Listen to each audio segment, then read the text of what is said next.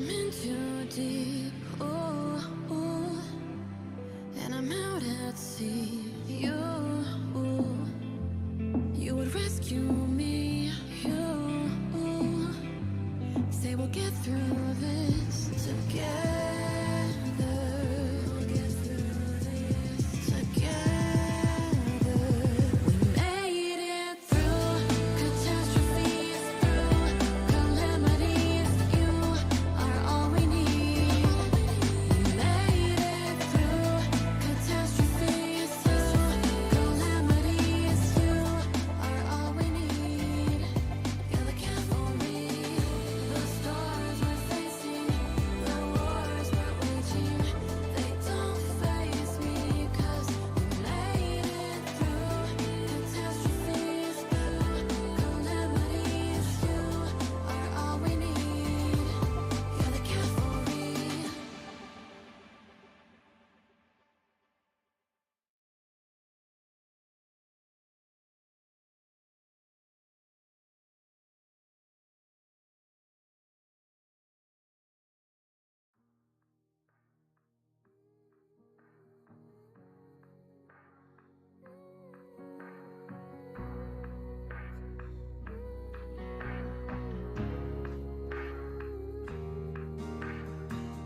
It's only ever been downpours over my parades. They wash away the stripes I fought so hard for, then they celebrate. I had a knack for being followed by rainstorms on my sunny days. Oh, but the new me's gonna face the music, and she's gonna prove it. I could punch a hole through the sky. Let the lightning bolts be the answer. I'm not afraid of it. I'm not afraid. I'm not afraid of it. Let it rain down on me.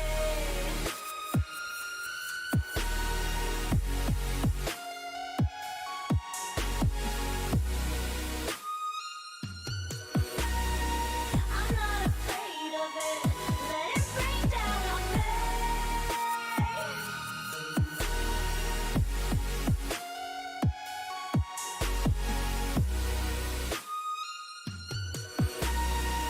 I'm not afraid of it. Let it rain.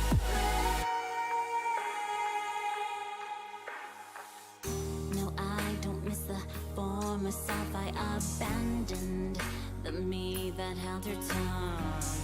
Now I'm commanding, taking charge like a captain. My era has begun. Oh, I'm no longer miss a piece of that action. I'm living for the buzz. Yeah, now the new me turns the rain to music, and she's gonna prove it. I could punch a hole through the sky. Let the lightning bolts be the answer. I'm not afraid of it. I'm not afraid. I'm not afraid of it. Let it rain down on me.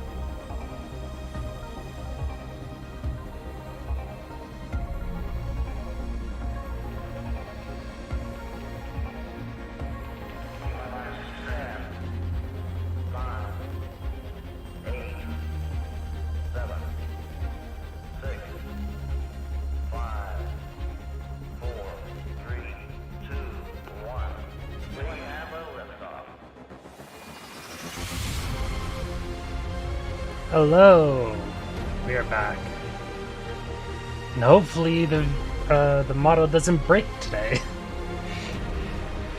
I've made a lot of progress with this game since I last streamed it, and there was a bit more story than I had expected in the end game. So unfortunately, I didn't stream that stuff. But I've been playing the end game a lot off stream because it was mostly just a lot of farming. I'm still farming, of course, but now not as much. Well, I can't say that. I'm still farming the hell out of this game. So today we are doing the Fate episodes. They're just story bits that for characters that I have decided to hold off for the next stream, which is today. Then after all of that, we will hop into Terminus farming, which is the final weapons that you can get in this game, doing the final fight of the game.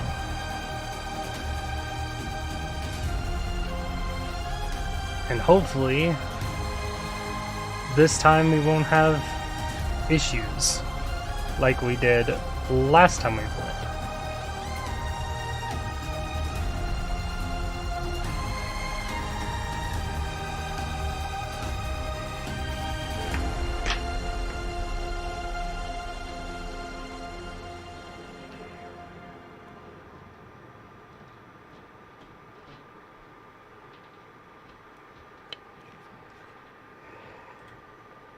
So that is the plans for today.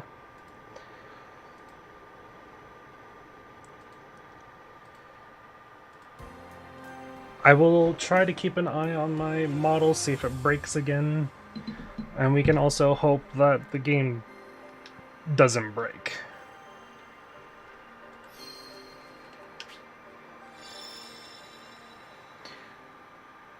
Because the game liked to break on me when it came to things like cutscenes. Especially while I was streaming. Which is the real sucky part.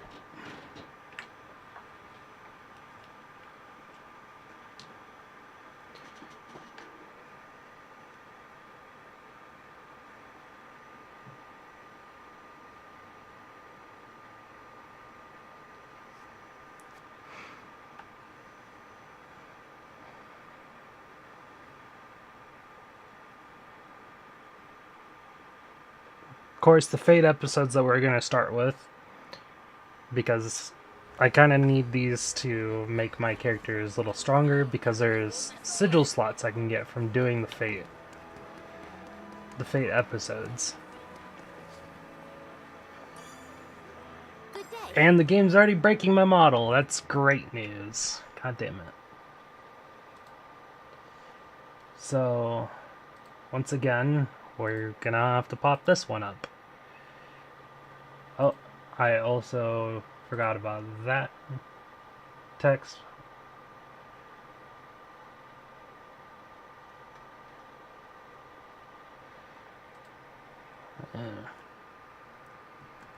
Game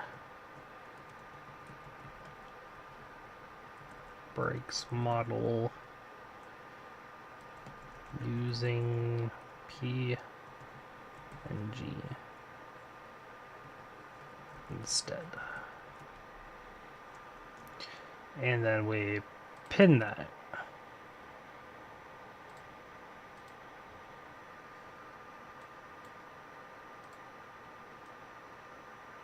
And then we do that on YouTube if I can.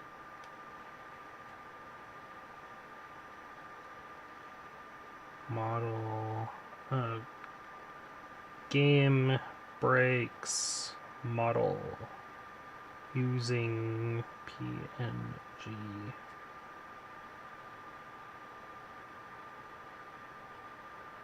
Pin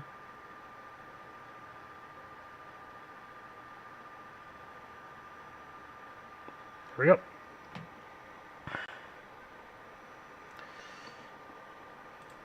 It's unfortunate, but it is what it is. So, we're going to start with who I've been playing the most. Yep, there it is. The sigil slots that I need, plus stats. So, I'll need the stats as well. And since it's story, might as well. This is what I was planning to do this stream, so here we go. Said she would bring us salvation. It was a glorious message, and for that she gained a devoted following. As for me, how could I doubt the woman who pulled me from the fiery wreck, and raised me as her own?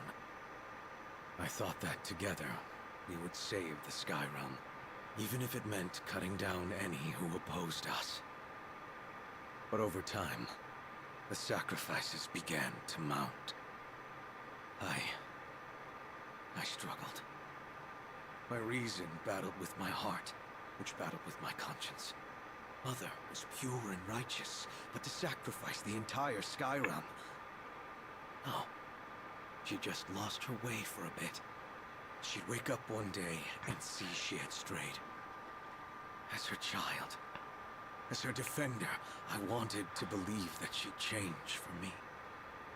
Even at the very end, when I was forced to turn my sword on her, I was praying for an alternative.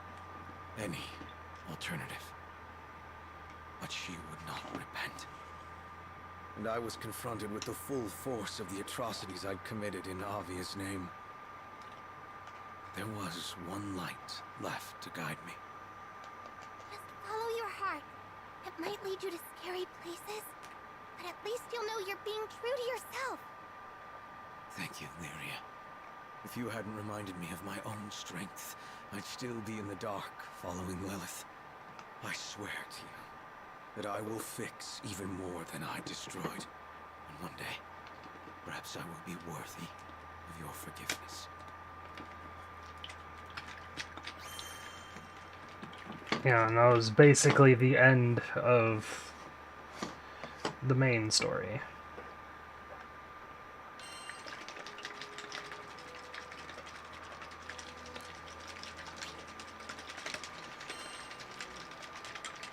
Next one. Day of Destiny. 15 years ago, Dolly fell prey to a violent catastrophe. One that still lives etched in my mind. I'm so glad this is voice It acted. was an explosion. Immense and sudden. My home went up in flames, and with it the only life I had ever known. People were fleeing and dying in all directions. The air was filled with screams and the smell of burning. Then I heard it. The soul-piercing roar of a dragon. My short life should have come to an end that day. Except... It's okay. Let me be the one to save you. Salvation came in the form of a kind woman. Her name was Lilith, prophet of the pilgrims of Avia. From that day forth, she was both my mother and mentor. I worshipped her. And the thing about devotion is, it makes you blind. Mother had followers in the hundreds, thousands. And my simple child's mind thought, well, if this many people have faith in her, she has to be good, right? I wanted desperately to be of use to her. So I trained to be the perfect guardian. Young Eve, one day you shall be as mighty as I. Galanza. General Galanza Yeah. taught me how to fight. You wouldn't want the other pilgrims saying you're riding your mother's coattails, would you? And you must prove yourself. Magiel. General Magliel taught me Magliel. why we fight. My training was harsh, but that's how I acquired the makings of a general. All effort, no nepotism. Finally, I had some value to Mother. Her sharpest sword. I never felt happier or more accomplished. Hmm. I thought we were going to save the Sky Realm. The naivete of it all. No, unfortunately, that was not her goal.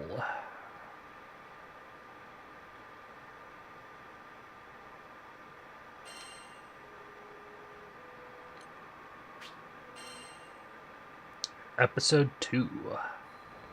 The Buried Past.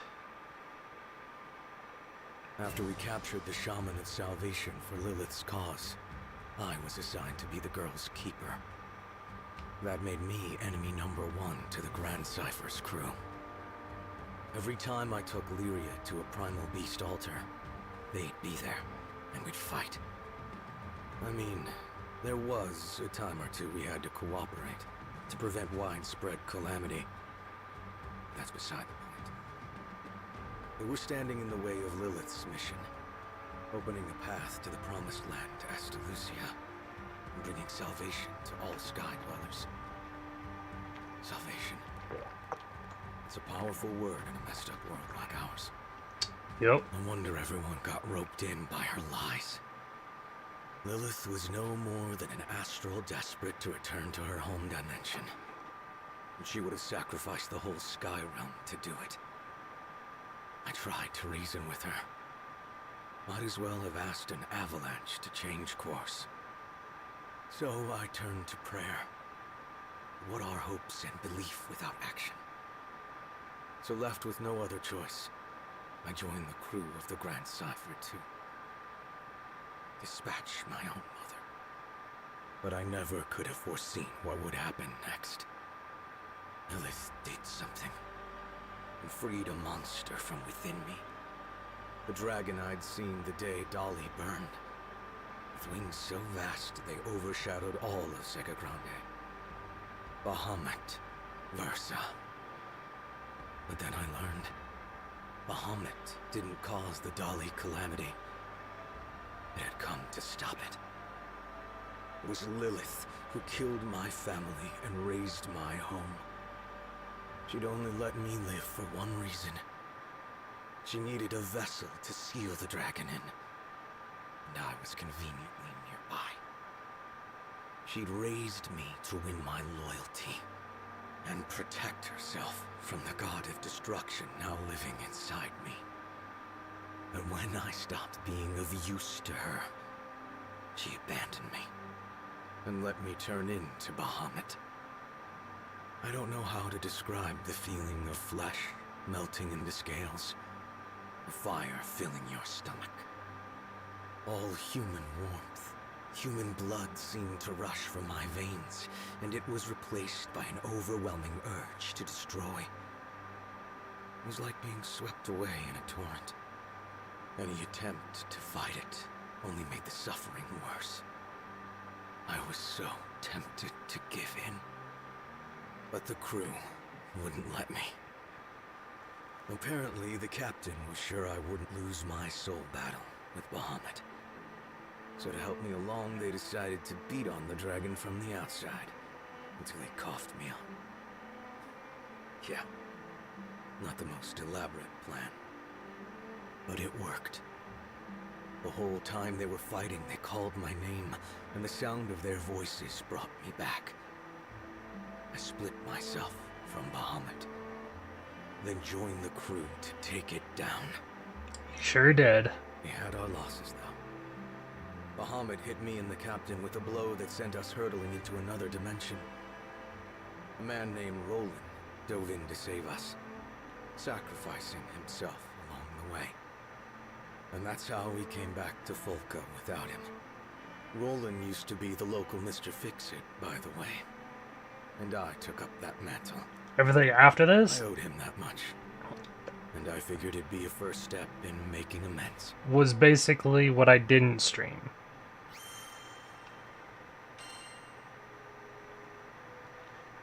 So I assume everything from here on will be like a recap of what I did off stream, because there was a bit of story getting Roland back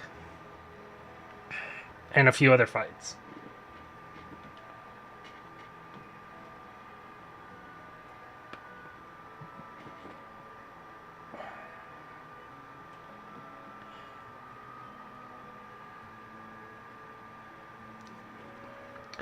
So, episode 3, Its Resolve.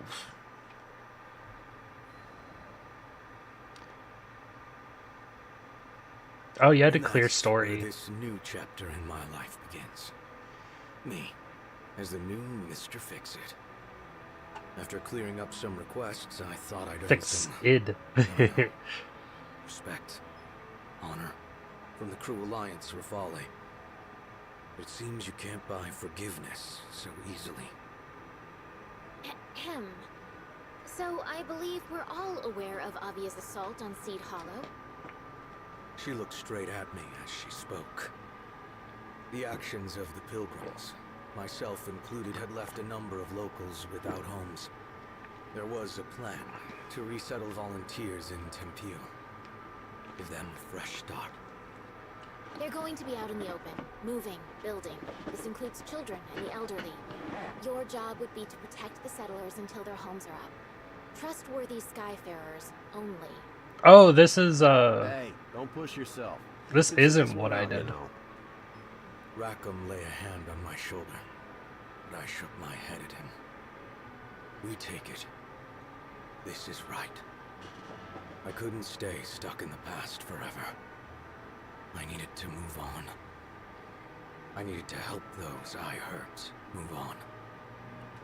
It wasn't an easy choice, though. Our patron, the family who was bankrolling this mission, didn't know I'd worked for Avia. And I didn't know if I had the guts to tell them. Yeah, I know. How am I supposed to atone for crimes I'm too scared to admit? Still, one step at a time. Too much of a coward to take responsibility? Fine. I could at least start by repairing some of the damage I'd done. I'd make sure the settlers built in peace. And if one of them happened to find out about my past, then that would be that. I'd accept whatever punishment they saw fit to give me. It didn't matter where I hid or how far I ran. Retribution would find me eventually.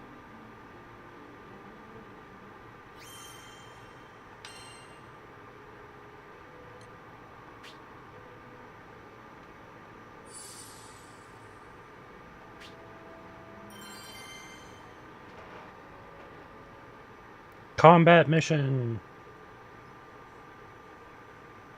But yeah, basically, doing the after story was basically fighting a lot of bosses and doing some of the harder difficulties. Confronted by the past. The ride to Tempio was uneventful. The proposed relocation site was set near an old storehouse by the river. There was water here, and the building could be repurposed for homes. The migrants dragged their feet and often looked back towards Seed Hollow. Most had been born and raised there. We'd been hired as bodyguards, but for the time being at least, all was quiet. Just the sound of wind and running water. Patrols didn't take long, and only one or two people had to go at a time. The rest of us found other ways to keep busy. Carrying supplies, repairing the storehouse, prepping materials, cooking. Whatever needed doing, we did it. While the adults were building the new body of the village, the children, they were forming the new heart of it. It's amazing how kids can find happiness in just about anything. The world's fresh and new to them. Down by the river, they discovered unfamiliar plants and bugs with funny shapes. In the old storehouse, they looked for hidden treasure and lost stories. Sure, sometimes they got in the way of work and were scolded, but you could tell the adults appreciated having the kids around. It gave them hope. Io and Lirio were their self-appointed babysitters. They called it serious work, but it looked like fun and games to me. Those kids didn't have a care in the world. Well, all except one of them. There was a girl who would always glance my way, pretty much from day one of this job. I say girl, but she was a Harvin, so her age was hard to pinpoint. True. But she played with the kids more than she worked, so I assumed. Anyways, turned out she was a teenager. Close I will enough to kid. explain the looks she gave me. I don't think any kid could have been filled with such fear, such anger, such hate. Didn't take much to guess why she had a grudge against me. But she made sure I knew. It happened one day when I was on my way to the storehouse to stack some freight. She was in my path. And since I had a load of boxes in my arms, I almost bowled her over. Don't come closer! Her voice was loud and shrill. I won't hurt you. I promise. Yeah, right. Everyone else might have forgotten you, but I haven't. We're here because of you. Her name was Shiralu. I recognize that voice. Parents volunteered to come on this resettlement mission after they had lost their livelihoods back in Seed Hollow. She had reason to hate me. During this whole exchange, I felt strangely relieved. No more waiting in the shadows, trying to work up the courage to atone. Atonement had come for me. Why are you here? To take our new homes? Never. I only wished I were better with words. To convey even a fraction of the guilt I felt. To give her even the slightest comfort. I think that's a niece from Not a Nike. day goes by where I don't regret what I've done. I wanted to tell her I was ready to repent. But my voice came out flat. Insincere. I don't believe that for a second! You're a liar! A liar and... But she was cut off by warning bells. I raced back to the settlement center, where I found Rackham. Goblin sighting! Get everyone inside the gates, pronto! His voice rose up over the cacophony. An attack! But my father just left for the storehouse! Remain here. I'll find him. I left without waiting for a response. Come on, just like we practiced. Oh, I am so much stronger than these. Should be. Why we're here, isn't it? Now come on, we got goblin tail to kick.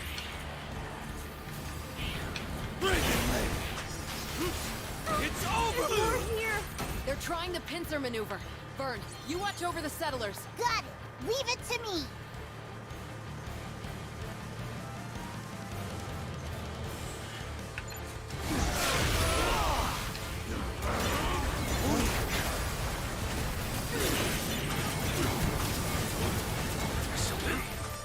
They all come from? Heard this place used to be Monster Central. Guess these are the stragglers.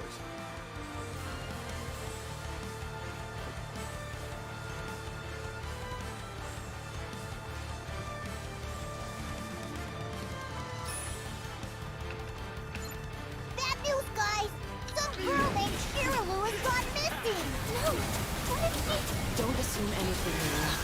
First, we secure the area, then we start a search.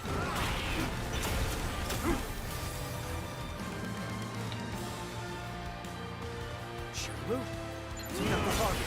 Id, do you know something? Great, we'll get the search party started. Right after these messages.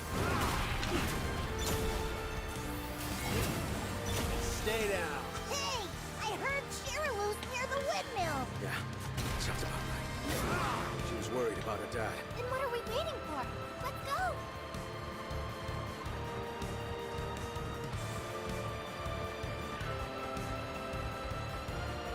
Heads up!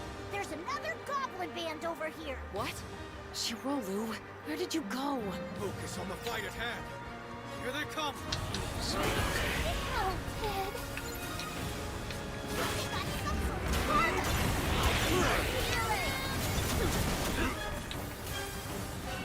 Push through!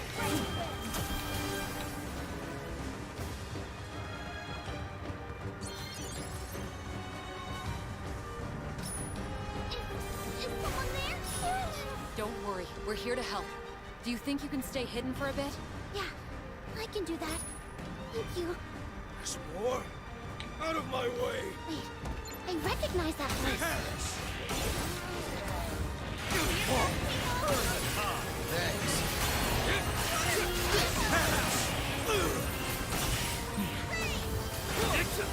Your end is nigh!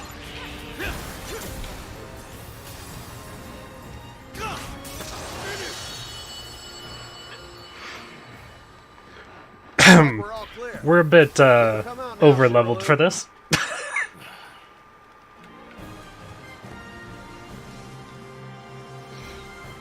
Level 100 fighting level 45s. Confronted by the past. It was a close call, but we managed to find Shiralu in time. Everything's going to be okay now. Thank you.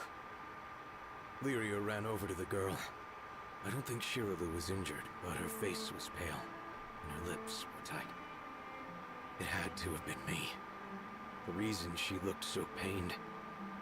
If I hadn't forced her from her home, she wouldn't have almost lost her life. I turned and walked a few steps. I'll secure the way back. Bring her when she feels better. Wait, Id. Shiralu needed good people around her. What did I ever bring but suffering? Mm.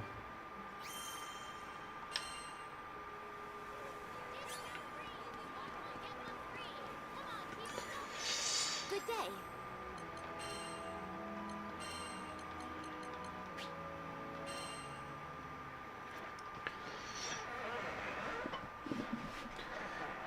The weight of sin. The day after the goblin attack, I had an unlikely visitor.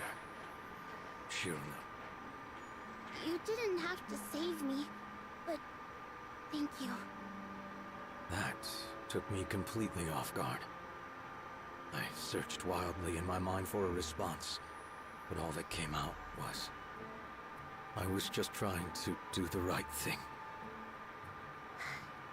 Look, Avia almost destroyed Seed Hollow, and I won't ever forgive you for that. Do you know how many people were hurt? I'm sorry. Like I said, words are my strong point. I feel Is there any you, way I Id. can make amends? I will do anything. She looked at me for a moment. Her lips working, searching for an answer. Her eyes slowly welled up with tears. Can you bring back the dead? I didn't think so. If I could trade my life for even one I'd taken, I'd have done it in a heartbeat. She was right. Those people were gone, and never coming back. Yeah. I can't talk about this now. Maybe I shouldn't have come. Have a good... goodbye. She turned and walked away. Her voice shook the entire time we were talking.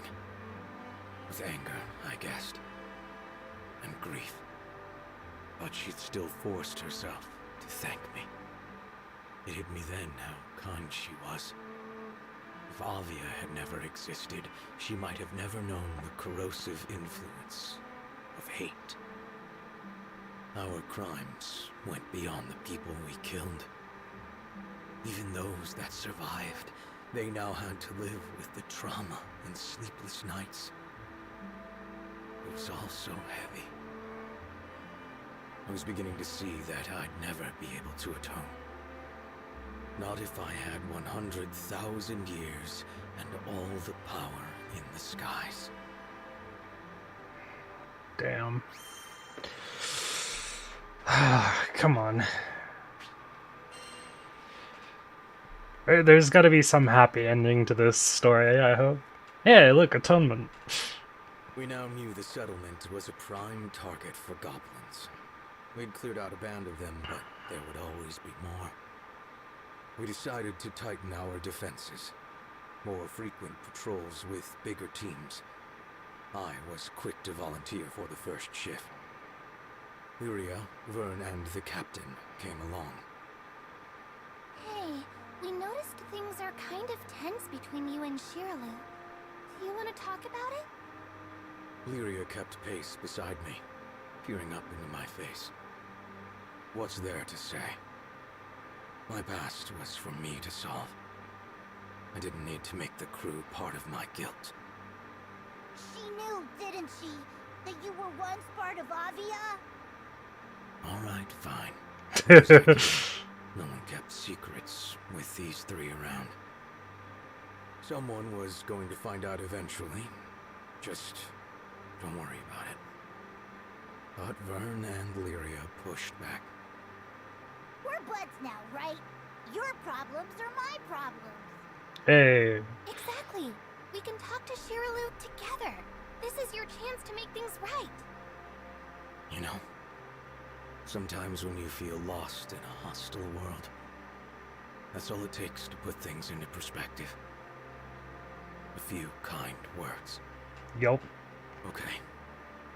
But there's no half-assing it. Whatever Shiralu asks, we give it to her. Do you understand? I was offered no answer, but their eyes told me enough. Sins are only burned away through atonement. This was the way things had to be. We walked for a while in silence, until finally the captain nodded. And I was told the crew would do what was right. Damn right.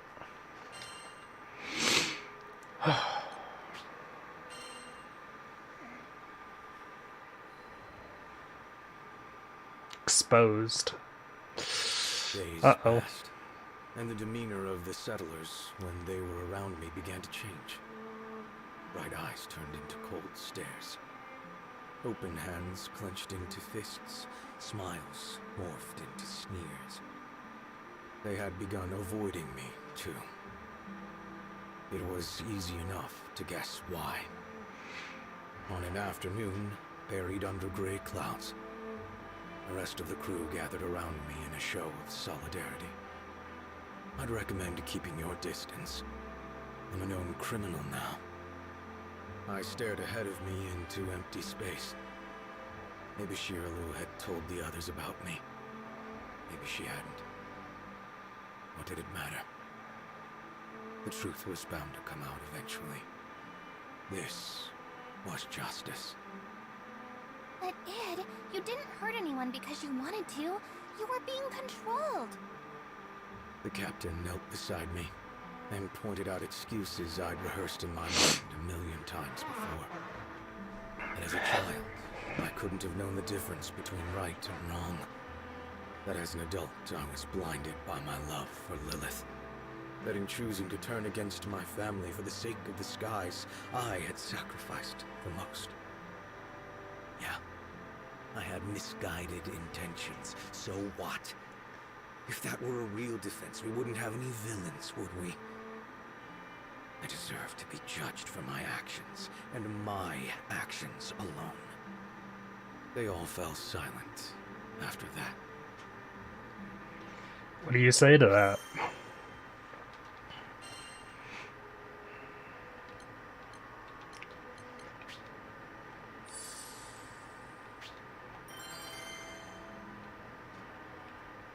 Not much you can say. Day of Reckoning. Shiralu found me during one of my patrols. She stood in front of me, fidgeting with the cloth of her skirt. I'm sorry. I only told one person and then somehow everyone found out. With all due respect, save your apologies. Looking back, I realize I should have chosen my words more carefully. Something like, you don't have to apologize. All you told them was the truth. You know, something a person with a heart would have said. No, you don't get it! Yeah, she had a right to be upset. Only I could have sounded so accusing when what I really meant to say was, it wasn't your fault. Just tell me one thing. Did the church really brainwash you? And did you really have to fight your own mother? What? Where'd you hear about that? Your friend told me. That captain. Of course. The captain promised me the crew would do what was right. Guess that meant giving my whole backstory to Shiralu. Anyways, it doesn't matter where I heard it. What matters is whether it's true or not. So, Why did she need to know? Would my good intentions bring back the dead? Shiralu knew the answer to that as well as I did. My past is no excuse. so it is true. You're a victim. Just like us. No. I was the perpetrator. I had to be the perpetrator. How else could I explain the guilt that sat on my chest? It made it hard to breathe. But before I could say any of this, I was interrupted by the shrill ringing of warning bells. What's going on? Just as before, Rackham was making rounds to explain the situation. It looks bad. Our supply runners are under goblin attack. Supply routes were the lifeline of any settlement. They needed to be cleared immediately. I'll head out now. Shiralu, find your family and get to safety. Okay, I won't leave the village this time. Good. I met up with the others, and we left for battle. Hey. Shiralu's coming around. Goodness, you're here! We lose these supplies! We lose the village! You have to help us! No problemo. Goblin Hunter's my middle name. Less talking, more fighting!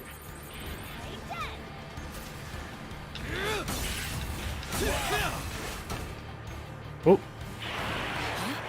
Reinforcements. To think they still had hordes in reserve. I am literally right next to you guys. This looks bad! More goblins are headed for the village! What? Now? We can't abandon the supplies. That's bad. I'll go back. Can you handle things here? Sure can. I'm just worried about getting to the village in time, you know, boy. Alright, Ed, let's roll! Oh, we're actually just letting them handle it. Come on, bud! We're almost there! Okay.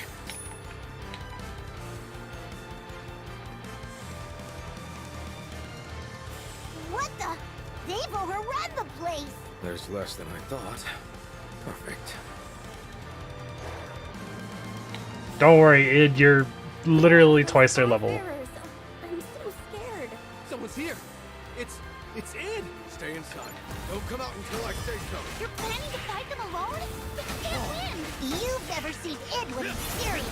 He'll be fine. It's over! Anything happened to us? Unbound! It's over! All I wanted was to protect people. I know I've made mistakes in the past. What happened? I haven't. Now prove it! He's facing all those monsters. But if it weren't for him, we wouldn't be in this situation. We know that Avia robbed us of our old homes.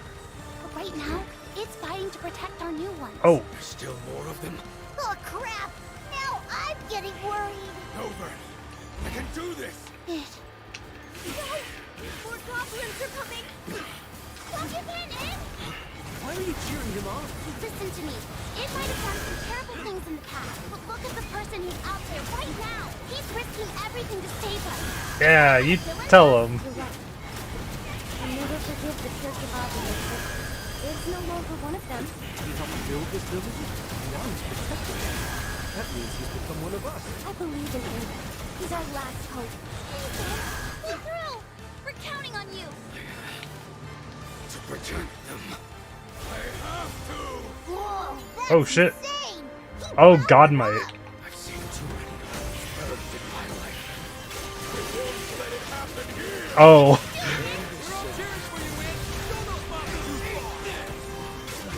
Literally gave me unlimited god might.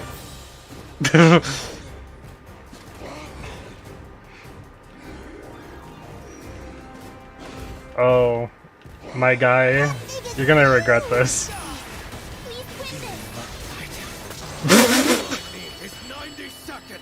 I still Give me can't two. believe he's out there. All alone. Come on, Ed! You got this! Thank you, Ed.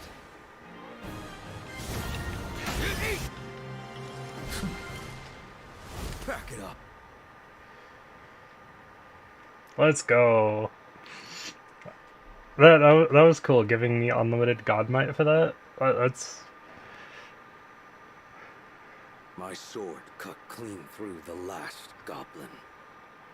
It's over. As I pulled my blade clear of its flesh, it trailed an arc of blood through the air. I felt the settlers behind me, watching, judging. See, I thought, this is the kind of monster I am. I can't believe it! You did it, Ed! You really did it! Shirley broke the silence with a cheer. For me, I had to say something. The goblins are gone. All at once, the migrants rushed me. Hands took hold of me and lifted me into the air. Those were fearsome odds, but you pulled through. You saved us. Thank you, Ed. These people knew I had destroyed their homes. So why were they rallying to me? Sorry I'm late. What'd I miss? The crew was now filing back into the village. They gazed up at me open-mouthed. I'm sure I looked back at them with Probably. Oh, nothing. Just Ed single-handedly annihilating a goblin army. The settlers finally put me down and began telling exaggerated accounts of the battle. I tried to take the opportunity to slink off and find conversation with something more my level. A tree or something. A tree? Hey, just where do you think you're sneaking? Is our resident bad boy feeling shy? I shot Rackham my nastiest look, but only because he had guessed the truth. You should be proud, Ed. You saved everyone here. Come on, Lyria. It had to be obvious that I wanted to be left to myself. Truth was, I didn't think I deserved all this praise. So I saved a small settlement. Great. Guess we'd forgotten I've also raised entire cities. The captain strolled up to me and, after elbowing me in the ribs, asked, how was it to fight for the good guys? That, I had an easy answer to. Not bad, I said. Not bad at all. Hell yeah. And I finally got his 2 sigil slots. The question is, what the fuck do I put in them? Ugh. I have no idea what to add.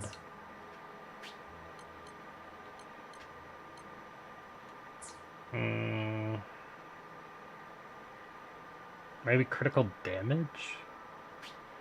Do I have any critical damage at all? No. Maybe I can add critical damage. I can take it off of Siegfried. Siegfried can have something else.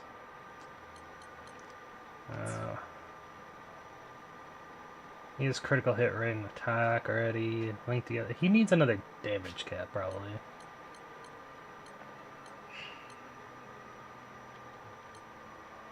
There we go. That'll work for now.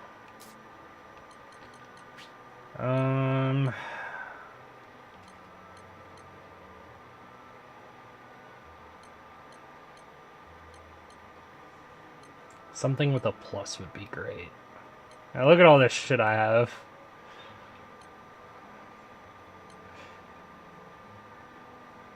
This is what I've been up to.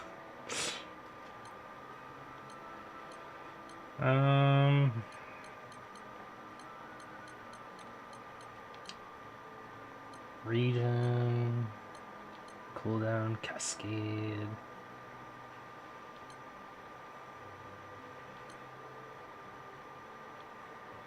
I already have guts and auto revive and potion hoarder. I also have steady focus.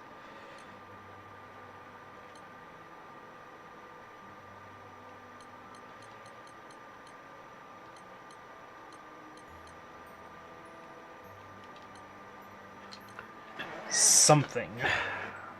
He needs something.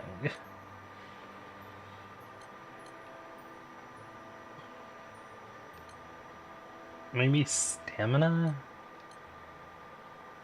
Uplift, precise wrath, nimble onslaught. What does stamina do again? Boost attack based on how high your HP is. I don't know. Exploiter is damage against weak points and attacks from behind, and low profile. It's actually a really good combination, to be honest. Like, low profile allows you to get behind the enemy more often. Tyranny? Oh, hell no. Life on the line. Healing from allies won't restore HP. Nope. Not doing that. Skilled assault with... Is that regen? Yeah. Boost the power of damage skills. Could be useful because he has 2 sets of skills, and then having regen would be pretty nice. Linked together with... I don't want provoke though. Could always just steal it off of him. Boost link attack, skybound arc, and chain bursts. Boosts the amount of link level gained. And it also boosts attack. Maybe I'll just steal that off of Siegfried for now. Give Siegfried, I guess, skilled assault. I don't know what his attacks count as, though.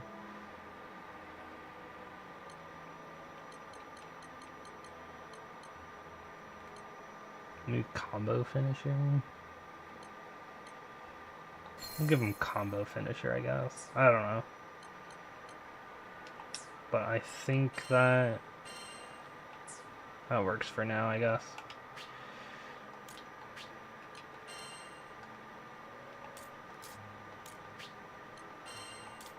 Just make sure everyone is set with their new stuff. I actually need to change this one because there's a new Aegis. Sigil. Potion Hoarder. Might as well. Nimble Onslaught, Uplift, and Provoke. There we go. We're looking for something that gives Provoke.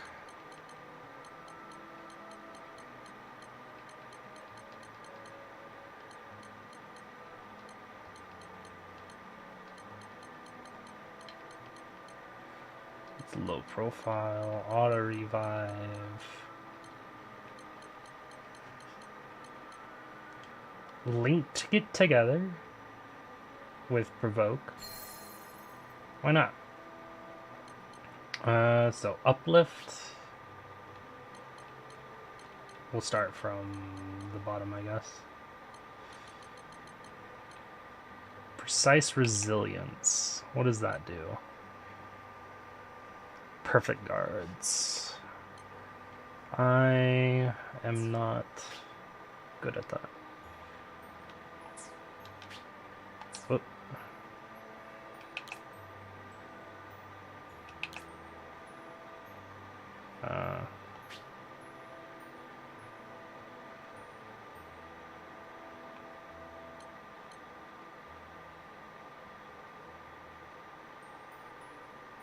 Sure, it has that equipped. So we're looking for these stars that give uplift.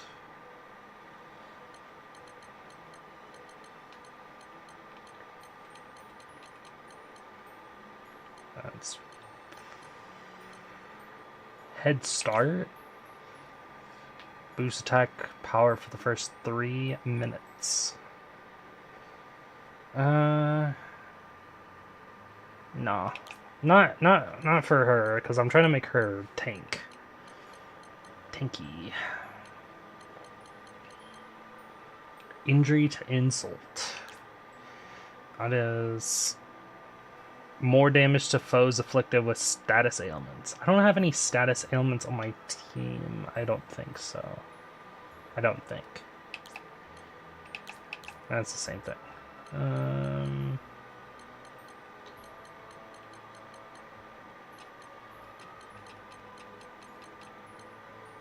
Combo booster? Because that gives uplift. We'll think about combo booster. See what else there is. Life on the line.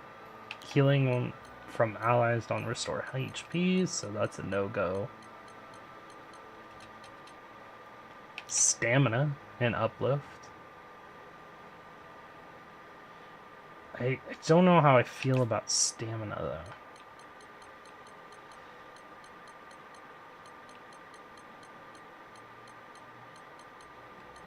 Yeah, it looks like it's gonna be combo booster.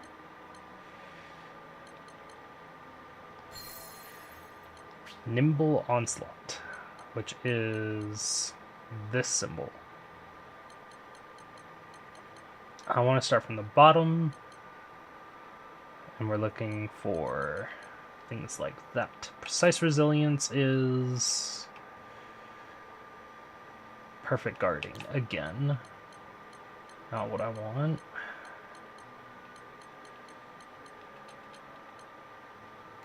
Guard Payback.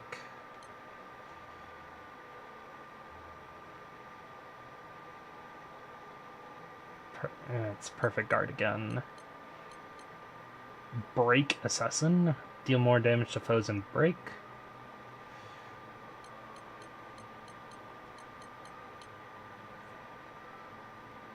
Also, that's Precise Wrath. We don't want Precise Wrath. We want Nimble Onslaught.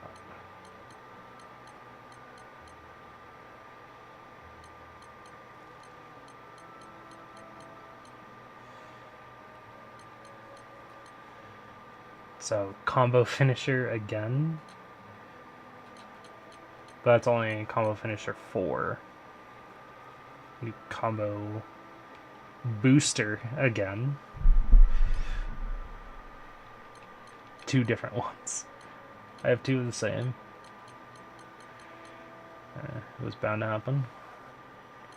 Damage cap 4, that's on someone. Tyranny, I think that's a... Yeah, that reduces HP by a shit ton, so that's definite no. Stamina again. I still don't know how I feel about stamina. Critical hit rate? I'm not sure about critical. Yeah. Maybe just another combo booster? Is that what it's gonna be?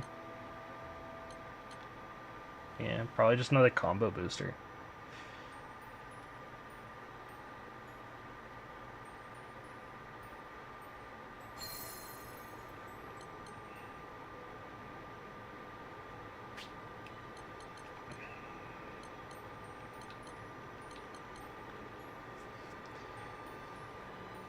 Yeah, we don't have another health increaser.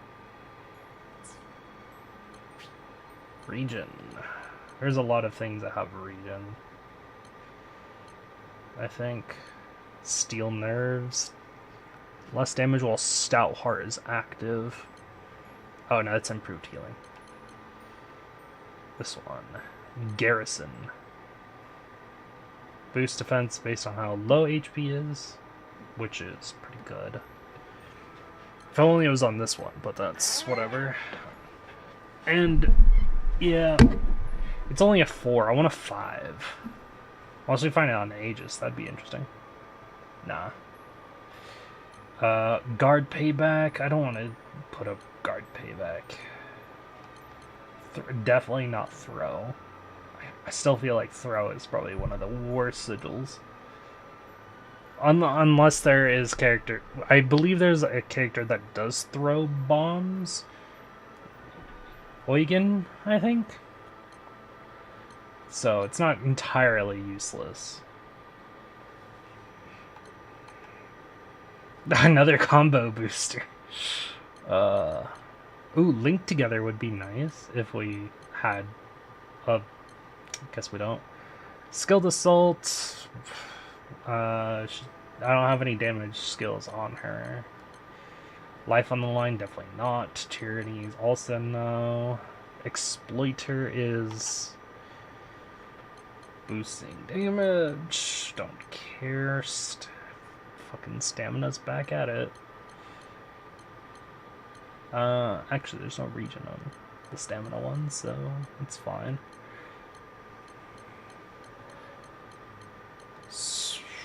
Fucking attack power? No, that's drain. So, I think we found another combo booster.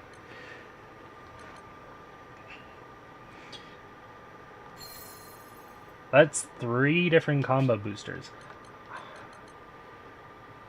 Boost damage dealt by a max of 100%. We've already maxed out combo boosting. Jesus. Guts. Guts is definitely one that should be swapped.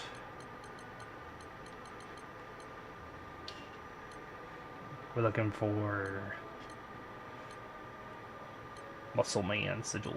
Throw plus. Of course Throw plus.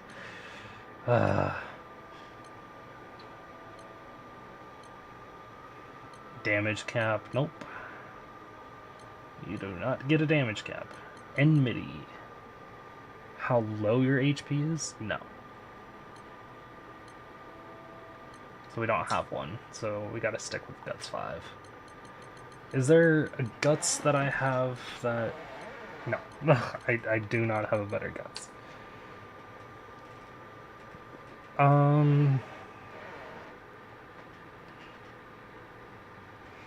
Yep. That looks like how it's gonna be.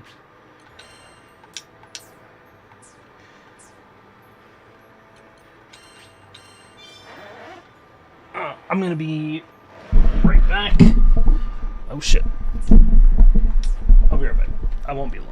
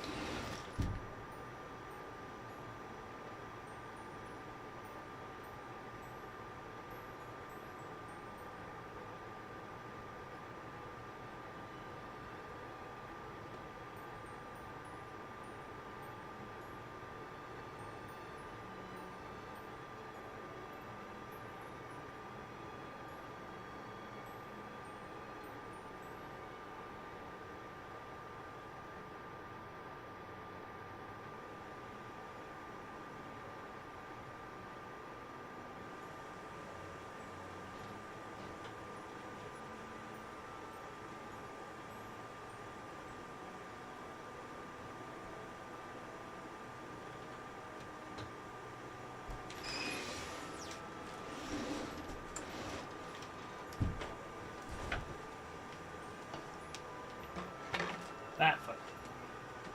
Well, that's where my other water bottle went. Alright, I am back. Lyria's journal, probably some more trophies. Yep. It's probably gonna be at the bottom. There it is. Incomparable speed. Clear time bonus 100 times.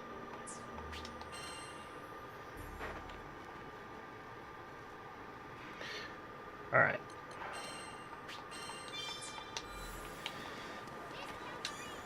More Fate episodes for id. We're almost done with ids. Episode 9. Consensus. The morning after the second goblin strike, the sun rose on a quiet scene. The river glinted gold. Grass stirred in the breeze. The migrants came with our breakfast and a peace offering. Avia attacked our homeland. We'll never forget that pain. But you proved yourself a true ally yesterday. Everyone saw you risk your life for us. You've earned our trust.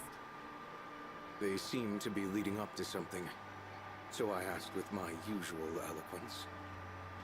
And Well, if it's all right with you, we'd like you to stay and protect our fledgling village. I could not believe my ears. No.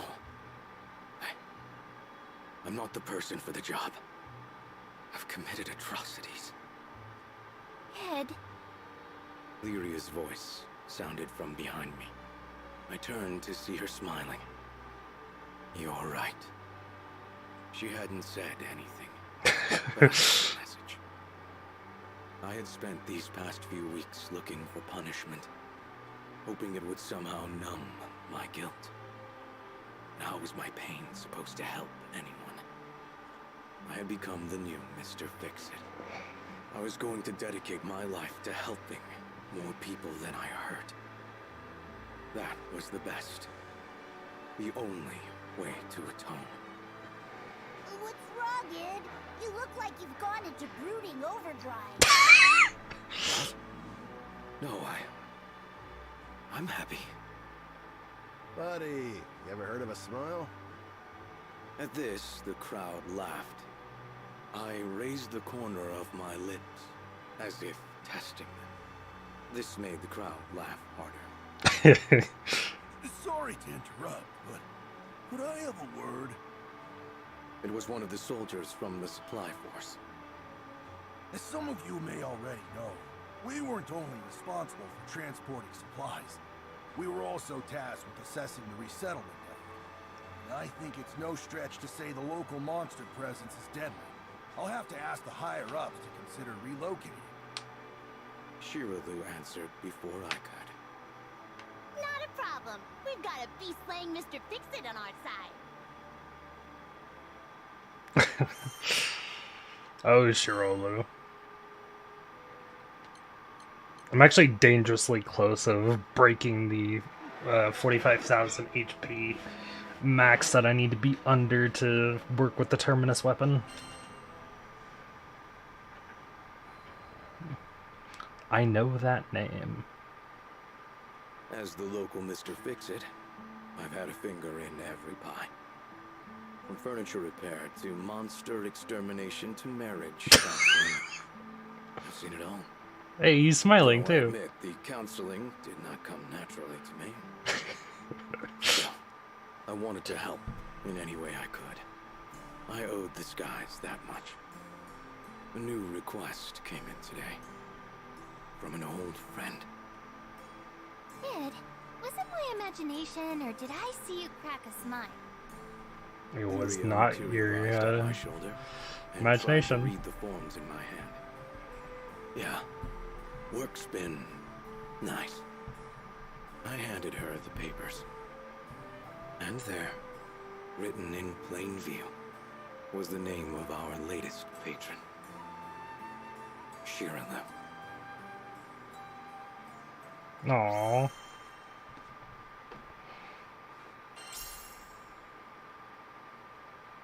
A request for Mixer Fix Id. Hell yeah. New archive entry. I will read that right now. Have a good day.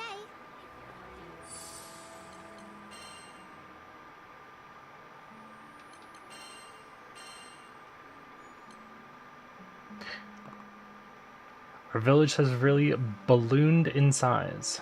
We're even hosting our own harvest festival soon. I think Father is planning to have a few drinks with some old buddies he hasn't seen in a while. Why did I get the feeling he's gonna go overboard and fall into the lake? Since I can't really trust him, would you mind helping us with some organizational stuff? I can't exactly pay you, but feel free to stuff your face with festival food. I'm even going to cook up a dish. P.S. Thank you for saving our village. You're okay in my book, even if you do suck at talking. Tongue stick out face. I love that. Also, yep, I got all the rolling notes. I didn't really read them all, but like I skimmed them over and it basically helped us find him again. These ones, however, are very different and very long. and I am not reading all of this.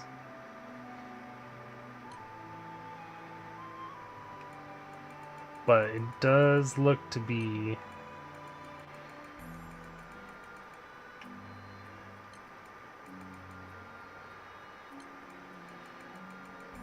just looking over them. It is Lilith's logs. So that's interesting.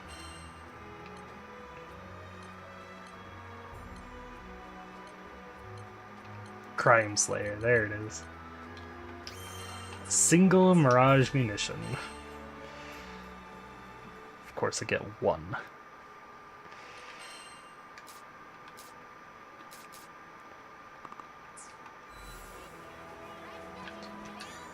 But yeah, it's done. So I wanted to do his first because I play him the most at the moment. But Fairy is who I want to do next. Because she's just my favorite character in this game, even though I don't play her as much. She is the next one that I'm trying to max out. But I'm still working on Id, because he's currently my highest damage character. So he helps me clear content so I can get everything done. Young woman who accidentally summoned Celeste, the primal beast of death, and became a ghost. Though cursed by the primal beast to be forever bound to this misty island of her birth, she was released from that burden by the captain and the crew. She loves her sister more than anything, but was tragically separated from her. If only I could see them again. Prologue. Oh, Fairy. I'm from Tremont Island, a quiet little place where I lived with my parents and sister. Also one of my favorite voice actors. Things were good, except my sister was suffering from a terrible condition. We couldn't treat her on Tremont, so she was forced to travel to another island, all on her own. Back then, skyfaring wasn't nearly the safe bet that it is today, so I wasn't sure if she'd even make it there, let alone receive treatment. I loved my sister more than anything, so waving bye to her as she took off toward an unknown future was the hardest thing I'd ever done. I hoped beyond all hope. I hoped till it hurt, that her cure would be swift, and she'd sail back to me with each setting sun. But the days, they grew into months. Sometime after she left, a brutal pandemic spread across Tremont, crippling our population in a matter of days. I was shocked, watching the good people I'd known all my life pass away. But I was horrified when it claimed my parents. And when it came for me, I knew death was waiting at the front door. What can I do? I thought, lungs heavy and weighing me to my bed. What could I do but turn to the skies and pray? Please, if you're listening, I want to hear my family. I want to hear their voices again. My pleas were answered, but not by salvation. No, it was Celeste, the primal beast of death, who descended from the heavens.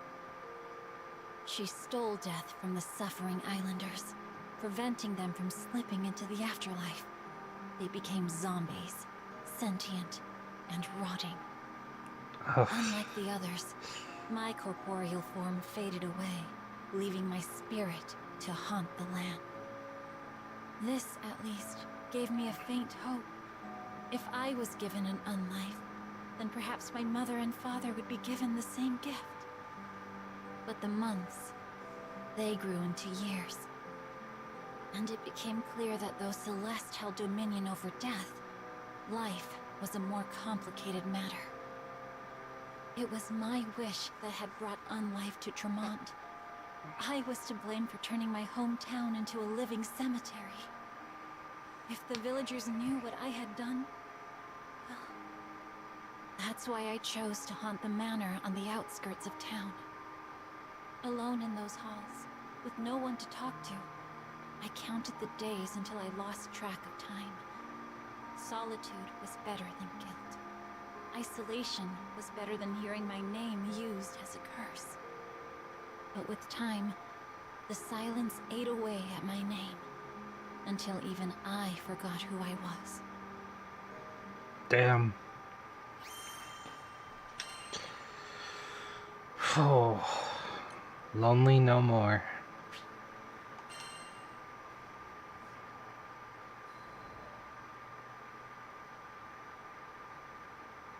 It's true that there weren't people around the manor, but I did discover a few ghost animals floating about.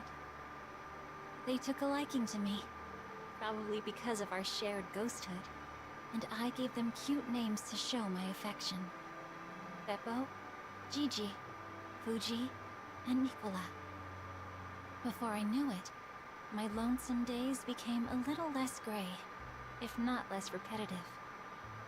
I watched so many tomorrows and yesterdays pass me by. I felt as stale and constant as the mists that covered the island. That all changed when the crew came to my manor. They were a cheerful, lively group, but also straightforward and intimidating. It had been so long since I needed to interact with other people. I knew that if I made contact, I would have to acknowledge the real depth of my loneliness. So I ran, and they gave chase. So I ran again, and they followed once more. No matter where I fled, they found me, undeterred by my spectral form or my ghostly pets. Finally, I decided to ask them about their situation.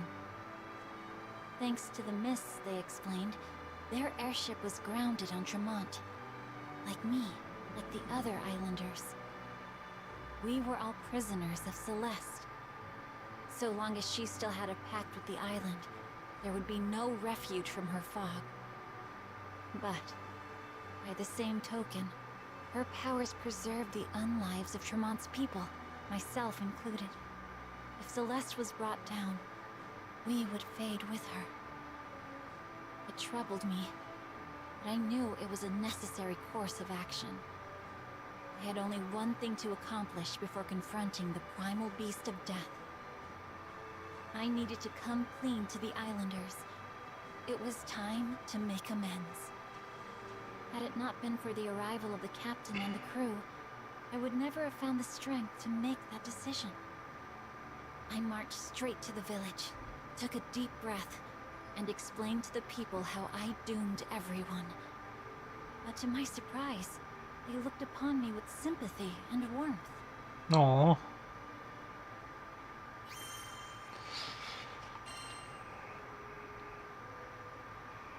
I know she's out there.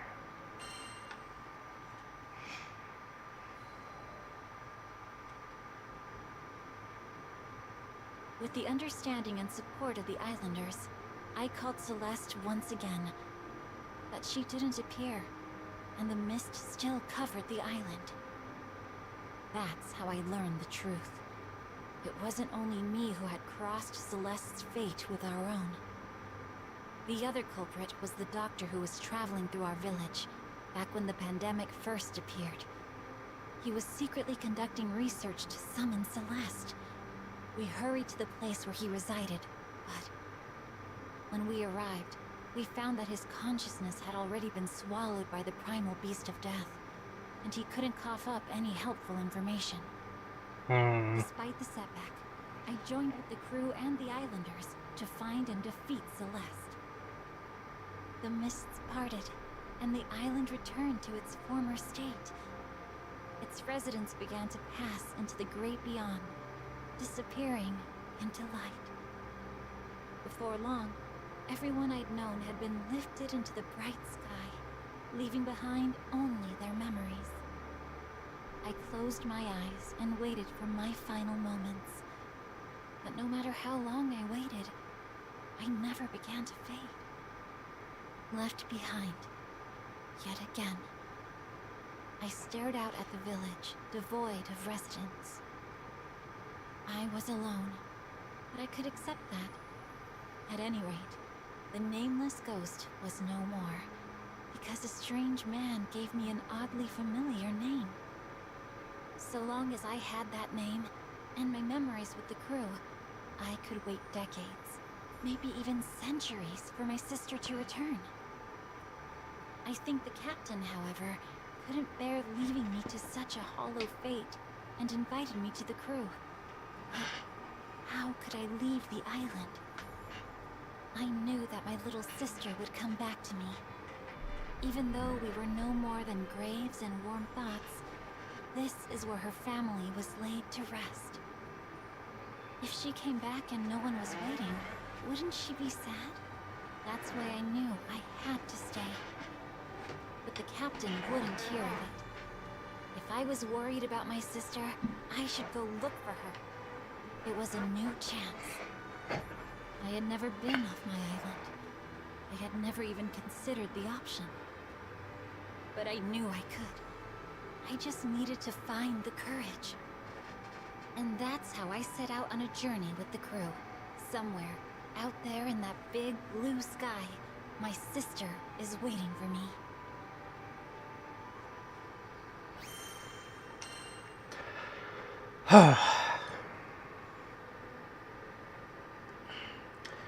Embroidered with love.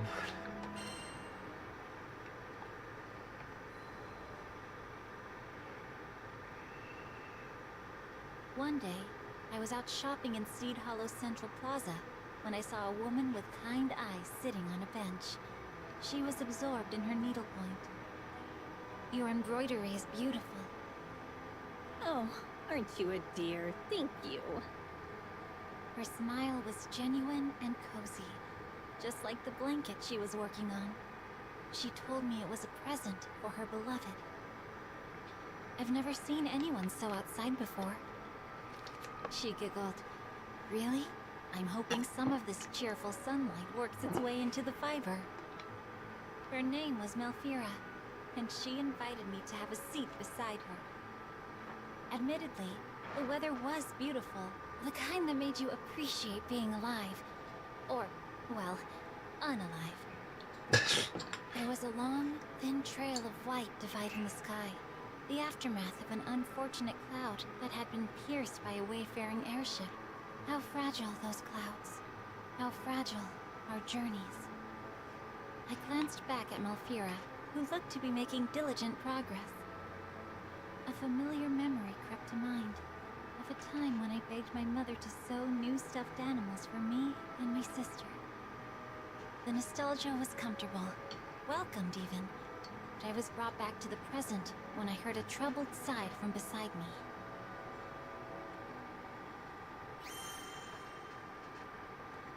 Well, don't end it there. Come on. Warm threads. Must play as fairy? That is fine. Honestly, I think even the characters I haven't been building would be fine too, because they're level 90. And all these quests seem to be level 45.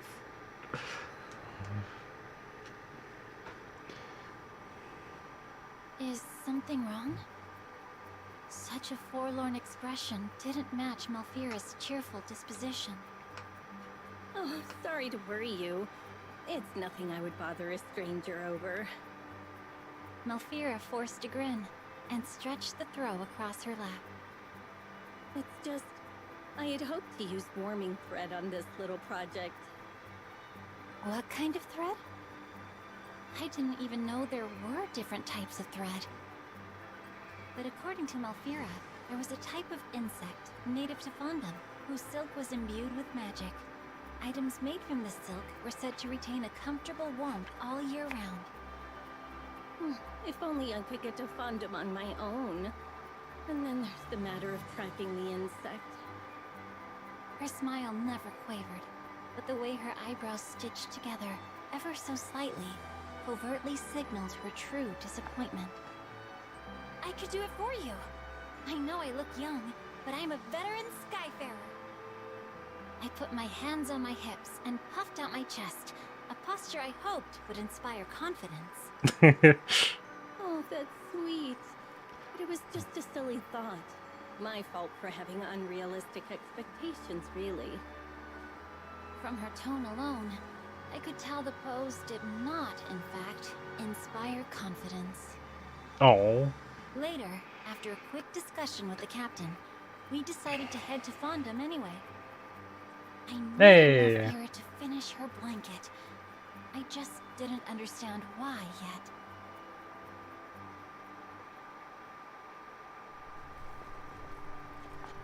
Okay, let's do this.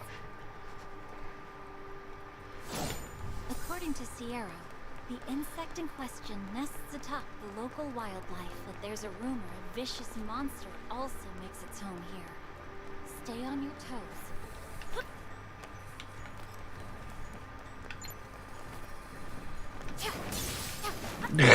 These are level 30. This is even easier. We better get them before they get us. Ready. Brave awaits.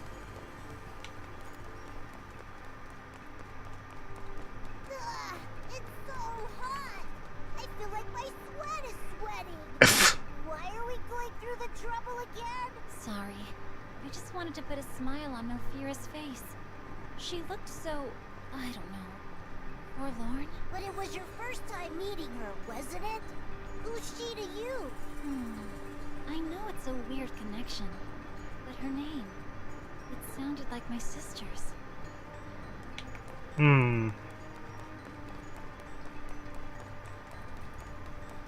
Maybe like a reincarnation situation going on? Oh, down we go. It's possible. I don't know like too much lore of this Lance. I don't know if reincarnation's possible, but Looks like I mean, someone wants to fight. Let's teach them not to butt in. if it is possible, that seems very likely.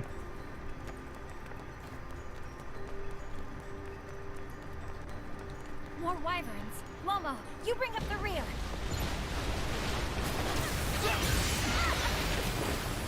Whoops.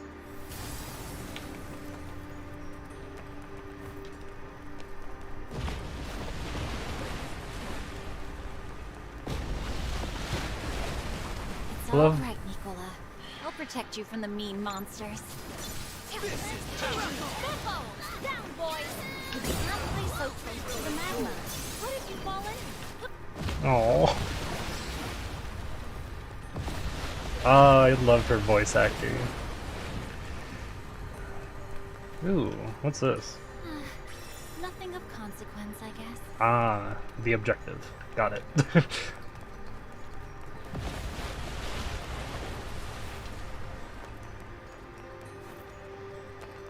Huh? What's that? Burn! Look out! It's a monster in disguise! You must be that vicious monster we heard about. If you thought you could get a leg up on us, you have another thing coming. Whoops. I should let her finish speaking. Now we can find that bug in peace. Oh. So guys, ready for treats? I love how her pets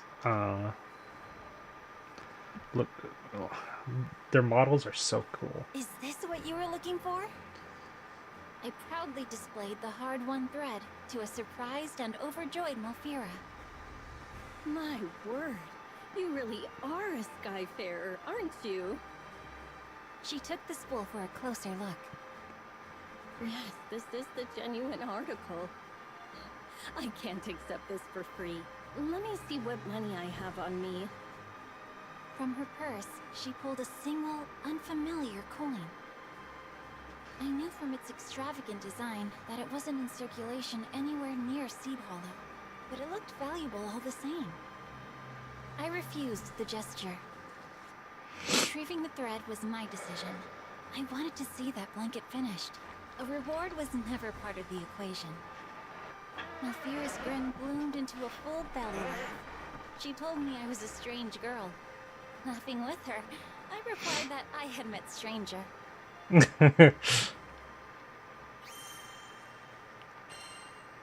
Sigil slot.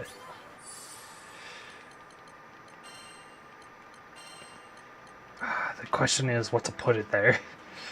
I'm always at this point where I have no idea what to give them.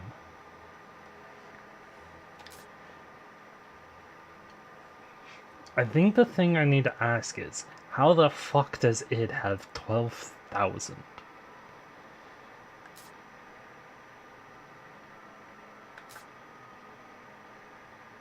And it could be because of the weapon.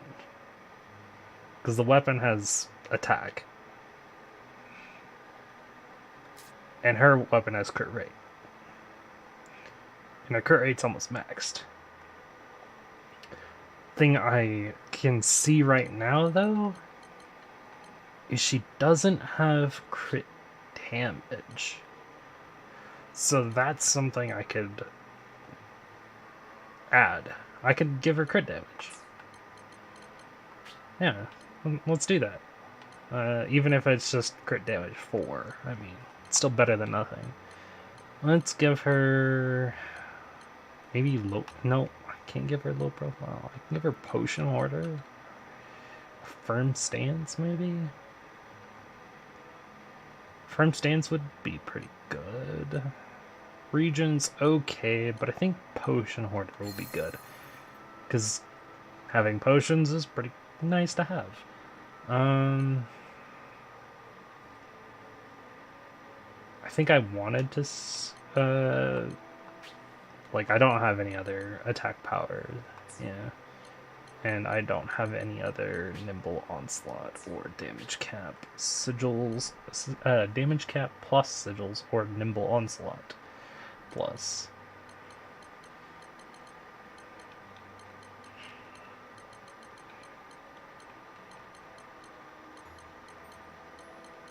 Oh, you know what I could do? I could look for nimble onslaught on something else instead. Like this. Even though she probably doesn't need the crit rate. Nimble onslaught 5 though. That's what I want. I want a 5. So there. Now we just gotta look for nimble onslaught as a second sigil, which probably doesn't exist. Combo booster? We can give her a combo booster. I don't see any reason not to. I still don't like the idea of stamina. I have 2 of these though.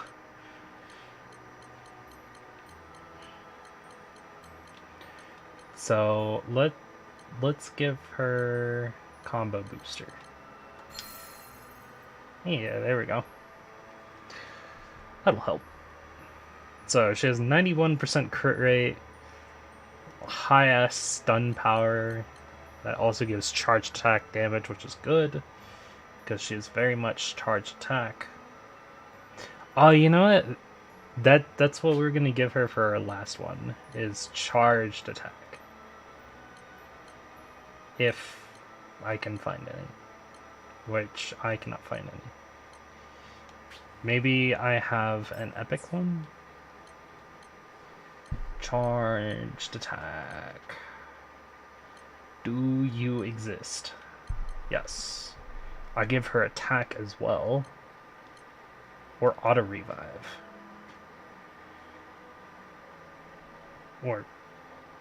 So I can give her attack or auto revive with her charged attack. She does have an auto revive. Would be nice if there was an auto revive on something else though. There's one, but it's on id. Let's do this again. So there's one on id. Having another guts would be... Having a guts on her would also be nice. That one's on id, that one's throw, which I don't want. And that's it.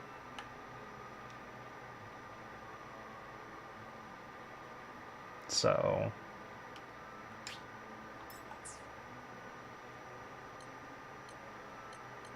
Charged attack. Where'd it go? I've already lost it. Charge attack. With attack. Once we get the other one.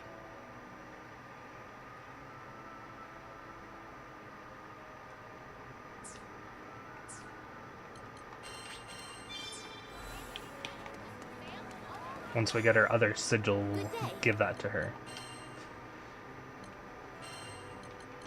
Episode 5, Protection from the Cold.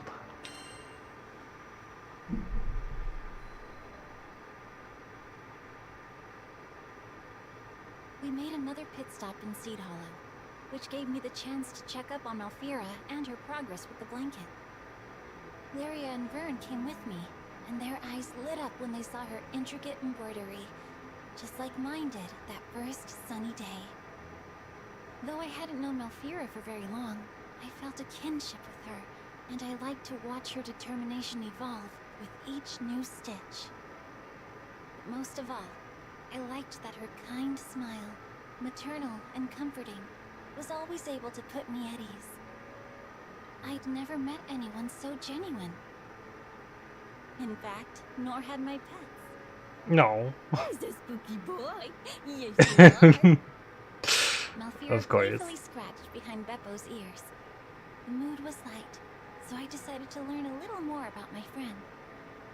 I noticed you're in the Central Plaza quite often. More or less. I don't have much else to occupy my time. Not with that silly boy still playing in the sand.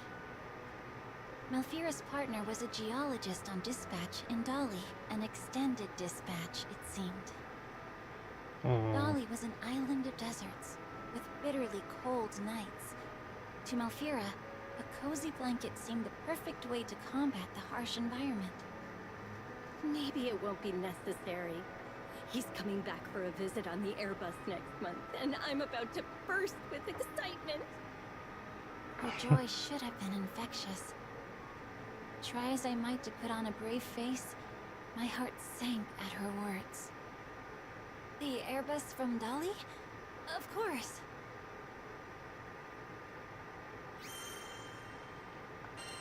Wait. Delayed homecoming. Now I'm curious.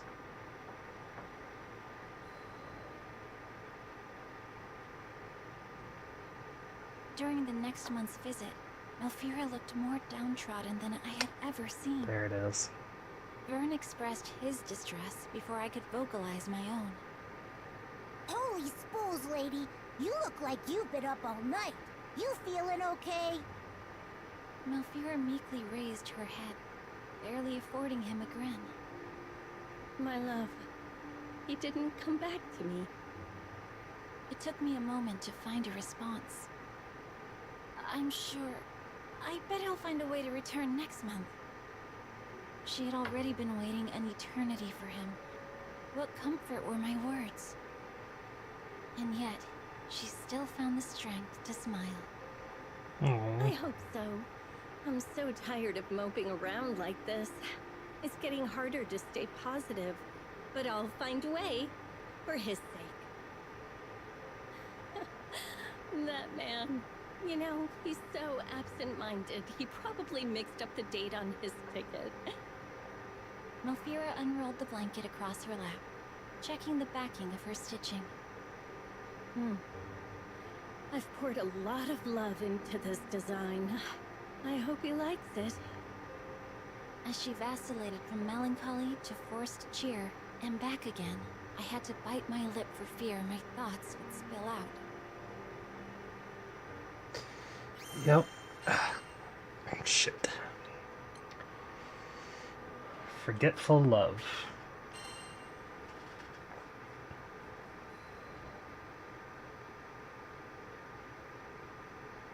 1 month passed, and still no word from Alfira's beloved. I'm sure he has his reasons. Lyria tried to comfort the young seamstress, but Malfira's smile was noticeably dimmer than before. Yes, you're right. He's not one to take risks or push himself too far. There's nothing to worry about, I'm sure. Her words sounded strained, like she was trying to convince herself. I thought I knew what was happening, but I couldn't bring myself to acknowledge it. Not yet. This game got you absolutely hooked. Now I'm We were all addicted to stuck in Thrift. awkward silence. Yep. So I changed the subject. It's a lot of fun. How did you two meet? It was in this very plaza.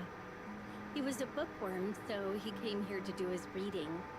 I was out catching some sun myself when he found the courage to sit next to me. I turned to greet him and he shoved a book on embroidery in my face. Not the greatest first impression, huh? Energy returned to her movements. Color returned to her smile. So what did you do? You're going to laugh. I told him I already owned the book. His face turned pale as a ghost, but it was cute, seeing him all vulnerable. So I asked his name, and the rest is history. She shut her eyes, savoring the nostalgia. Then she sighed. Guess I'll have to go to Dolly and drag him home myself, won't I? No, not that. I couldn't let her go to Dolly alone. After witnessing her optimism return, I couldn't let her learn the truth.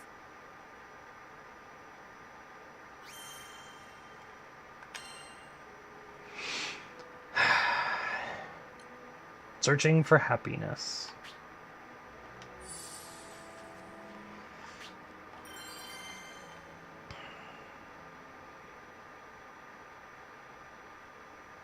Fuck, I forgot what happened in Dolly. Do I know what happened in Dolly? I'm so confused.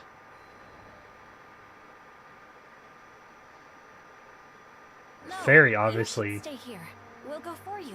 Dolly can be a dangerous place, and I'm sure your partner wouldn't want anything to happen to you. I hoped that logic would be enough.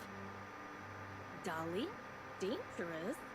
But so many people live there. But if a sky-faring crew is offering their services, who am I to deny professionals?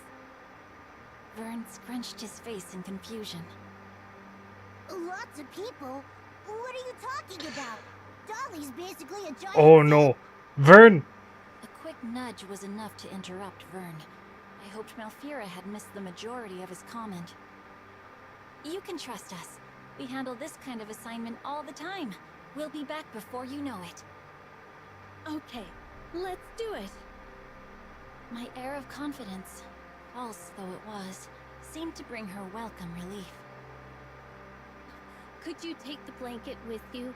I wanted to give it to him myself, but I know he's probably already spent weeks freezing at night, and it won't do me any good here. She pushed a soft bundle into my hands. It was warm to the touch, thanks to the silk from Fondom, but it was also warm to the soul, thanks to the love and care that Malfira put into every stitch. Of course, it would be my pleasure.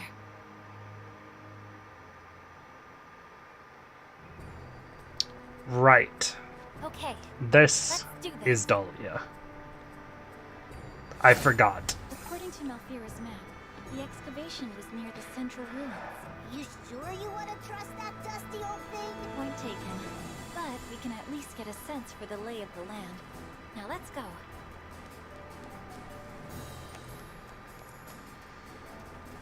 I forgot this was Dahlia. Yep. This place is crawling with monsters.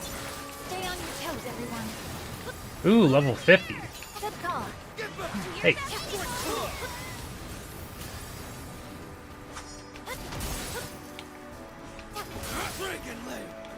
I can basically one-shot everything here because I am way over leveled for all this stuff. place up so we can start our search.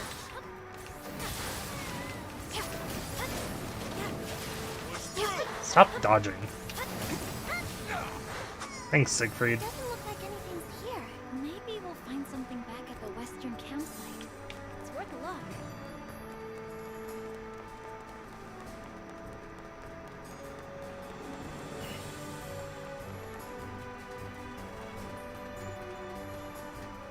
Do these guys get paid to fight us or what? I can work with this.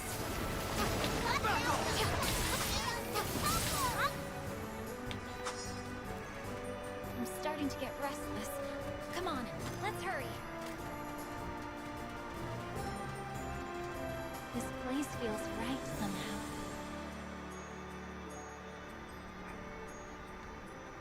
Who do you main for me is Eugen? Oh my god, is he actually still alive? Oh my god. Fairy and Id. I saw someone over there. Let's go. These two.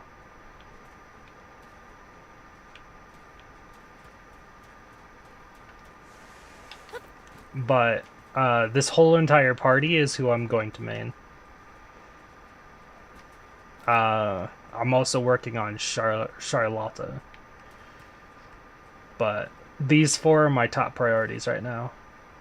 Siegfried's gonna be my hardest one to play. But I wanna try. And then the main character is my tank. Like, heavy tank.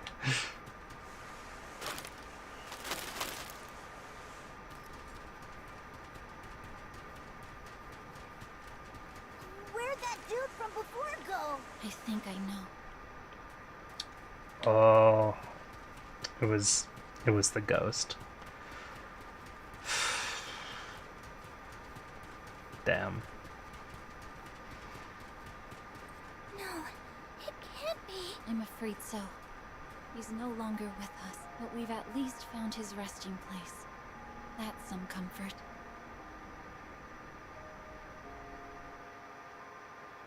Salute to him.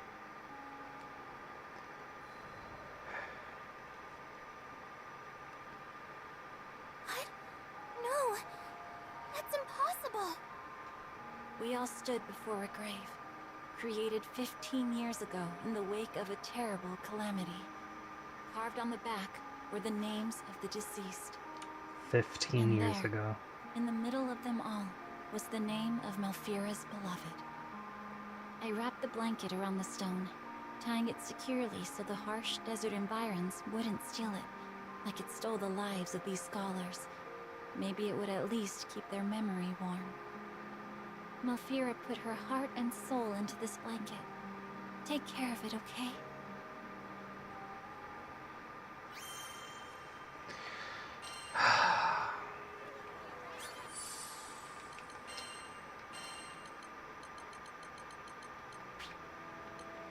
And that's also why I'm doing their,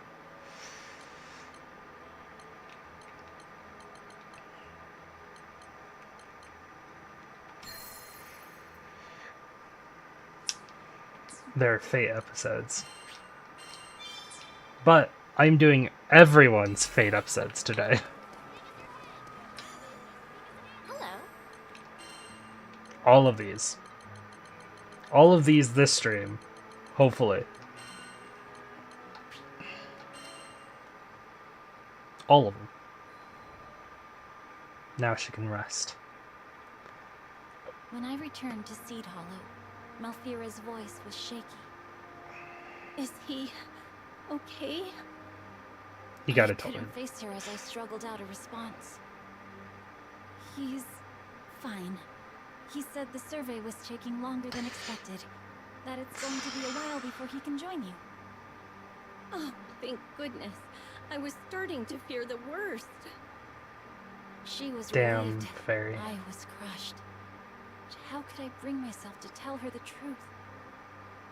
He said thanks for the blanket, that he'll never feel cold again. Of course he won't. We made sure of that by retrieving the silk from Fondom. Malfira's joy was contagious, but I still had to force myself to smile. I'm not sure if my act was convincing, but I knew, more than anything, that I didn't want to show her how sad I truly was. When her own grin softened, I knew my ruse had failed. If anything, my glaring There it lies is. had only cast a light on the truth she buried deep in her mind. Oh, I can't thank you enough for delivering the blanket. I knew I couldn't rest until it was safely in his arms. It clicked. Malfira knew what she was. She knew what I was. Hearing the sorrow evaporate entirely from her voice confirmed it. But now nothing bound her to the world, and she began to fade, like mist in the morning light. Wait, I watched, tears in my eyes, as the contours of her form blurred into abstraction. Somewhere deep down, I knew I had died. It was the day he left for Dolly. I'm not sure what happened, but I just had to wait for him. there it hoping He is. would come sit next to me one The more twist. time. I've held on to that hope. What seems like an eternity. Malfira, I'm sorry. I feel like I lied to you. Oh, hush now. I bent the truth too, didn't I? I was glad for your company. Happy to have someone to chat with. Malfira brought her hands to her chest and looked up to the infinite blue stretching above us. Do you think he liked the blanket? Do you think he's warm now? He was overjoyed.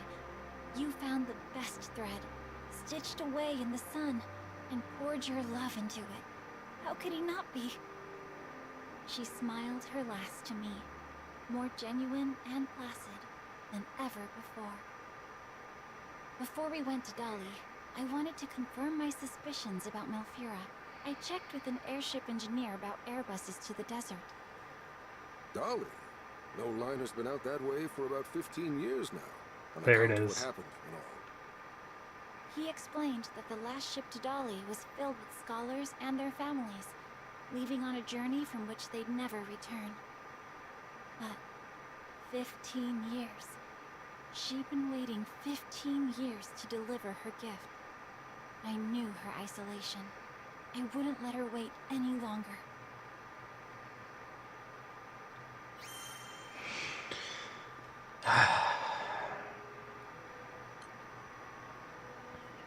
Epilogue.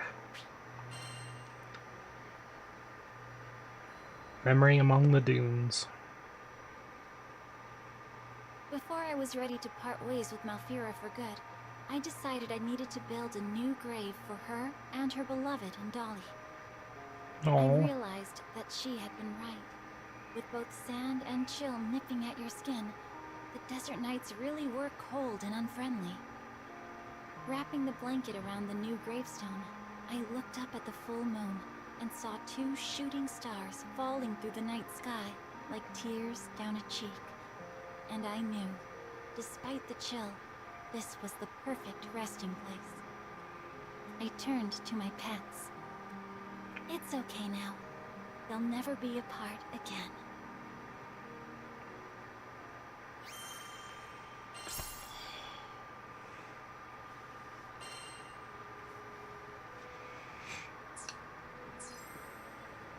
Well then, so long. beautiful. Albeit sad, but beautiful. A simple map of Dolly Island drawn by Fairy. She has kindly placed a marker in the corner of a set of ruins. Here lies a small tomb in quiet peace.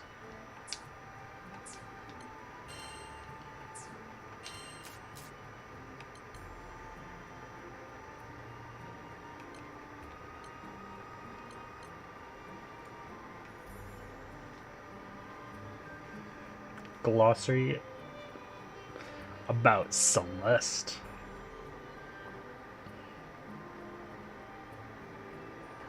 That is an interesting image of Celeste. It looks like a broken down ship.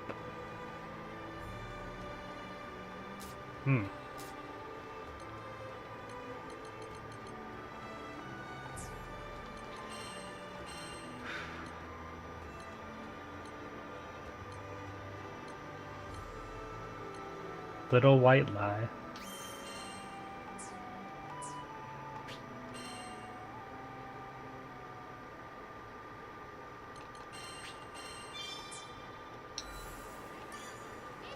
Hello. Which will it be?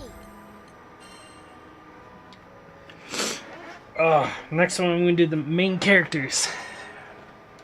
Her name is Lyria.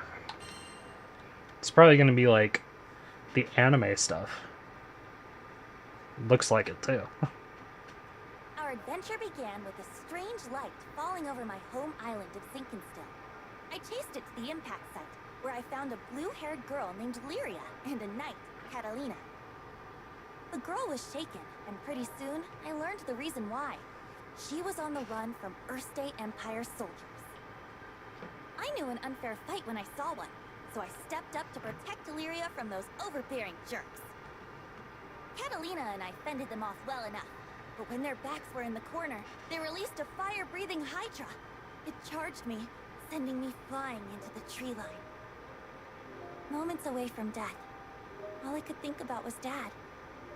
He'd been the one who trained me, and he'd done a great job, but, well, who expects their daughter to get attacked by a five-headed horror? He was going to be devastated. So, it's all over.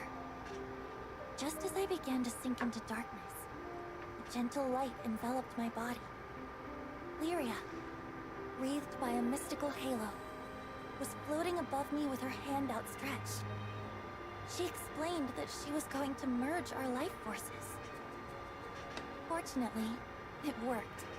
From that moment forward, Lyria and I would be inextricably linked. Looking into her blue eyes, I knew I had nothing to fear. Not even death itself. Two people, one life. A greater whole. Lyria had taken a huge risk to save me. Now, if one of us got hit with a fatal blow, it was curtains for both. And that thought awakened in me a desperate hunger for survival. For life. The next moment, Lyria and I felt this reverberation of power. The torrent of emotion rushing from me had awakened something. Darkness and flames swirled around us, coalescing into a massive dragon, Bahamut. With him on our side, we made short work of the Imperial Hydra. Now that their trump card had been blasted into oblivion, the Imperial army had no choice but to run. Sometimes I wonder what would have happened if I hadn't chased that light. No Lyria, no lifelink, no adventure. Yeesh, I probably wouldn't even have set foot off of Sinkenstill. Fate's a funny thing, isn't it? Since meeting Lyria, we've seen our fair share of joy and happiness, and pain and suffering. But the Grand Cypher crew doesn't buckle under pressure. We'll take on anything the journey throws at us. No regrets.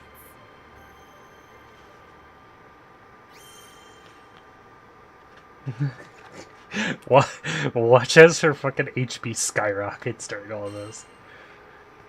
It probably won't go that high, but her HP is already in the 50Ks, which is over the amount needed for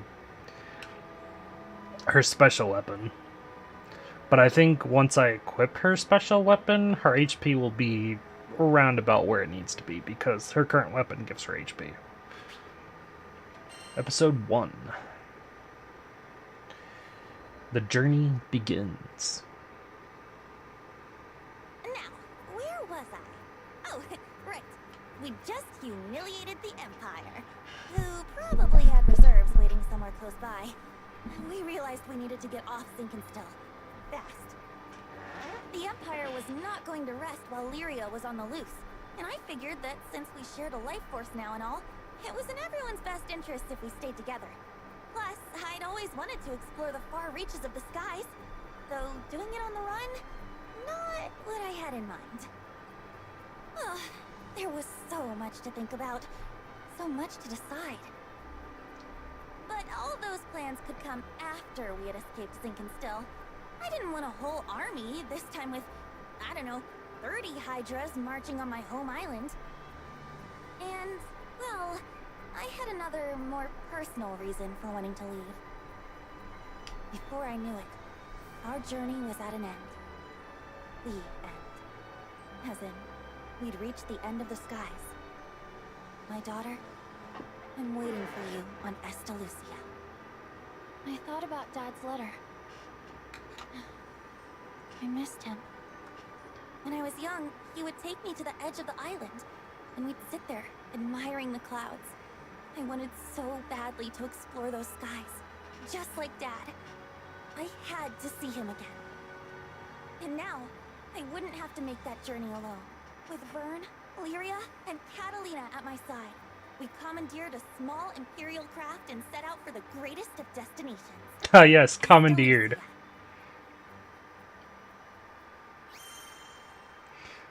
Oh.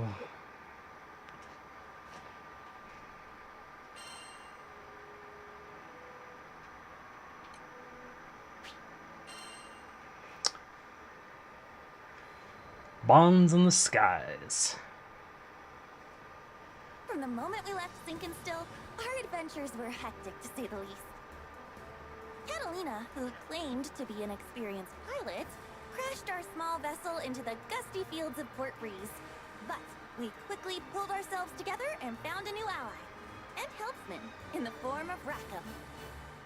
Since then, we gained more and more allies, and no matter what obstacle we faced, the crew always worked in tandem to find a solution.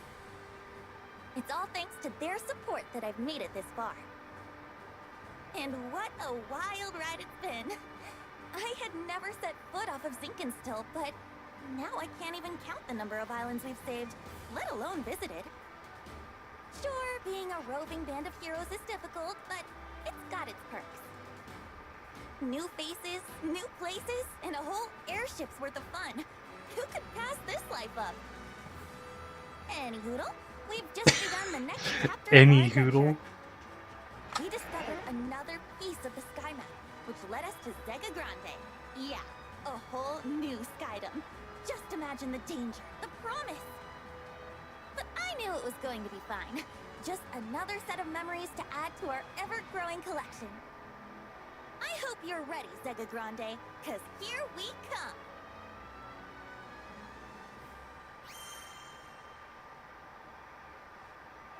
And I think Skydoms is basically countries, just bigger and in the sky, because this whole world is set in the sky. Vern's doubt. Skyfarers, we need your aid. Goblins! Goblins in Tempeal! We were at the dock in Folka, taking care of landing procedures, when a panicked old merchant rushed toward us. In between his wheezing, he explained that a shipment of relief supplies headed for Tempeal had been intercepted by monsters. Tempeal reminded me of Id and how he had totally beat our butts. It was embarrassing, yeah. But what's worse, it reminded me of losing Lyria. This is after the main story. Tempeal, huh? Maybe this time around I can actually help out. That wasn't Vern's usual peppy tone. He was probably reliving those bad memories, just like me. I guess after you've spent as much time together as we have, you pretty much share a brain. It wasn't going to be a fun journey to Tempeal for either of us, but we were Skyfarers, and desperate times called for brave faces. Anyways, goblins. Smart, fast. That meant we wouldn't have the luxury of time. We needed to throw together the minimum amount of supplies needed for the journey and head out. I turned to Vern so we could discuss game plans, but then I saw his ears were droopy. If we're fighting goblins, then we should have them licked by lunch. Something was wrong. But with the hasty flight preparations, I couldn't spare the few minutes to investigate. Pull through it, Vern, I thought. We need you.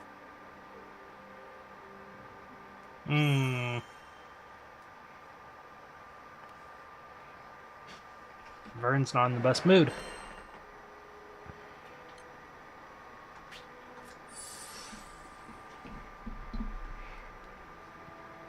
This is fine. It doesn't matter who we take. Everyone's going to one-shot.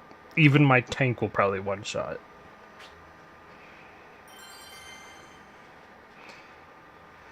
Because so far the highest level we've seen is level 50. And that is literally half our level.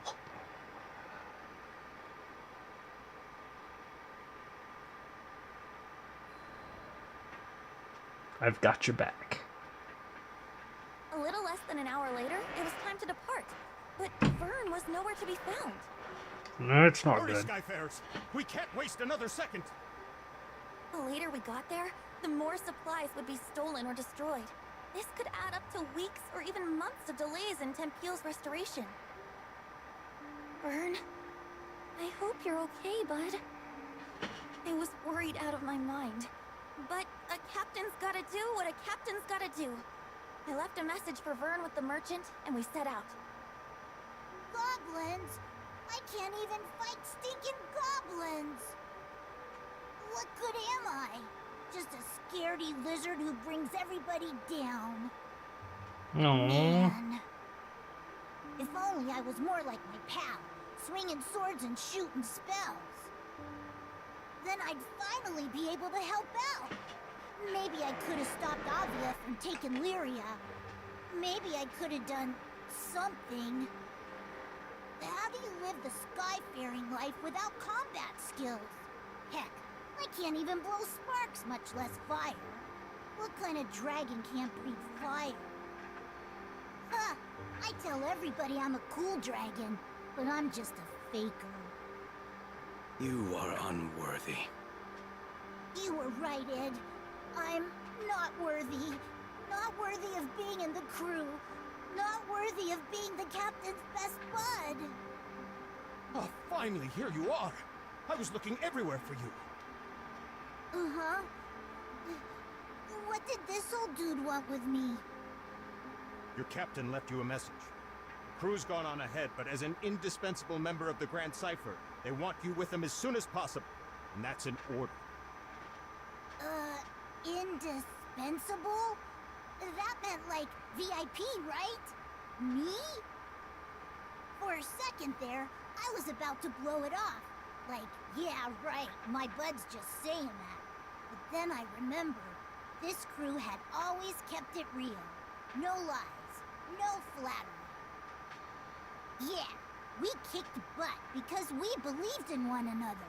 These guys were my best friends. And maybe we weren't perfect. I mean, we lost to Id, but my bud put his captain boots on and got right back up and tried again. It was never about swords or magic. It was about always moving forward, never giving up. And more than anything, it was about being there for each other. Yeah. What was I worrying about? Who cares if I couldn't fight? There are 1,000,002 ways to help on an adventure. I mean, you try questing without a cook or a healer. Hello? Merchant of Vern, do you read me? If you're done daydreaming now, I've got a ship ready to go. It was time to get a move on, or I wasn't worth my scales. Sorry, everybody. Pal Vern is on his way. Hell yeah. All right, time to go. Now, Id, you apologize to Vern. The supply should be this way. Let's move. Uh-oh, our potion stock's running low. We'll be okay against a few goblins, right? Hopefully. Just don't overdo it. I hope Vern's okay. He was really down, wasn't he? Poor Vern. Get out of our way! We're in a hurry here! Level 10. This is even easier.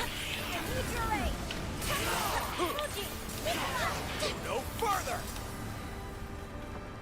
Damn, back for more. Right when we were about to cross a finish line. People! Over there, by the supplies! We have to go help them!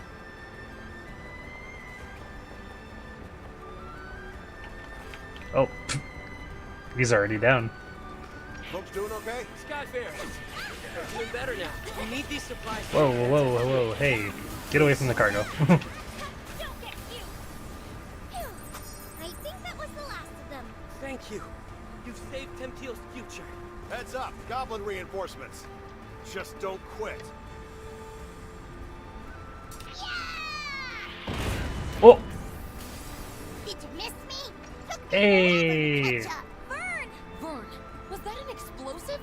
When did you get bombs? Here come more of those stinking gobbles. Can you take them? Sure can. Yeah, let's go, Vern. How's that? Ready for weight! I can't even get to the... I can't even get to the fucking goblins before my team shreds them. I tried, I really did. Any more of the supplies, then the relief effort's good as done. No kidding. They've already hauled half our grain to higher ground. Higher ground? Sounds like a job for a cool dragon. That's a great idea, Vern.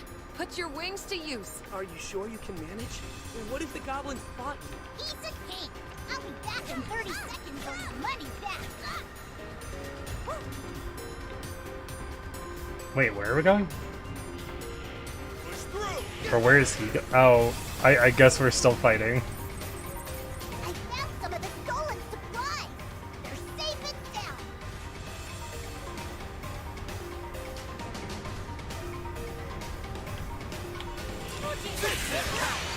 Here's second gun. It's working. Here. Thank you. I brought potions. Everyone feeling better? Oh my god. You're a lifesaver. Those goblins are getting nasty. Don't fall for their trick.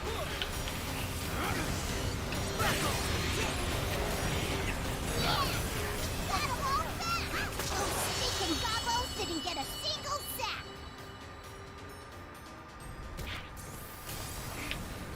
The enemy have started their retreat.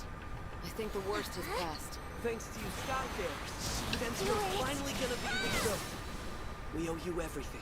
Vern was the real MVP. Aw, shucks. I bet you never forget on your lifelong pal.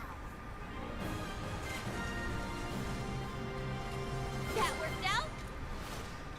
Just like always.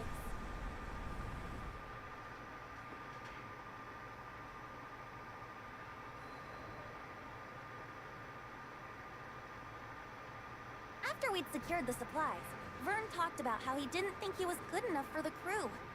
Obviously, he was the only one that felt that way. Obviously. I always appreciated his support. During fights, he was a supply runner, lookout, and cheerleader. And both on and off the battlefield, he was my courage. But even the best people, and dragons, get discouraged sometimes. I really should have been more vocal about my appreciation. But he knows now. We won the day because he came flying to the rescue. Just like I knew he would. I'll always be there for you, pal. He was back to his old self, basking in the praise of the crew, which caused his ego to swell like a balloon, but hey, who doesn't need a little confidence boost after a dip? And Vern, let me just say it now. I value you and all the hard work you do. From the bottom of my heart, thank you. Let's go. Another sigil for my tank. What to put here? Because we have everything under the sun. Like, got guts. We don't have auto revive.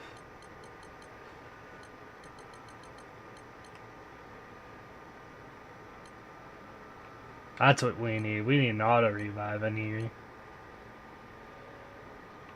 Exploiter. Weak point damage? I mean, we could. We could do weak point damage. There's honestly no reason not to. I just want auto revive for my tank. Charge attack damage. That's a good one. We'll add that, see what else there is. Throw? Definitely not throw. Throw is dog shit. Steel nerves? I still don't know. Yeah. I don't think anyone on our team actually gives that, so.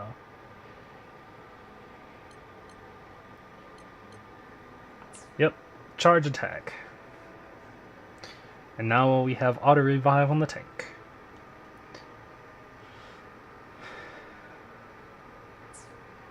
Because we don't have that other sigil. What's in the market for? Want to exchange your Dahlia badges for special treasure? Fearless Spirit. Yeah, I don't have enough. But maybe I can get this one. If I do a round of... Yeah, I should be able to do it. But I'm going to unlock my other sigil slot first. I'm going to finish her fate episodes, then we'll do a quick quest.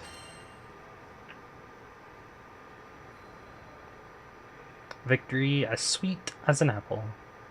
Sometime after our mission in Tempeal, we bumped into the old merchant in Volca. Well, look who the cat dragged in. Thanks for handling things in Tempeal. You all deserve the best. Tempeal had been roughed up by Furikin's rampage, and all of the locals were busy repairing the damage. The work we did that day had been crucial to those recovery efforts. Out of curiosity, my young lizard friend, were you much help to your crew? Uh-oh, he said the L word. I turned to Vern, ready for his usual furious tagline. Thanks, Pops. You really helped me see the light. Huh. This was new. The old man threw an apple to Vern and they exchanged a nod. Then, without explaining this bizarre bond between them that just came out of the blue, he left. Yo. Does anyone else feel like the space-time continuum just broke?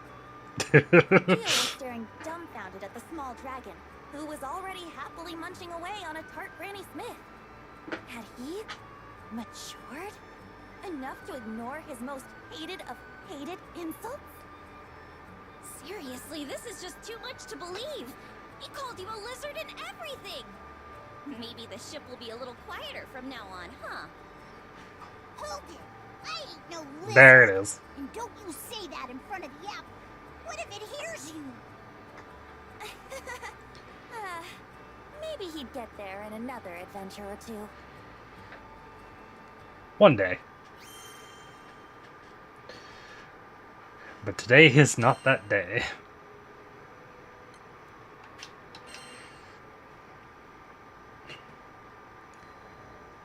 Lyria's Reminiscences. I'm gonna go get this report turned in. Much thanks, Captain. Paperwork is...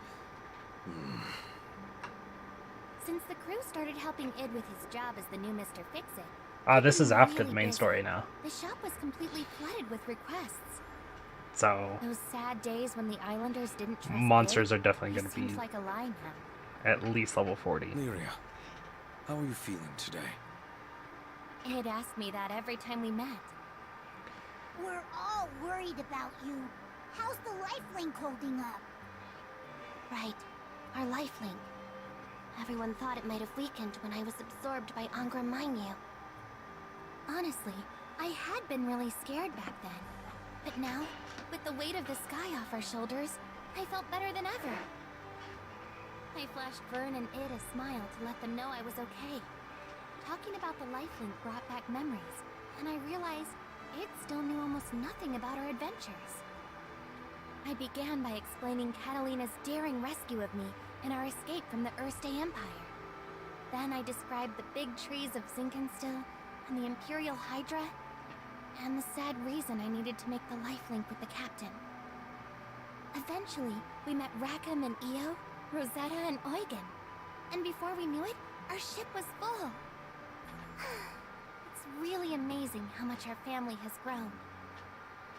The whole time I'd sat there, in silence, yes, but I could tell he was giving me 110% of his attention. I think she meant to say Id. Sega Grande, we've had a heck of a wild ride. And now that things have calmed down, we can get to making some good memories. Sure. I think I'm starting to understand Id. Sure, he has two modes, cold and colder. But if you really pay attention, you can see he has a warm enough heart. Id, the captain, the crew, you're the best friends I could ever ask for. Here's to hoping we'll be together forever.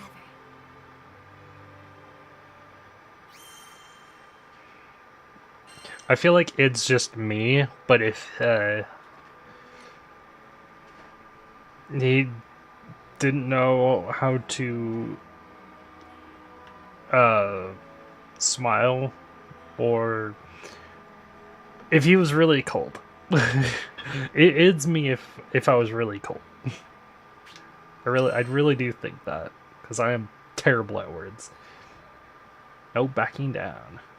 And like other things too. After some exciting paperwork, I returned to Exciting, find Lyria quote and unquote. Vern taking Id on a walk down memory lane. You guys have seen some amazing things. This was coming from someone who survived Lilith's schemes and won a mind battle with a god dragon. I guess game recognizes game. It's all because the captain looks out for us. Yep, my butt is epic. You saw him save Lyria and this whole freaking skydome? I turned to look at Vern, open-mouthed. Where was all this coming from? I'm just trying to be vocal about my appreciation, remember? So yeah, take care of Lyria and keep up the good work. I could certainly manage that. Oh, just remembered. Sierra got us a whole bag of sweets as thanks for all our hard work.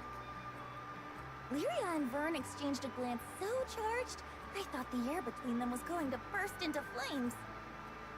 You should have told us that first. Early dragon gets the grub. Hey, no fair. Come on, Vern. Wait! And just like that, they were off. Foodies, right? Foodies. Captain. I am also one though. You got a moment? I turned around, about to ask, you want some too? But one look at Id's knitted brow, and the question died on my lips. Let's duel. Oh. Did I just hear that right? Why, though? Did he have something against cookies? Sorry. I don't think that's... It was the stories about your adventures. They put the thought into my head. Oh, that's why. Nah, I still got nothing. I want to protect Lyria just as much as you do. He stalked away then, and left me staring after him. I was still having trouble piecing together his train of thought, but one thing was clear. He was doing it for Lyria's sake.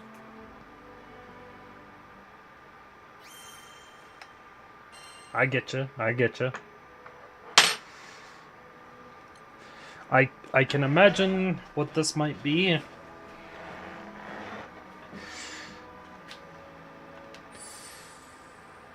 Oh my god, it's gonna be a one-on-one. I'm not ready with my tank build. But it's whatever. It's okay. I can handle things, I think. I hope. Pushing forward. The duel was to take place at Hillwind Altar. Lots of memories there. It's where we first met Id. Where I lost to him. And Lyria was taken from us. Do you guys really have to do this? We're friends now, right? Friends don't fight each other. Lyria and Vern tried to talk me out of it the whole way there, but I just kept thinking of the look in Id's eye. He wasn't going to back down. And I respected that. Captain. Id had been staring into the distance, like a statue set to guard the altar. He turned when he heard our footsteps. Now that we've gotten to know one another, I've come to realize something. There's no one that can keep Lyria safe better than you. He took deliberate steps towards me, but this was nothing like the first time we met. He'd been terrifying then, like a hydra closing in on its prey. But now, there was something softer about the light in his eyes. You could tell he was there to help. You're the real thing. A hero. You didn't just save Lyria, you saved the skies. And I thought, maybe if we crossed blades again, I'd learn something. Something that would help me be more like you. Id. I finally got it. There it is. Id and I. There was still a part of us that couldn't tear away from that fateful day at Halewind Altar. When Id had been a bad guy, and I'd been too weak to protect Lyria. But things were different now. And this fight was going to prove it. I'm not losing this time. I'd be disappointed if you did. I drew my sword and took the first step forward. Something tells me this is going to go a lot faster than he would think. Oh yeah, he's half my level. Give me everything you got. Okay, right back at you. I mean, we always knew this, but it's pretty much unstoppable. We'll see about that. I believe in the bud.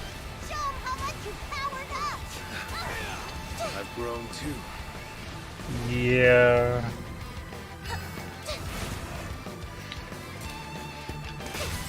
I do 8% just with one smack. Now it begins. Let's up the ante. Gonna take more than that to beat me. Spinning.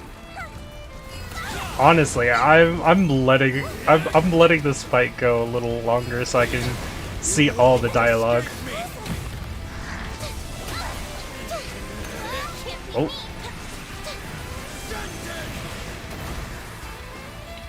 Since I can take anything he throws at me.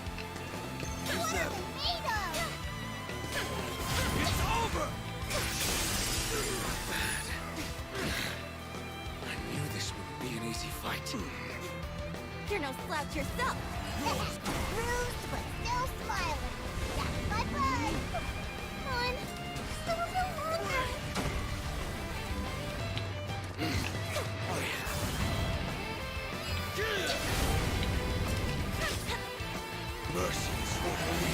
Come on, give me some more dialogue before I accidentally kill you.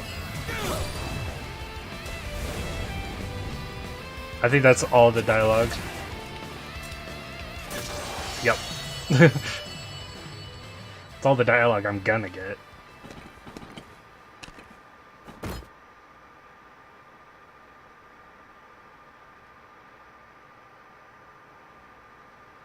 Thank you, Captain.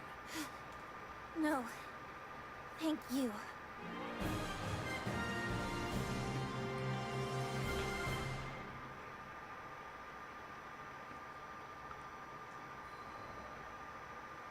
Pushing forward.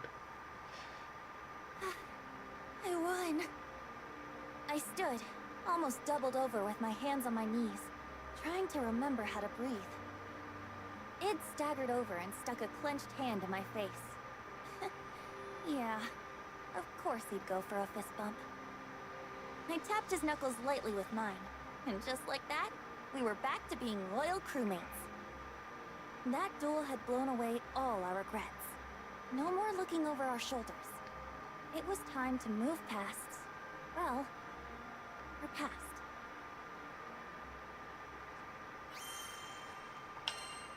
Hell yeah. Good day.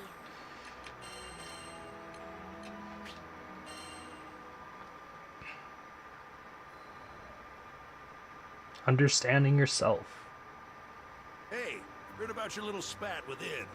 Wish I still had that kind of energy. Eugen gave me a hearty slap between the shoulder blades. The chills I got when watching them. Man, they were going all out. Of course, Vern had told everybody.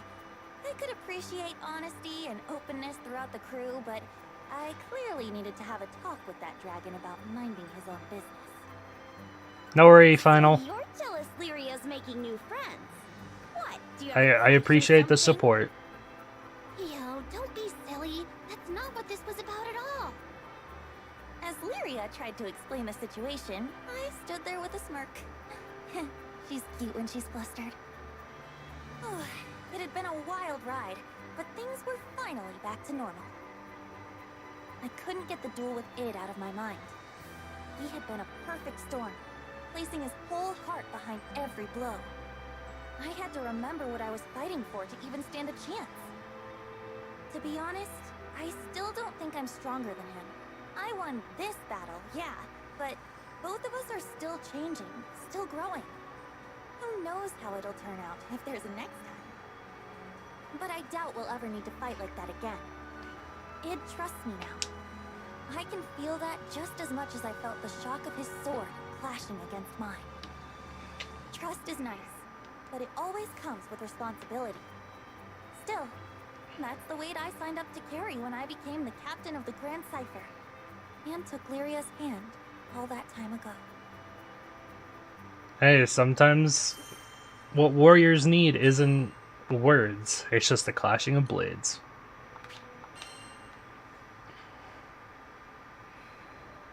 The best friends in the world. We really don't get a break.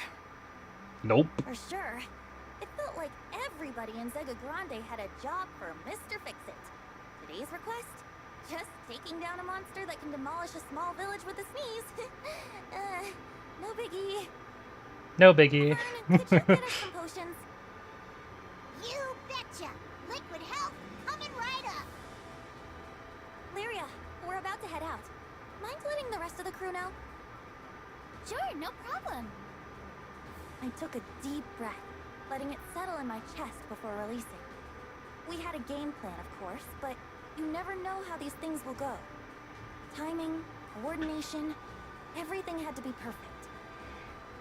You'll be fine. I trust you, and so does everyone else. Id put a hand on my shoulder, and somehow, that weight steadied me. We'd figure things out. We always did. I exchanged a nod with him, and we headed for the docks. The rest of the crew was already there, waving their arms in the air. From the smiles on their faces, you'd think we were going for a tropical vacation in a goose day. Well, either way, I was sure we'd all come out of it in one piece. We had a bright future ahead of us.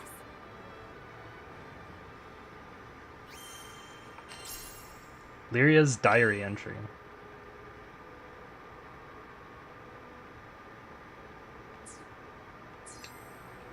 Have a good day.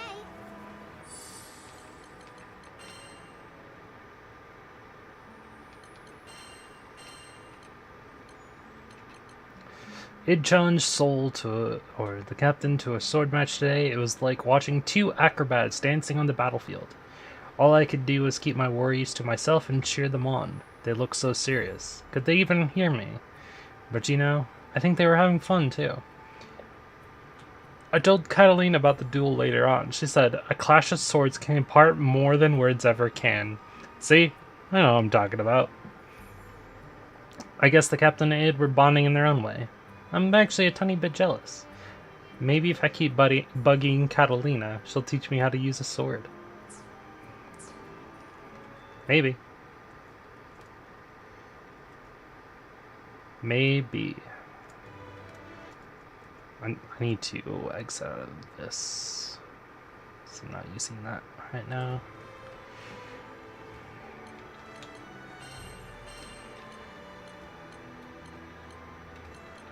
Unshakable bonds and the Mirage munitions.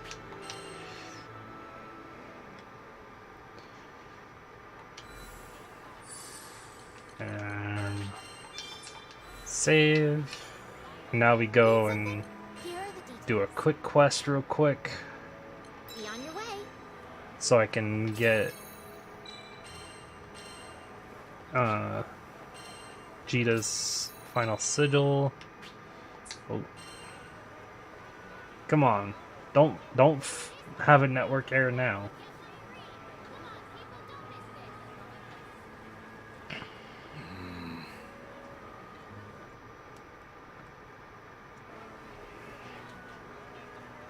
Try to keep up. There we go.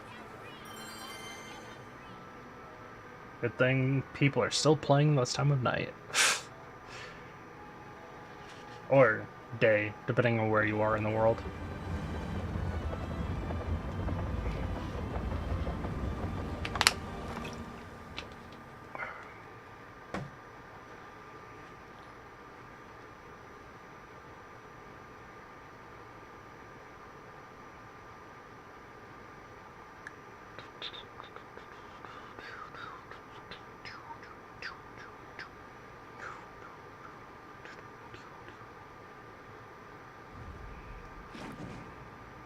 Ah, this one. Shouldn't take too long. This one's fairly easy. Oh wait, but It's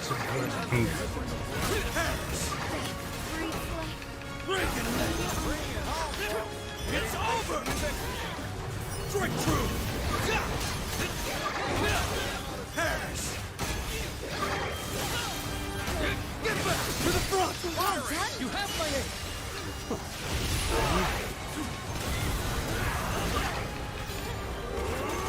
when you do a quick quest, you actually get lowered to that level of stats. So I'm much weaker. And the going gets tough.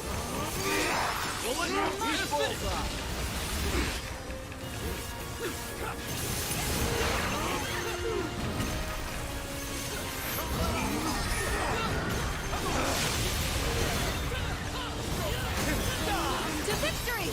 I'll do it. Gather. Impressive. You said indeed. We became Auto revive.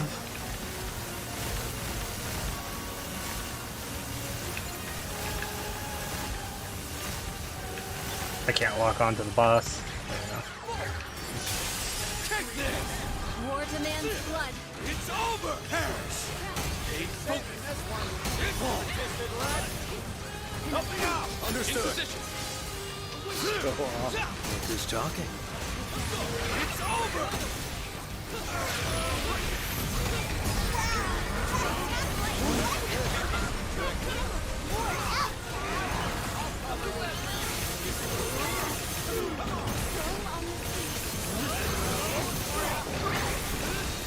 Ah, 5%, come on. There we go.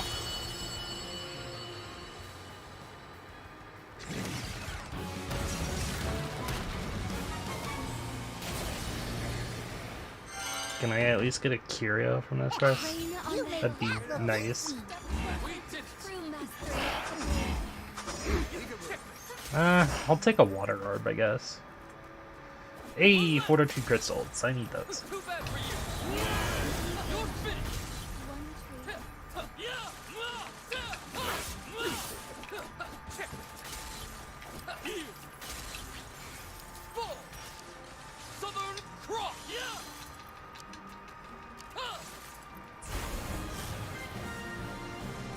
I can't sit while I'm in dragon form.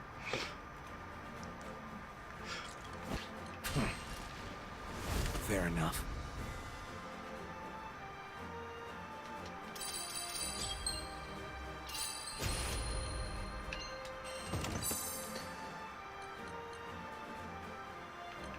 Yeah, I got what I needed. I got 3 of them, and I think I needed 3. I probably only needed 2, but I already forgot how much I needed. That's okay.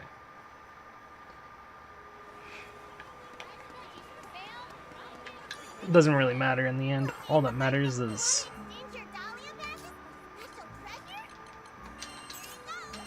I can grab that. And then I can give it to you. Oh, that's right. I have it set on number of trades. Fearless Spirit. There it is.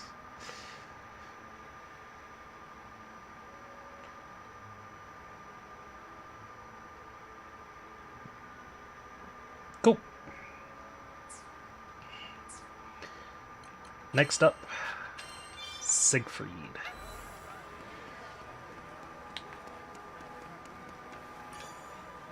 Need something?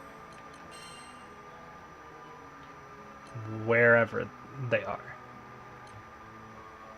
There they are. So Siegfried is next, and then I think, I don't know. Definitely Siegfried because I want to work on him next. The Devoted Knight.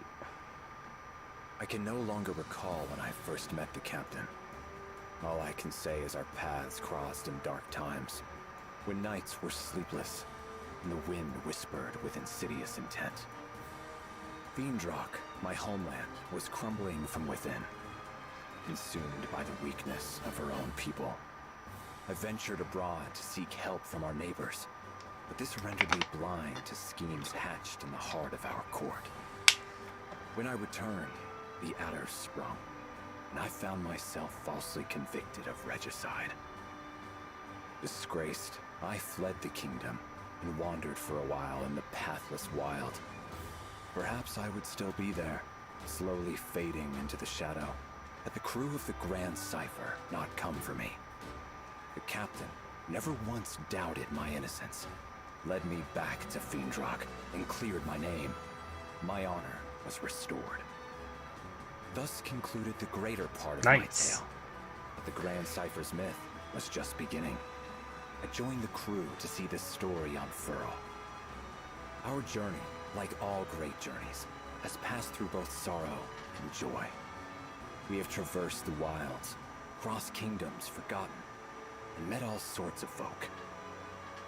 I've always found the meeting of people to be miraculous. Throughout the course of history and on into the future, there have been and will be at least as many people as stars in the sky. For any two souls to come together is as wondrous as looking up into the night and seeing your image set against the velvet and winking lights. I do not know if it was fate that brought me and the captain together. But I do know I will never meet such a person again.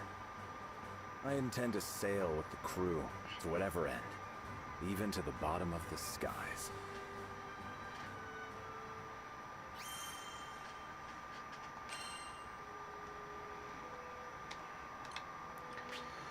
Before I start this one, I need other ships. I'll be right back. Ah, fuck.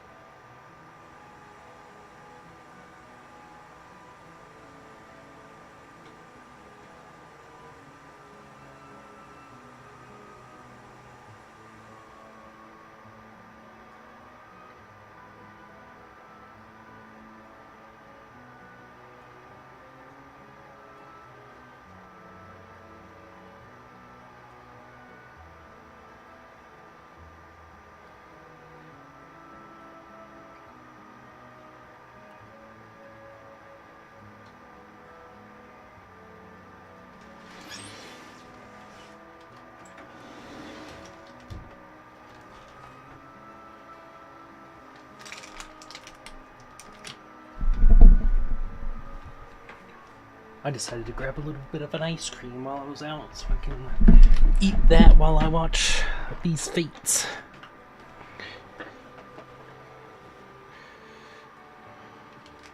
Hopefully it's not too loud. I'm gonna open it before I start so it's not interrupting anything.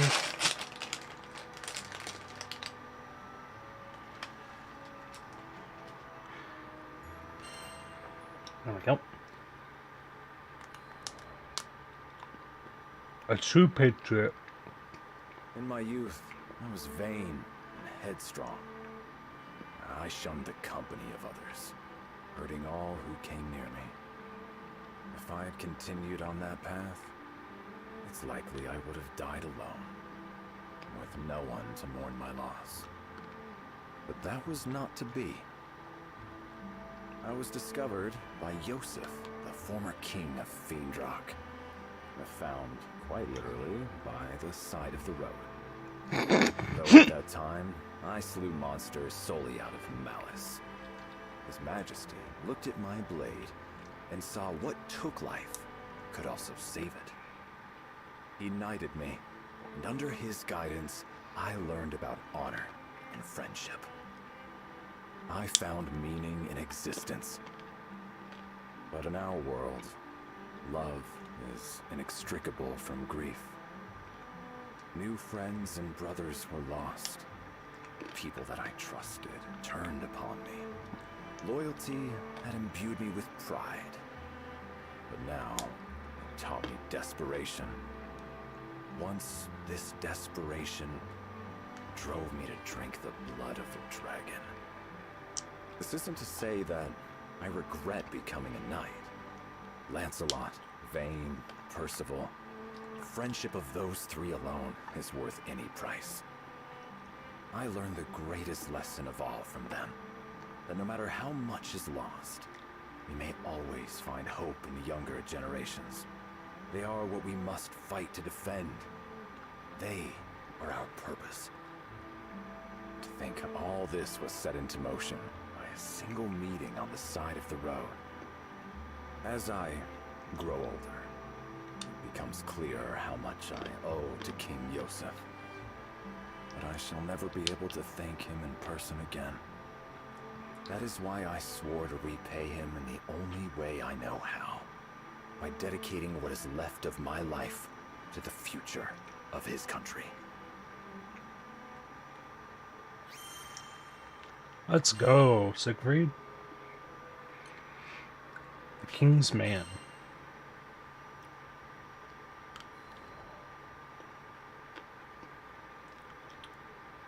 I know King Yosef would not want me to grieve overly much for him. But he turned me from a vagabond into the captain of the Black Dragon Knights. Under his rule, the base were ennobled. Tall towers were raised, and withered fields burst forth into color.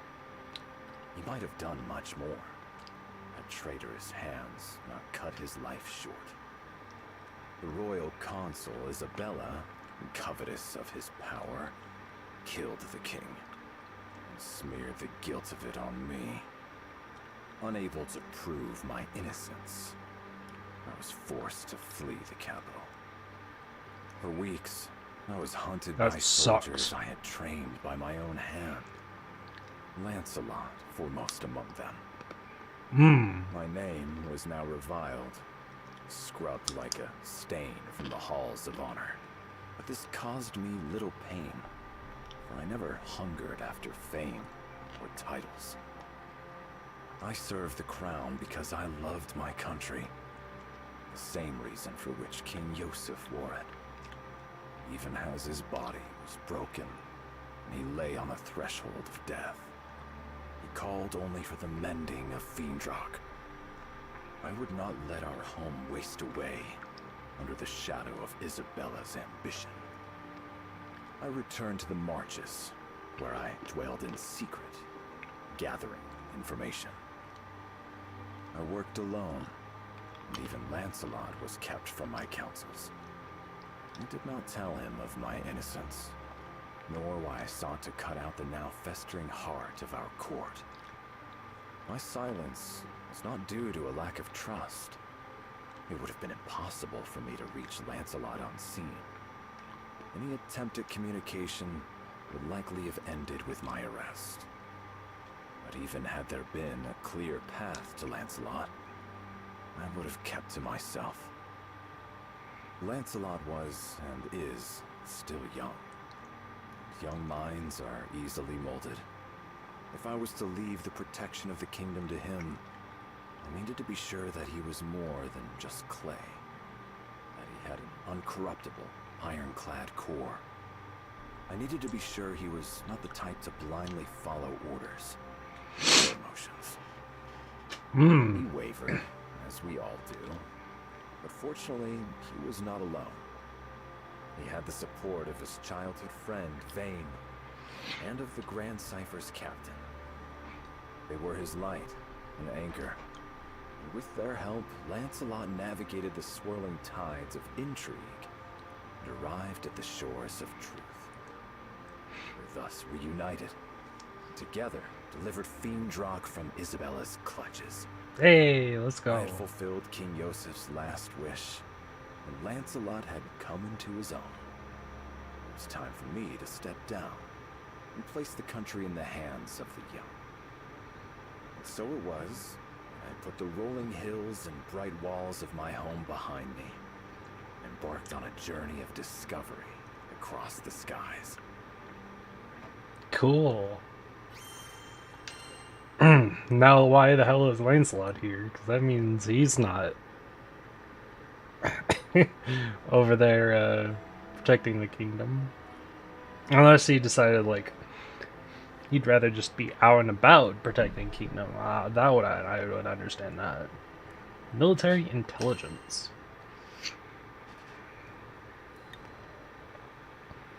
Maybe we'll find out. Zega Grande. Another new skydom where the clouds hid unfamiliar tales. My travels aboard the Grand Cipher have taken me to many far-flung places, where I have found that there is yet enchantment in this world. I've sought after magical seashells, the power to heal kingdoms. I've crossed blades with legendary warriors. And I've heard strains of alien music, which, though strange to my ears, still spoke to my heart. But no matter how far I roam, my thoughts are constantly with the country King Yosef left in my keeping. When we alight in a foreign land, I find myself drawn not to gardens or taverns, but to places of law and order.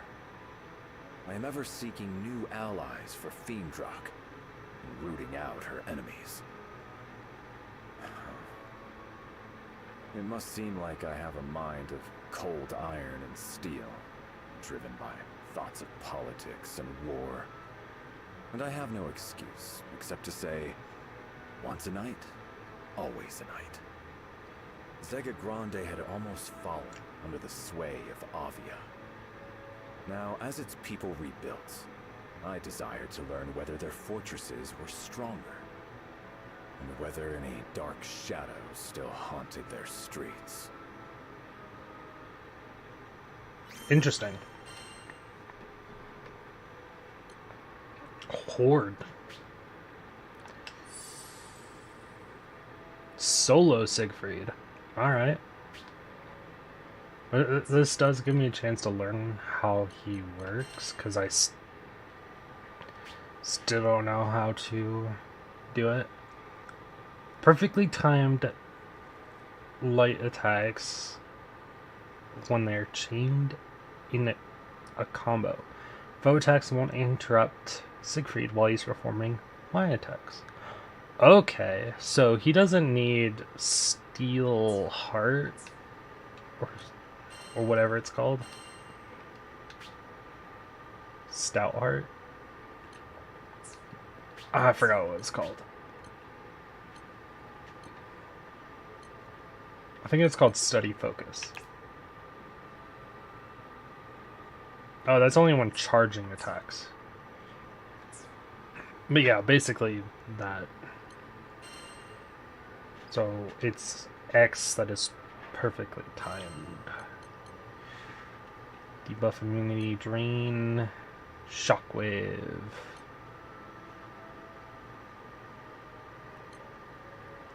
Oh, he does.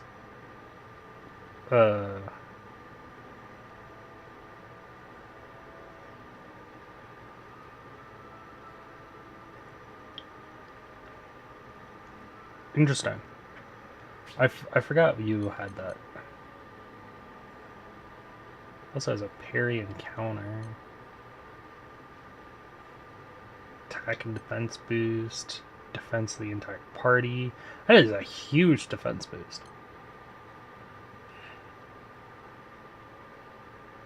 I would love to do this for him,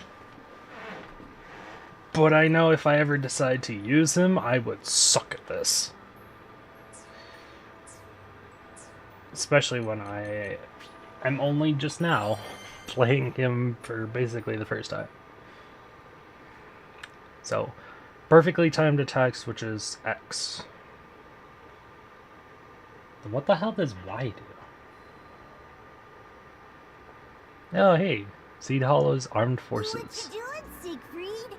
There's Vern. Vern appeared at my shoulder one day as I was walking through Seed Hollow. I'm gathering intelligence. The dragon wrinkled his snout. Man, you're a workaholic. He wasn't incorrect.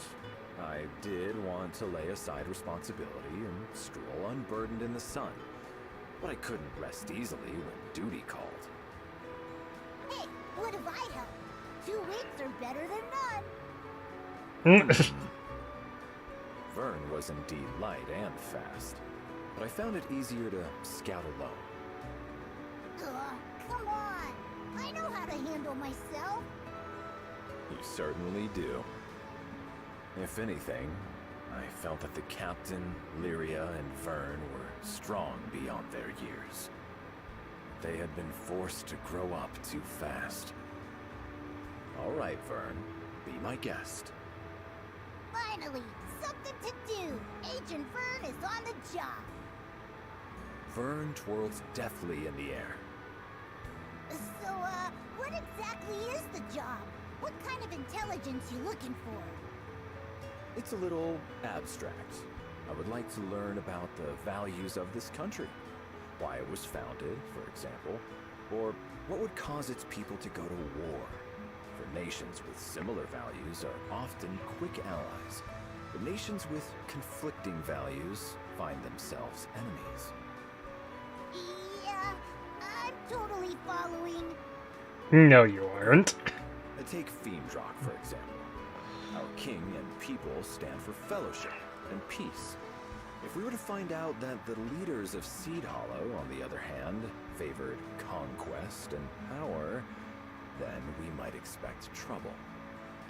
What, kind of trouble are we talking here? Don't worry. I gave Vern what I hoped was a reassuring smile. I'm not here to conduct a coup. I seek information to bring back to Fiendrock, which may help in matters of diplomacy. Diplomacy? Well, that's way above my pay grade. Oh, dude, I think something just happened over by the gate. I see a bunch of soldiers running that way. With 2 flaps of his wings, Vern lifted himself higher into the air and hovered, squinting against the glare of the sun. Seed Hollow's military force. This may be worth looking into. Come. Right behind you. A group of onlookers had gathered by the gate, speaking in loud, excited voices. A monster hunt, huh? Let us follow them. We may learn something useful. Nothing Interesting. so revealing of a person's nature as their deeds in battle. We passed out of the stone city, trudged for a while among grass and dirt paths. Or rather, I did, while Vern rode the winds beside me. Suddenly, he let himself rise on an updraft. Spotted them! They're going at it! As he spoke, I became aware of distant cries and the clash of arms. Let's see here. I crept beneath the shadow of dappling leaves and up a small knoll for a better look. I don't think they can win this thing! The warriors of Seed Hollow were many, and their faces grim with determination. And yet... Captain, we can't hold out much longer! Stand your ground. If these monsters get past us, it's the lives of your friends and family. They were scattered, weak, and on the brink of disaster. Vern, I'm going to their aid. With that, I grasped the hilt of my sword and burst from the cover of the trees. Hey. We gotta hold on! They're moments away from annihilation. Goblins, come and face me! The hell are you? Get out of here! You look no place for civilians! With all due respect, you are not in a position to reject my aid. Focus on keeping yourself safe. This is power! Alright, fine. That sword of yours better not just be for show. How is he mowing down? This is power! Oh, you know, maybe it's like, why the, oh, there it is. Yeah, I can see that. Stop gawking and tend to the wounded. We're gonna make it. Heads up! Got monsters So it's coming in Y from above. into X, and then you combo after that. Meet your dude. Surrender. Bear witness. Push through. Also seems like you have to actually hit to do the combo, so. I feel it's like, it's not hard, it's just you have to hit first.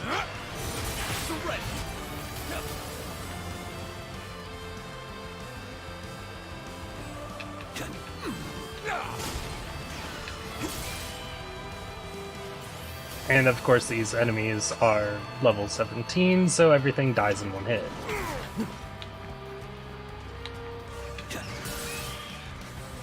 So not the greatest The next wave is test. coming. Quickly, get to safety. Bad news. Goblin soldier marching this way. There's no way he can handle that alone. Who's still got juice in them? Back into the fray! No, stay put. I'll not be able to win with you as a burden.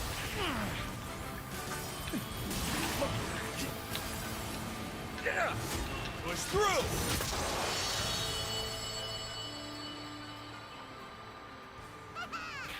Cleared them out! You are all safe now. I can't believe my eyes. Is that guy really human? We could have handled them alone.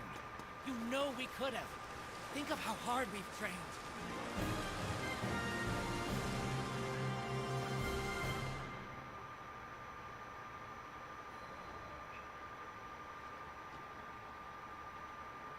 The cry of the last monster faded to nothingness, and I sheathed my sword. Oh, man. They're lucky we got here in the nick of time. Danger averted, Vern drifted to my side. Well met, Skyfarers. The soldiers from Seed Hollow gathered themselves and limped to form ranks. At their head, a man I believed was their captain stood, frowning at us. You guys must be dying to thank us. I take payment in apples, by the way. Vern wasn't quite reading the mood. He So you never know your way does. around a sword. Great. We appreciate the help and all, but could you not interfere with official military business? What? We're professional soldiers. We can handle monsters without you swinging in to save the day.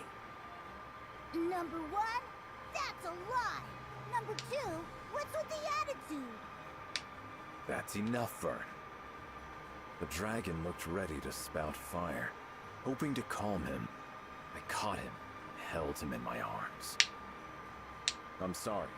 We mean no disrespect. With a bow, I turned and left that shadowy glade. I did not relax my grip on Vern because I felt certain that if I let go, he would flip back and spit venom in the soldiers' faces. Probably.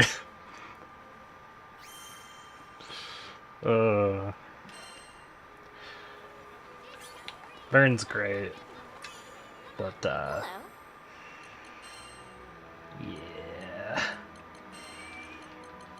Cool-headed Siegfried.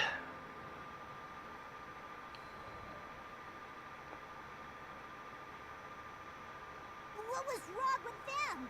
They would have been toast without you. Vern flew beside me, seething. We are strangers to this land. Those soldiers have a reputation to uphold. Yeah, but doesn't it get you riled up when people are so rude? I laughed. If rudeness were the worst foe we ever faced, we'd be lucky warriors indeed. In truth, I empathize with them. It is the duty of a soldier to fight. Incompetence on the battlefield is a matter of great shame. My unwanted assistance was salt in the wound. I guess I could see that, but still. Listen, no one was badly hurt. That is all that matters. I had trained many knights in my day. They had gone through their growing pains, and tasting defeat, humiliation. Yes, failure is bitter, but it is nourishment. And thus the knights learned and grew, each and every one of them, to powerful warriors. When it came to the finer points of warfare, the forces of Seed Hollow were clumsy at best. But their sense of duty was unparalleled. Upon hearing rumors of danger, they had acted swiftly, marching without fear to the monster's den. And though they had been forced to the very cusp of annihilation, not a soldier had wavered or fled. Now, they too had drunk deeply of the medicine of defeat. I believe it would course through them like fire and bring them newfound strength. The forces of Seed Hollow were capable of much, much more. Cool. Siegfried's cool. Siegfried's conviction.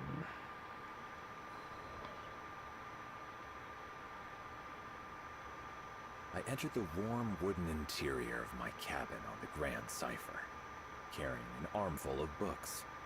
I laid them on the desk, drew out a chair, and took a short trip through Seed Hollow's history. Unbroken peace. For 500 years after the ending of the war, violence had not troubled the skies of Zeka Grande. There were your usual skirmishes, of course, power-hungry rebels, etc. But nothing so big it had not been quickly sorted out and buried in the sands of time. However, 15 years ago, tragedy on Dolly Island acted as a catalyst to the rise of Avia. Hitherto peaceful primals went on rampage, and hordes of monsters were drawn to the carnage. So Another that's about why Dahlia. I thought back to the disordered ranks of the forces of Seed Hollow. Peace had dulled their senses. They had forgotten how to handle swords and spears, forgotten how to manage monsters, each one vastly different in shape and movement. They need guidance. The people of Seed Hollow seem to be gardeners, fond of orchards and good rich earth. They had no love of war, nor possessed the means for a great campaign. Unless a revolution were to completely reshape this country, I did not believe it would ever pose a threat to Fiendrock. Its forces existed not to invade, but solely to defend.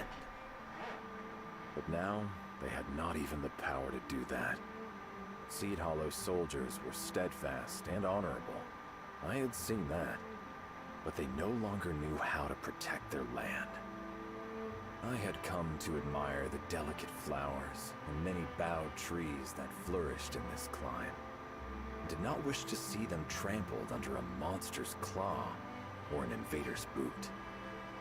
I could offer Seed Hollow's forces counsel, but I would have to tread carefully. After all, I was a foreigner, and a former captain of knights. One misstep, and I could forever sour the relations between Seed Hollow and Fiendrock. I will have to be discreet. I threw on my traveling cloak and arranged my pouch. Hearing no footfalls outside my room, I slipped through No the door footfalls. and padded softly down the corridor. Oh, hey, Siegfried. You heading out? Vern spotted me on the deck of the Grand Cipher. So much for stealing off unnoticed. I'm going for a walk. Oh, really? Tiptoes? No way, man. You're going on another one of your secret missions. Though small, Vern had inherited the legendary wisdom of the dragons. Ah, guilty as charged. The fewer people who know about it, the better. Can you keep this from the others? Come on, Siegfried. We all know you only act for truth and honor and justice and all that. If you're gonna disappear, you should at least tell your captain. My butt'll understand. I could find no objection. It seemed that all the adventures Vern had been on, all the grand and wondrous things he'd seen, had sharpened his insight. Yes, of course. You're right. I followed Vern to the captain's cabin. I've come to ask for permission to leave on a private mission. But I must warn you, if things go wrong, it could spell trouble for the crew. My throat was tight, light nerves, I supposed, and a touch of guilt. The captain did no more than smile and wish me a safe journey. Hey! What'd you expect? We trust you. Fortune truly had graced me with the best of companions. Look at that.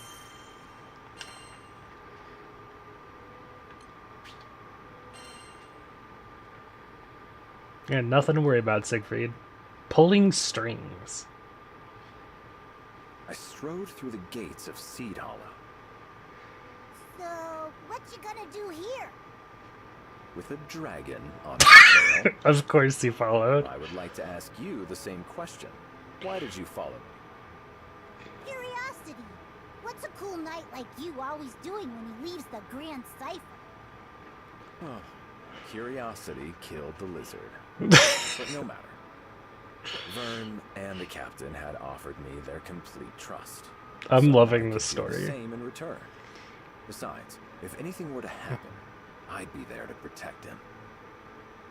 You're welcome to stay, but I am only visiting Seed Hollow's forces again to offer help if I may. Nothing of interest.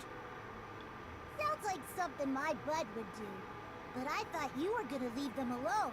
To help them save face or whatever. I was, but I realized that, in the end, the safety of the people is too heavy a price to pay for pride. That's fair. No offense though, Siegfried. Your way with words is a little, special.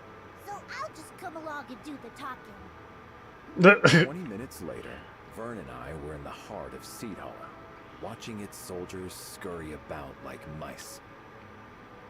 500 years of peace has truly taken its toll. Seed Hollow's forces had become only an army in name. In truth, the military affairs of the country were run by Zothma, a civilian and information broker. Everyone took orders from him. Dispatch from Zothma. We got a lost child on our hands. Everyone, split up and search for the mother. Yes, sir! Man, you ever just get lost and have a whole army look for your mom? Vern hovered by the branches of a tall oak, surveying the commotion with shining eyes. It is important to serve your people in times of concord as in times of strife, but I fear they have lost sight of their true duty. There is a saying, it is better to be a warrior in a garden than a gardener in a war. Peace should never so lull a nation that its defenses are abandoned, but its soldiers turned into clerks and errand boys. Captain, new orders just came in. We're being sent to clear a horde of goblins camped right outside the city. Now these errand boys faced hordes of monsters who had been roused by Avia's machinations. 500 years of stillness, nature, and peace. Gone. All at the whim of a madwoman. You hear that, troops? Prepare for battle! Drive those goblins away from our homes! Yes, sir! They sure got bark. Problem is, they ain't got bite. Are you worried about them? Aren't you? You saw them get their butts kicked into the next item just a few days ago. I did, but failure is the mother of success. I readjusted my gauntlet and shifted my sword on my back. This is a chance for them to grow. I'll make sure of it. That's interesting. Let's see how you do it. It's another horde mission, so of course we're fighting. The question is, what will happen?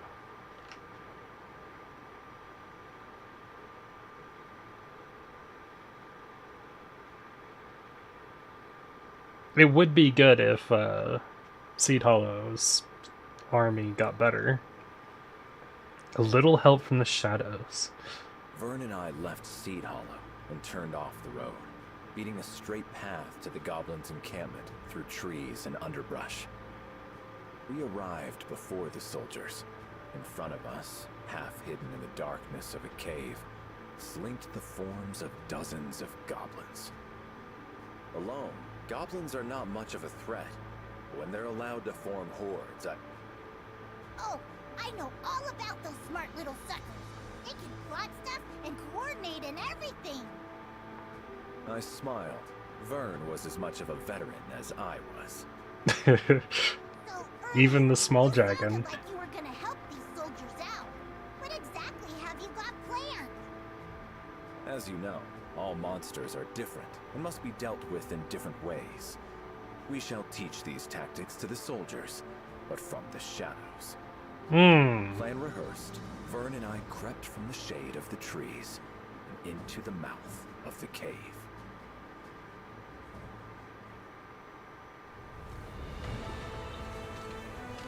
Good.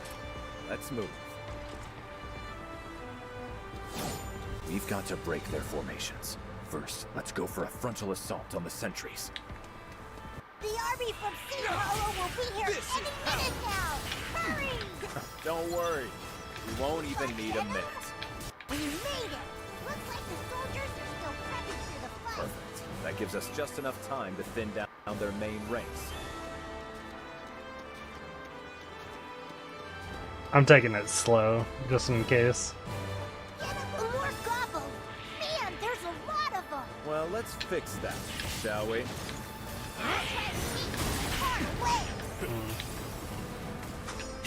Push through!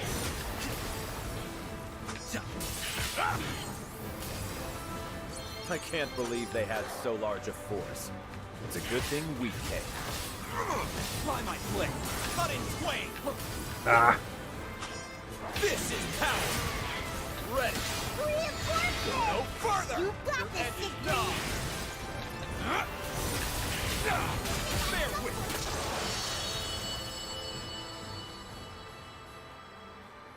Nice work! I think the soldiers can pick off what's left. I think there are a few more goblins hidden, but likely not enough to reverse the tide. We had still better conduct a search, just to be safe. Let's go in deeper. Look! It's a goblin soldier! And what are those? It's little sidekicks? I don't think Seed Hollow's forces will be able to handle this. We should at least bring down the goblin soldier. So leave all the small fry alone? Got it. Don't want to rob Seed Hollow's finest of a job. Watch out for the shooters!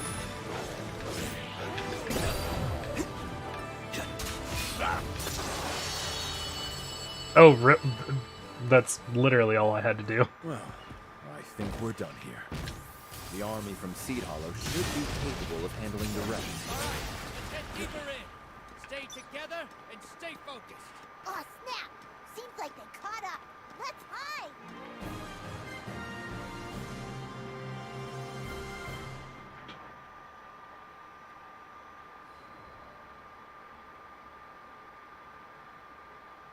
Holy Bahamut! We did it! The day is ours! Good work, troops! Vern and I crouched behind a craggy boulder and watched as the soldiers strode about the battlefield. Not a goblin was left. The voices of the triumphant rose up and resonated about the high, cool walls of the cavern. All went well. I guess, but those soldiers took a heck of a beating. Vern perched himself on top of the boulder, head cocked to one side. They will continue to grow.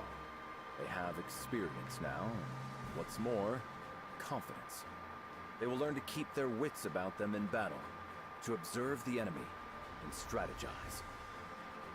If you're sure, there's something I've been wondering about those, Siegfried. You didn't have to help these people. You're not even getting paid for this. So why go through the trouble?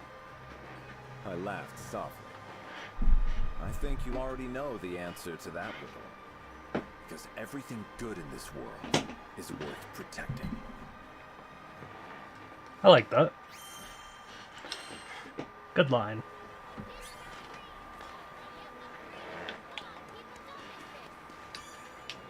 Good day.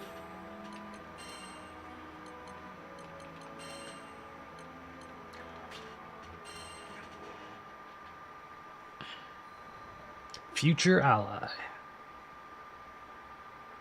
3 days after the victory in the caves, Vern rushed into my cabin. Dude, he's here! The captain of Seed Hollow's army is here! Here, on the Grand Cipher. My eyebrows drew themselves together. I was quite certain we hadn't been seen. Do you think he figured us out? No, that shouldn't be possible. I had lived and worked in the shadows for many years. I knew how to remain invisible. Let us meet him in any case. It would be discourteous to turn him away. Agreed! We're lots of things, but Rude ain't one of them. Vern led me to a spacious room on the Grand Cipher, where our guest sat perched on the edge of a comfortable chair, his hands upon his knees. He stood up quickly when we entered. It's, been a while. He wouldn't quite meet my eyes. As the young man swallowed rather loudly, I recalled his last words to me. We can handle monsters without you swinging in to save the day. It has. I still regret my actions in the forest. Is that what you've come to talk about? No. He shook his head vigorously. I'm here to thank you. You saved my life, and the lives of my comrades. So, our presence had been noticed. I swept my cloak back in a deep bow. I apologize for interfering yet again. Oh, no. Please, stop with the apologies. You're just making me feel worse. Listen. He explained. 3 days ago, Seed Hollow's army had been called upon to drive back a horde of goblins. He had marched his company there with a heavy heart, expecting great losses. But to his surprise, when they emerged from the goblin den, they were not missing even a single soldier. Goblins are intelligent. They post sentinels and form ranks, just like we do. Sword fighters and shield bearers in front, mages in back. Any battle with them should have been tough and bloody. Yet these goblins had no set sentries, and their forces were meager and scattered. Even the large beasts the goblins kept in reserve had been terribly weakened by the time Seed Hollow's forces reached it. But what could have worn it out like that? A night of partying too hard? No. Someone had to have helped us, and luckily, I had an inkling who. Now he raised his round, earnest face and looked straight at me. There was this knight who'd saved my troops before. He wore jet black armor and carried a crimson sword. Yeah, no way you'd forget that getup after seeing it once. Vern peered down at my armor. It was matte black, so I could slip by in the night unseen. But I suppose outlined against the light of the sun, it cut quite a distinctive figure. The rest really wasn't that difficult. Went with that description to a merchant who deals with a lot of foreign traffic, and learned about a former knight captain. I see. Years away from the battlefield had dulled the army's swords. This I already knew. But now I realize it had allowed them to build rapport with their people, winning them trusted eyes and ears throughout their country. If anyone should be apologizing, it's me. Before I could stop him, he went down on one knee.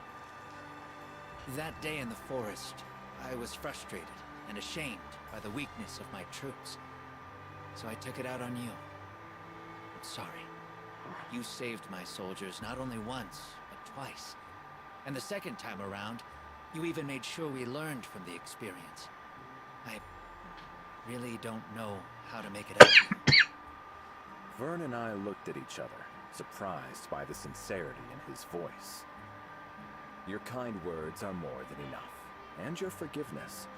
The young man opened his mouth, but I shook my head. Whatever the circumstances, I still trampled your pride underfoot. What's pride when compared to life? To speak the truth, I thought Seed Hollow's forces poorly trained and disorganized, from an outsider's perspective at least. By placing a hand beneath the man's elbow, I silently bid him rise. But I see now that you have strength and wisdom that was hidden to me. With you in command, I have no doubt your company will go on to accomplish great things. That means a lot, coming from you. He smiled, the tension melting from his frame. But the fact remains that I let my soldiers get out of practice. You've helped me realize a lot these past few days, and I promise we'll train harder than ever, make up for lost time, and become the defenders this country deserves. They learned the lesson. Never stop believing in yourselves. That's what mattered. A land of gardeners who derive joy from the bounty of flora and the simplicity of peace. Though they were no longer the mightiest of warriors, they were by no means weak.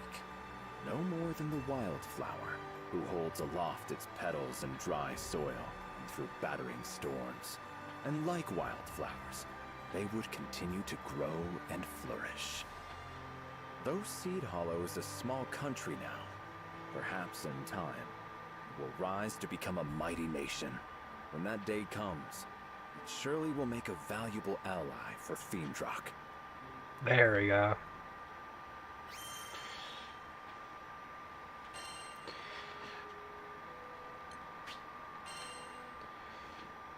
Epilogue time.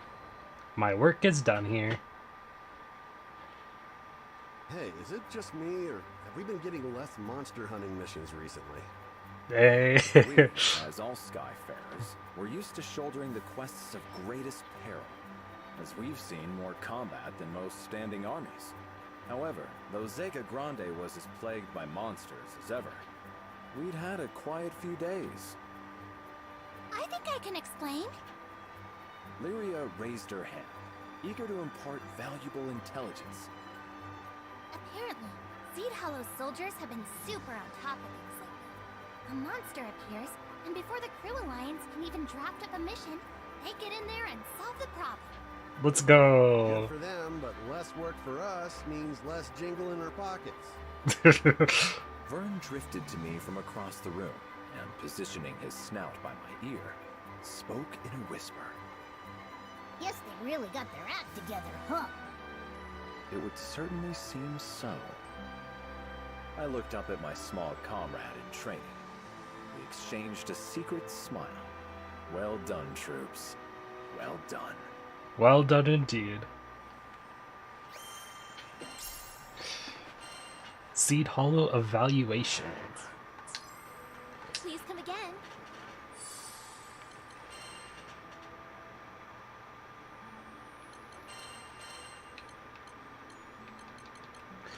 I found the opportunity to conduct a reconnaissance within Seed Hollow, the largest city-state in Zega Grande Skydom, and its military. I am ready to report my findings. Seed Hollow's principal industries are agriculture, specifically horticulture, and mining. The nation has enjoyed a long period of peace, thus its military strength is still emerging. Nevertheless, each soldier is ready to give their life in defense of their homeland. The cheerful disposition of the citizens reflects their trust in their protectors. I, Siegfried, attest with conviction that Seed Hollow poses no threat to Fiendrock. It is my personal recommendation that we establish diplomatic relations at once to exchange resources and personnel for the benefit of both nations. You go, Siegfried.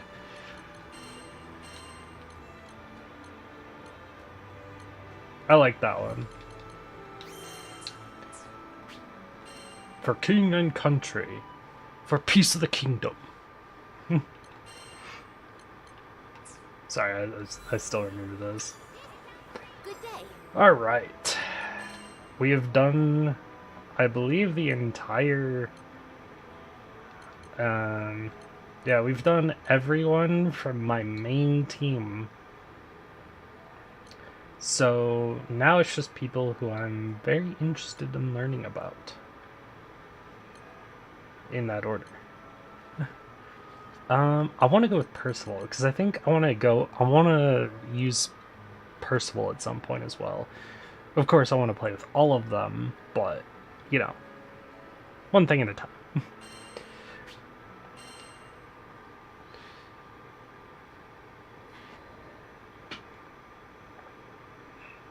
Lord of Flames. A roar of fire, a cry of pain. Before me, the hewn carcass of a monster, yet smoking. I smothered the pity arising in my heart, for I knew that to let the beast live was to let others die. I long for days when I need not draw my blade. They say the skies are endless. Yet I have not seen any part of it unclouded by monsters or raging primals. The drums of war did not roll like thunder, nor have I discovered any path to order that was not carved out with swords. Though I joined the crew to found the halcyon country of my dreams, our journeys have taught me to fear my quest is only that, a dream. For we live in a time when all things are driven by violence. And yet, who knows what lies just beyond the horizon? The captain said we would sail for a new skydom tomorrow. For once, may we alight upon shores of unbroken peace.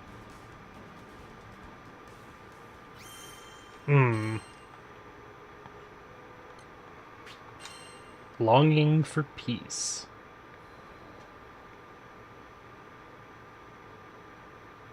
The House of Wales had 3 sons, bound as much by love as they were by blood. The eldest was named Aglovale, the next, Lamorak, and the youngest, Percival. I had not yet seen many summers when war broke out in the neighboring country, raising a tempest of violence that would blow us all asunder. My mother, the Queen Heartseloida, opened the gates of our castle to all who had lost their homes, even those hailing from beyond the borders of our kingdom. She would often say, regardless of our lineage or nation, we are all connected, in joy and in sorrow. It was through her example that we learned to honor our neighbors. And yet the same people she gave generously to would be the very ones to take her life. I will never forget the scene of her death. I can yet hear the echoes of Aglovale's curses. See the stark white of Lamorak's face as his magic failed to save the one thing he treasured most. And I can feel the warmth leaving my mother's hand as I knelt over her, unable to offer anything but my tears. To the very end, all her thoughts and worries were for us. How can an absence feel so heavy? What heart, having borne the weight of grief, will not be changed forever? For my part, I grew to despise the violence that robbed me of my family.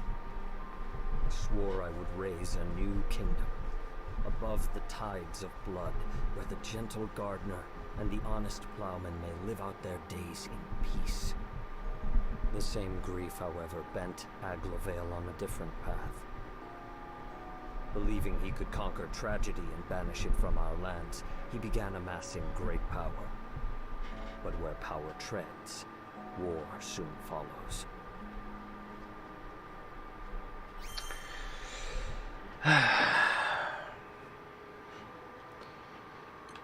The ideal country. Oh, there's Lancelot and Vayne. It is custom for the sons of our house to serve as knights in foreign countries, thereby learning the ways of the world. I went to Fiendrock, an ally of Wales, and there joined the Black Dragons, in time becoming vice captain Fiendrock made no distinction between me and its native-born children, and I grew to see it as my second home. But no sea is so placid that storms do not brew. There was strife here, too, sweeping over the lands like an illness. I set out on a journey to seek its cure, and that was how I met the captain. Never had I come across a greater fool. In the captain's eyes, there was no sky dweller too high or low to merit aid.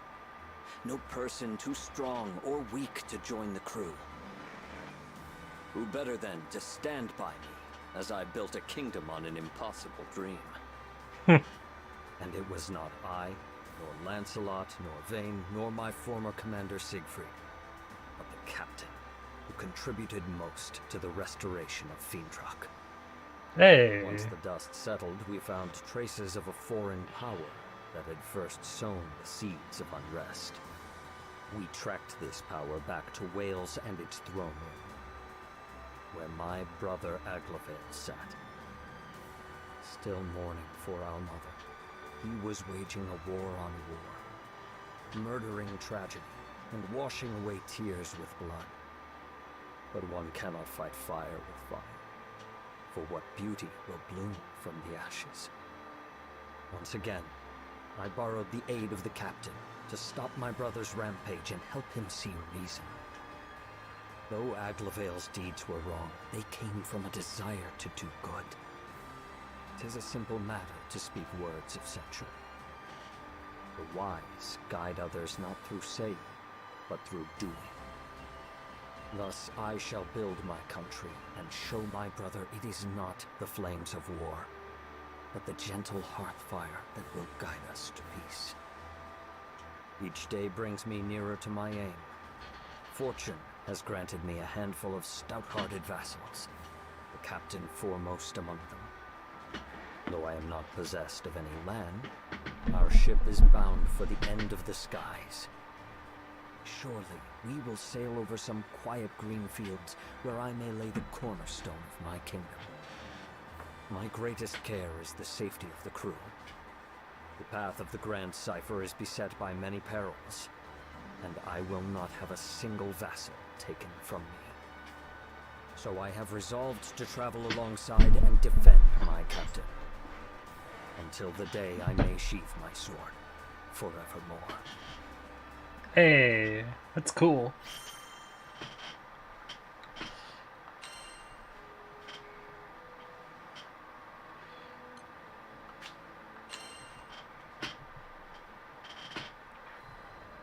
The Misfits.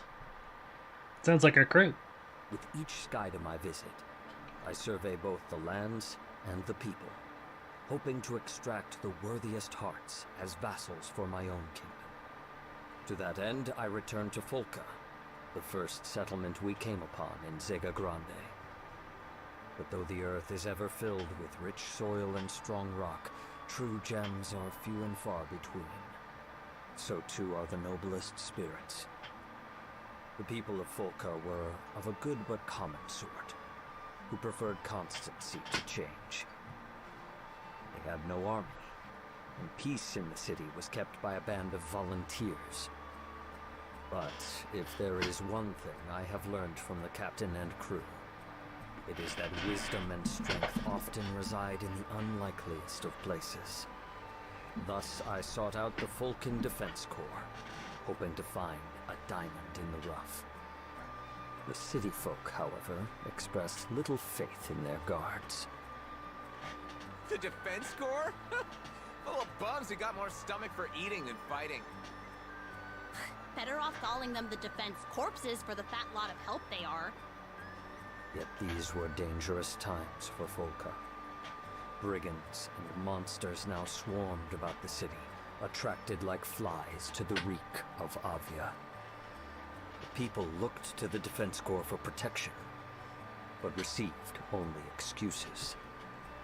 We don't have the resources to combat this threat. Take shelter until the danger is past.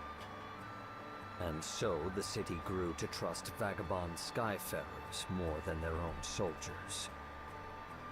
Though I had little hope of finding a vassal among this ragged band, perhaps there was a lesson to be learned from their weakness. When I build my kingdom, it will need to be governed by its own councils. But houses of power, choked by the vines of corruption and frailty, ever fall into decay. Is there any prevention? Where does the first crack form? It was in Folka that I would piece out the answer to this riddle.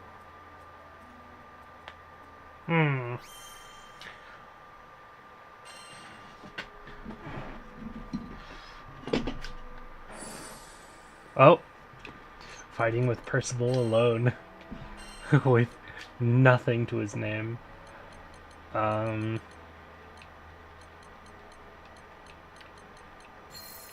Maybe just some regular sigils.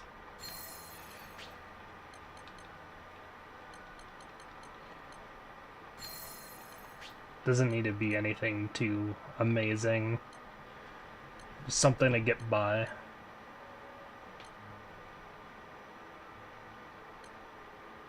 Hell, we could even go with tyranny for everyone who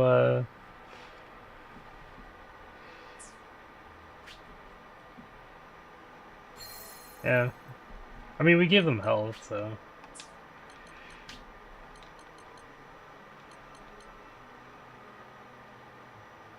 I mean, life on the line works too, because there's no allies.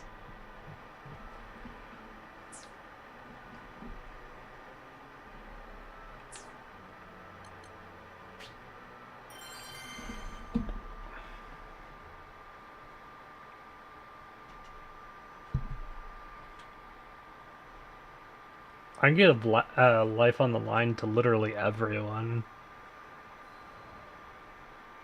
Spark of change. My road to the Defense Corps was short, but troubled. This world is being drowned in tears of suffering.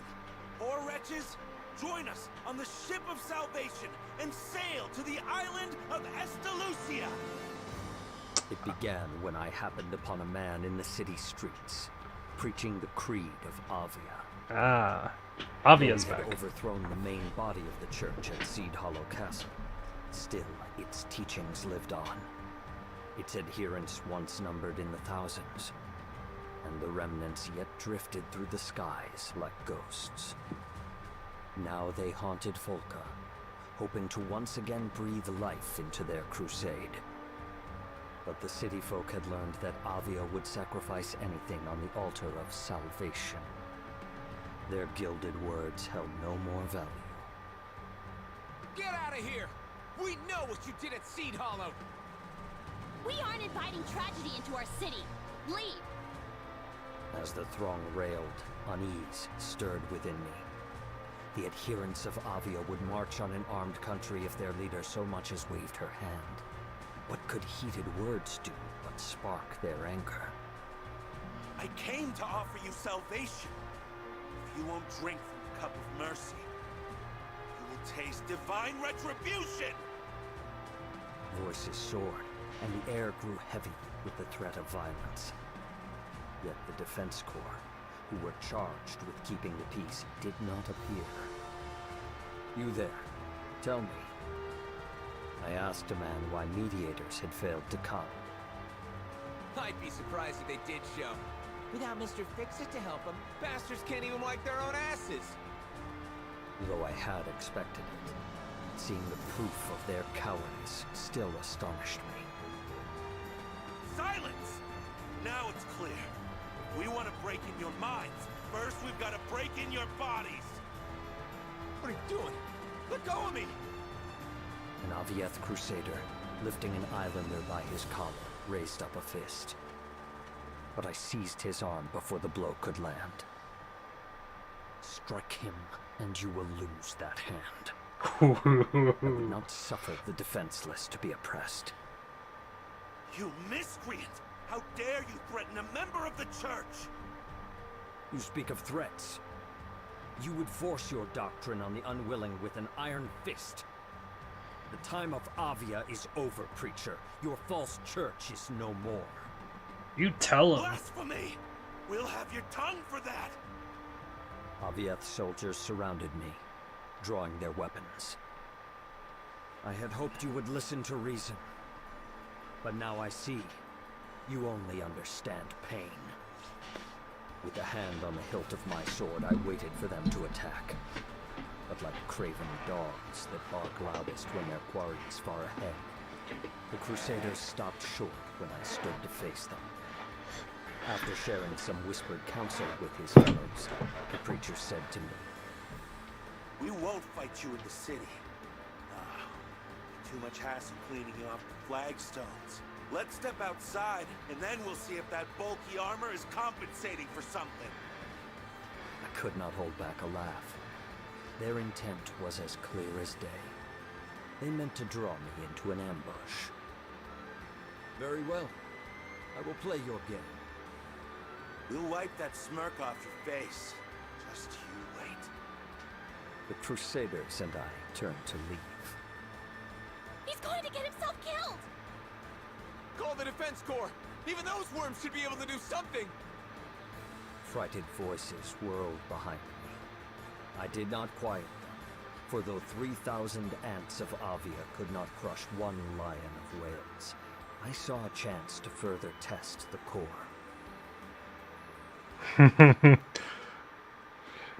You show him.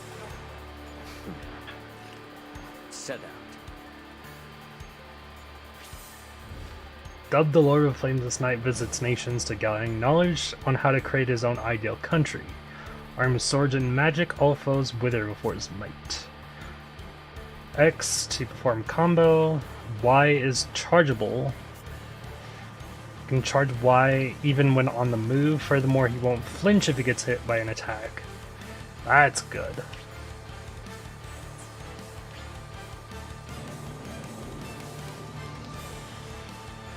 And then after a combo finisher, charge speed is increased.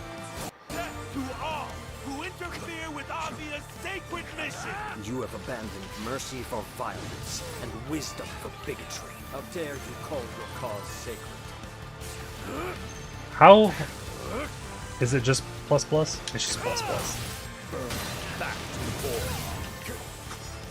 Kneel! Bend to my will. Or break! That is super cool. Why can't we crush him? Strength of will is reflected in strength of arms. So this interloper is why you failed to appear at the appointed hour. Aid us, brethren! You cannot achieve victory by numbers. Drag them back!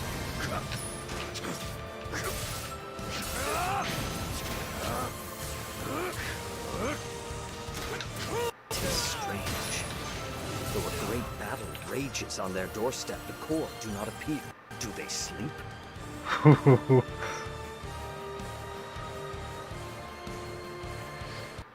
poor brethren. You won't like what's coming to you, interloper. His brother Avalon. The redhead's done for. Come on. Everyone group up. Come on. You two. Actually, let's get you out of here.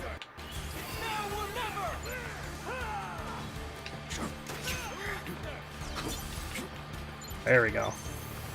Alright. Scarlet Sword, heed my... There we go. Just kill them all in one move. I know you. The Lord of Flames. I see my name has reached even the dregs of Zega Grande. His fire is the fire of hell.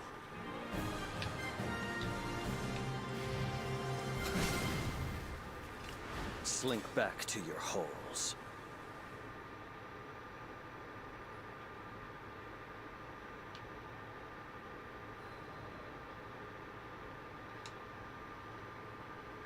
Damn you! Damn you to the bottom of the skies! The Crusaders took quickly to their heels. The weakest dogs bark the loudest. I sheathed my sword, judging pursuit to be a waste of time. I doubted the cowards would ever return. There's one over there! Alerted by a voice, I looked up to see a group of soldiers hurrying towards me.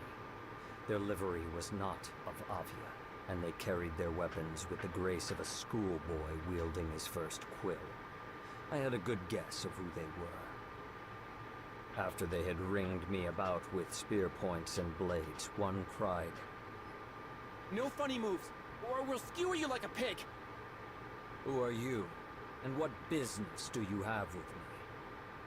Of course you don't recognize us, or you'd be shaking in your fancy boots. Listen up. I'm Douglas, captain of the Falcon Defense Corps. You one of the Avia rats that raised hell in our city? Better come quietly, or you'll be sorry! For a moment, amazement wrested from me the power of speech. Then I said, "Surely you do not believe I am a servant of Avia?" Don't play dumb! Who else would wear that tacky armor? What did you... Oh, no. I had always known my garb to be striking.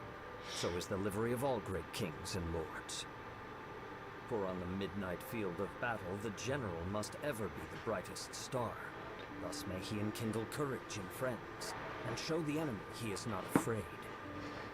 My own armor was well worn, and had shielded me from many dangers. To speak ill of it was a grave affront. Uh-oh. Take me back to the station, and don't even think about running.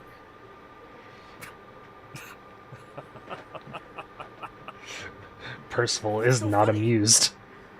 Nothing. Nothing at all. In truth, this was a matter more to weep than to laugh at. The proud guards of Fulka, arriving like carrion crows after the battle to pick at what spoils they may. It was a pitiful sight. Defense corpses, indeed. Do what you will. And so I was marched back to the city.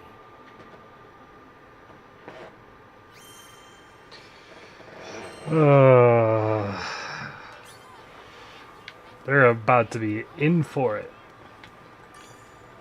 Good day. Where do be Percival? There he is. Management shakeup.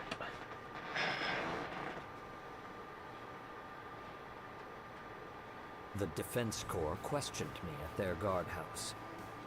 An enlightening experience, as I had never been a prisoner before. All right, fess up. Tell me exactly how you're connected to the Church of Avia. I repelled a group of crusaders that threatened your people. You had no right to apprehend me. Shut your mouth! That was all Captain Douglas could stutter out before retreating into silence. Has guilt caught your tongue? I know your actions weigh on your conscience. If you're trying to scare me, Mr. High and Mighty... I am trying to help you. Now take heed.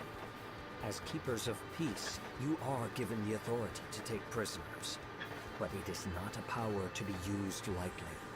For to imprison someone is to rob them of time, and not all the riches in the world can repay that debt. I went on with hardly a pause. Today you failed your duty. You did not come when your people were in peril. Had I not been there, blood would have been spilled in your streets. And yet you seized me on sight like a petty thief, with no proof other than your own prejudices.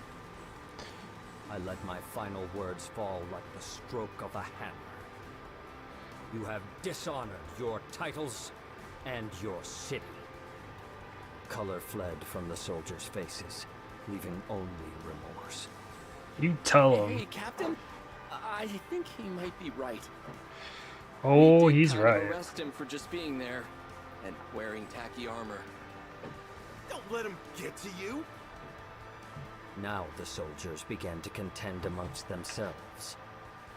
They had to keep quiet about my capture, said one, or there could be trouble. If only they had not delayed after hearing reports of violence, said another. It was good fortune, countered a third, that they had not run into Avia. So on and on they argued in circles, aimless, like a dog chasing its tail. Until at last, Douglas, his impatience boiling over, burst forth with... All right, fine. Fancy Pants, you're acquitted. Now scram! No. The soldiers at a loss, I said. Since you have taken my time, I now ask you to share some of yours. I hear that your ranks are corrupted with frailty and disorder. From whence did this rot first spread? What should we tell you, huh? You got nothing to do with it. Because I desire and command it. For a moment, Douglas could only stare. Come on, Captain. Just give him what he wants. Yeah, I don't think this guy takes no for an answer. Okay, Rublox, you win. Now pipe down and listen up. And so the captain and soldiers of the Corps told me of their history and their malcontent. After the war, Zega Grande was left undisturbed for 500 years. This peace, like a deep sleep, had dulled the minds and limbs of Volca's warriors. So when the Crusades of Avi roused them at last, they were found weak and unready. Still, we did all right in the beginning. You probably don't know him, but we used to have a Mr. Fix-It in the city. Went by the name of Roland? Angel of a man, but he fought like a demon. The strength of Roland was their fortress, to which the Corps could rally if the battle went ill. When he vanished, the soldiers were left without their greatest defense. So, there we were, a group of idiots who could barely tell the butt of a spear from its head. Left to play this game of cat and mouse. Same situation that was in Seed Hollow. Seeped into Douglas's voice. Except this time, I know what everyone thinks of us. they had I know Roland. what they call us. But do you think we're wimps because we want to be? Now that Roland's gone, sending my Corps to war, a real war, would be sending my brothers and sisters to death. Captain Douglas, you've been trying to protect us this whole time? I sighed. Why do the best intentions so often lead us astray? Very well. For your sakes and mine, I will help the Corps regain its former glory. Maybe by rebuilding this fallen band, I would learn a lesson in how to lay the foundations for a kingdom. It's a good start. It's not a bad idea, honestly.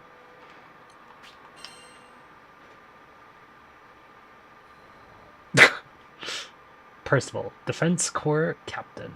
The next morning, I paid a visit to the Defense Corps headquarters. I did not receive a cordial welcome. You're that redhead. Why'd you come back here? To supply you with counsel. Now hearken to me. The soldiers could only look on in wonder as I continued. Order is the basis of any kingdom, great or small. It is what establishes harmony in music and builds peace out of strife. You are its keepers and conductors. Take pride in your duty. To this, the soldiers could find no response. I went on. You told me you cannot fight because Roland is gone. You are mistaken. Comrades give you courage, but true strength must come from within. You cannot fight because you are weak. There followed a moment of silence. Then the Corps encircled me. We didn't ask for your advice. Grab him! Throw him out! But I fixed them with a look. I have said nothing you did not already know.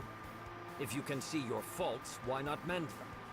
Begin by overseeing your daily tasks, for habit is the mother of success and failure.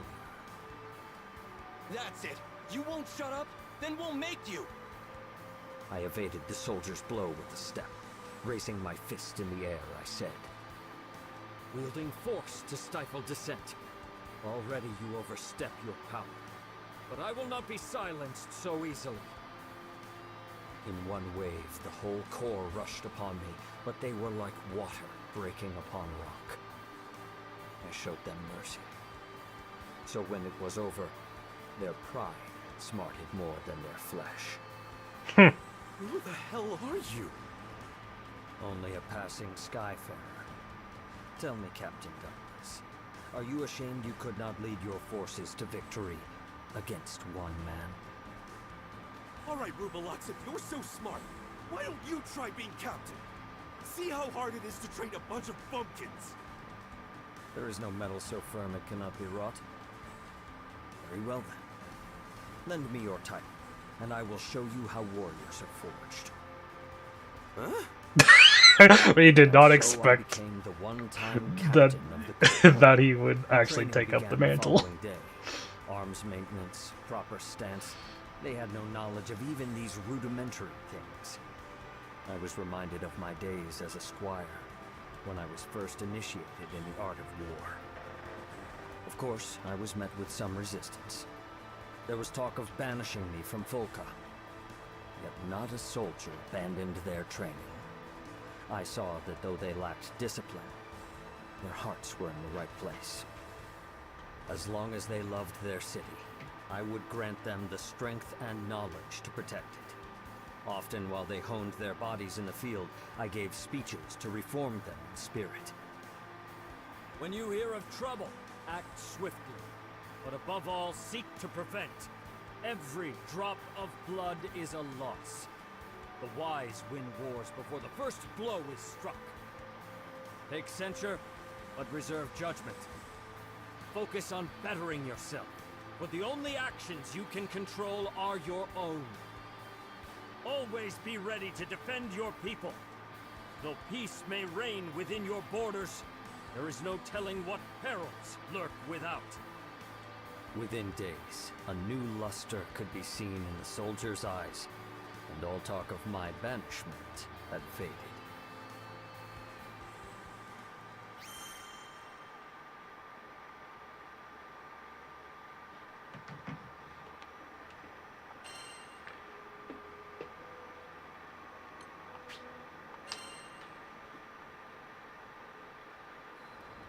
A squad to be proud of. The training of the Defense Corps proceeded smoothly. Guess you know what you're doing. All right, Rubelux. You can run this outfit a little longer. Though they barked and whined, former Captain Douglas and his soldiers endured my training. The time had come for Folka to see them reborn. I proposed a patrol, the foremost duty of a guard. For evil, infirm of purpose, dares not stir beneath a watchful eye. That's a bad idea. I looked sharply at Douglas, who paced back and forth. Why do you waver? Why do you think? We've been losers our whole lives. We can't go out there now and dance around the place like we own it. They're gonna laugh at us. As a soldier, you must not weigh pride against duty. No. This is a direct order from your captain. Move out. It came to pass as Douglas feared. In the streets of the city, children pointed, men jeered, and women laughed. Behind me, I could feel the will of my band weakening. Do not falter. Remember, shame should not hinder, but rather drive you to do good. The eye sees only the present, and the past is soon forgotten. There's no more I could do for them. The Corps would have to reclaim their own honor. I led them on without another backward glance. Hey, look! It's the March of the Freeloaders! Must be nice getting paid to take a little stroll! These barbed words were slung at us before the tavern. The speaker was a red-faced man, no doubt set on by excessive wine. Diggs, I slowed my pace. It was true that the BTW, Corps had brought this scorn upon Diggs, their by the heads. way, 7. Yet what remedy Welcome could poison to the stream. promise offer? Good to see you. Never intended for them to be thus reviled. We're just going through all the fates. We have a lot to go. But good to see you. Welcome, welcome. Hope you enjoy yourself. Turning, I walked up to the drunkard. You got a problem, big guy? The man shook in fear. But I did no more than bow to him. Forgive us. It is the part of a leader to bear the faults of his followers. For who will answer to a lord that will not answer for them? I am now the captain of the Corps, and speak on their behalf. We have failed you in the past. For that, we are sorry. But these soldiers are now changed. Give us time, and I swear on my honor we will set things right. Amazement flashed into the man's eyes, clearing the fog of drunkenness. Shamefaced, he hurried away. I, wanted to apologize, Captain Percival. Douglas's voice sounded behind me. It's our fault you had to grovel to a juice head like that. Enough. I held up a hand. Power is ever conjoined with responsibility. I did no more than duty commanded. Now come. The day wears on. It is time for training. At the guardhouse, the men fell to their drills with vigor. Put your back into your swings. Stand firm. You are the first defense of your people. Bear yourselves with pride. Yes, sir. Their voices were clear, and their movements strong. Soon, I thought, they would be a match even for the forces of Avia. Yeah, I haven't done a single fate till this day. And we're not even halfway through all the fates.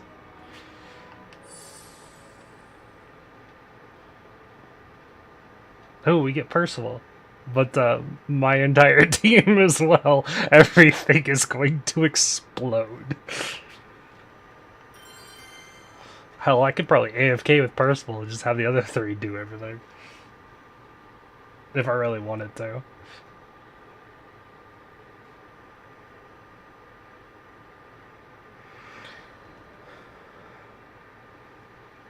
The Corps' biggest test. Bad news! Those Avia rats are back! The day that would test the valor of the Corps came sooner than expected. I looked up at the soldier, who had burst breathless into the guardhouse. Report. An armed group thought to be connected with Avia is occupying the mines of Tempio. They've taken the reconstruction workers captive, including several residents of Folka. It would be a dangerous rescue for the Corps, who were yet untried in combat. But the soldiers quickly showed me they had not failed their training. Captain Percival, let's fight back! We're ready! We can save those hostages! No. I sensed something strange at work. It had been the aim of the ruined church to bolster their ranks with new converts from Folka. Why then would they occupy their mines and threaten their people? Surely it was not for ransom. The adherents of Avia held their faith high above the jewels of the earth. This had to be a trap. Of course, trap or no, the Corps could easily overthrow Avia, as long as I led them. But I could not stay in Folka forever. And so I said, do not let confidence consume your wisdom. Your duty is to protect your people, not to prove your strength. You do not know the designs of your enemy, nor whether your might can contend with theirs. You must call for aid. I saw that my warning had disheartened the soldiers. I could not blame them. They had struggled so far, only to learn that they still fell short. But glory must not be bought with blood. The lives of the islanders came first. Drawing myself up, I strove to lift their spirits. Your city needs you.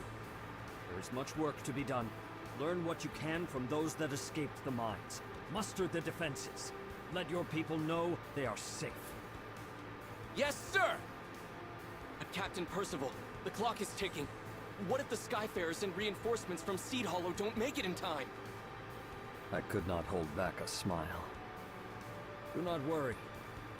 I know a crew of Skyfarers already at hand.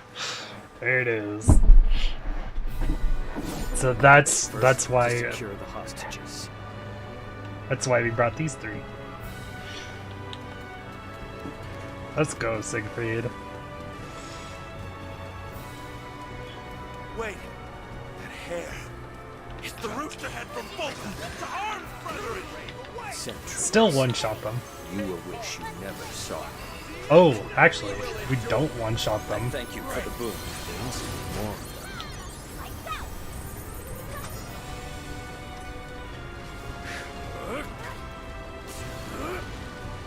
How'd you get in here?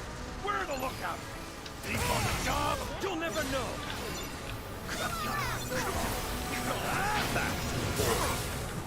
There are too few of them. Their main force must be headed for Folka.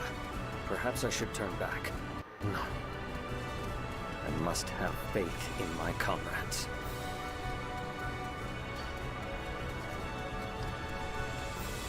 Can't do everything yourself. All the hostages are behind bars. At least they will be kept safe from the battle. Who are you? You may know me as the Lord of Flames. So we meet again, Lord Percival. But unfortunately for you, this battle won't go like the last one. Not many who survived my flames dare to face them again. You are either brave or a fool. I can't believe it! They're winning 100 to 1! How? The stars forsaken us? The stars do not decide our fate.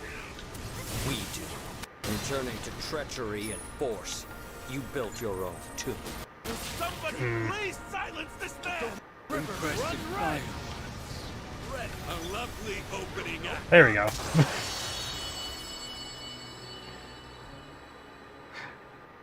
It will take more time to bind these Crusaders than it did to defeat them.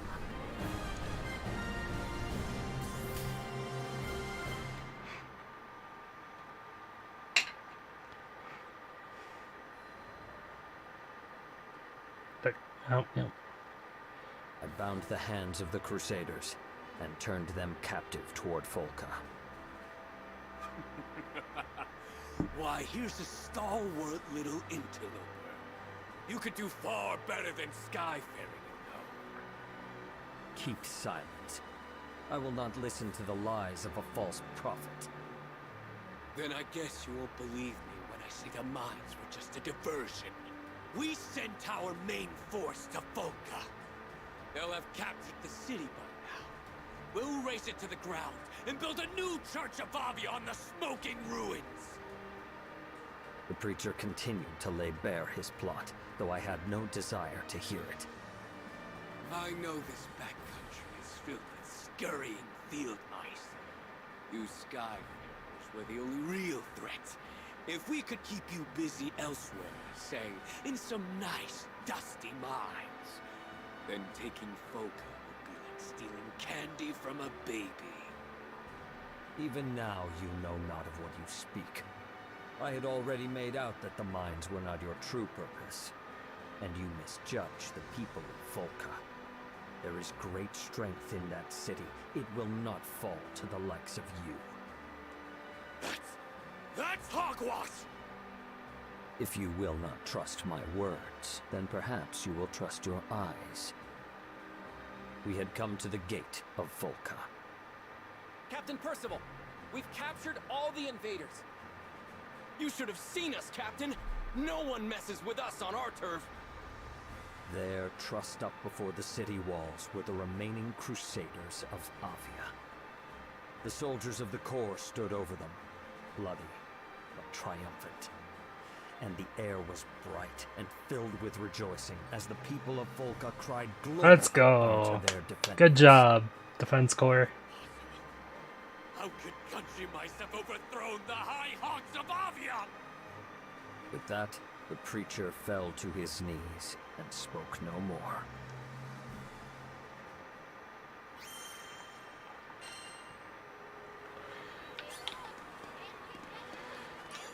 they showed that they were not just talk.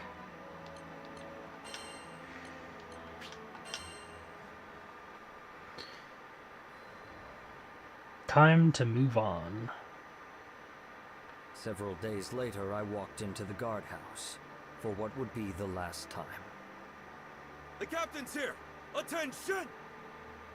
In a moment, the soldiers were lined up before me. At ease. My friends, you have found your strength and your courage. The time has come for me to step down as your captain. With the space of a deep breath, the soldiers did not stir. I read in their eyes that they had long seen this day coming. Captain Percival, we... That title is no longer mine. I return it to you, Captain Douglas. You have become a worthy leader. I turned back toward the body of the Corps. I'm but a traveler. My allegiance lies with a distant country, a kingdom of peace that I shall one day build. But I believe that all who dwell in the skies are brothers and sisters. Though our time together was short, it was an honor to serve with you. You have shown that we need not be chained to our pasts, that valor can be kindled in every heart. When I raise my kingdom, I hope that you will one day visit to impart this lesson unto the knights there. No, Sir Percival. You can count on me. Me too. There you go. It's a promise. Mirth welled up within me. In one thing I thought, the Corps had not changed. They could still make me laugh. Very well. I will hold you to those oaths. And so, bidding my friends farewell, I took once more to the skies. Oh yeah.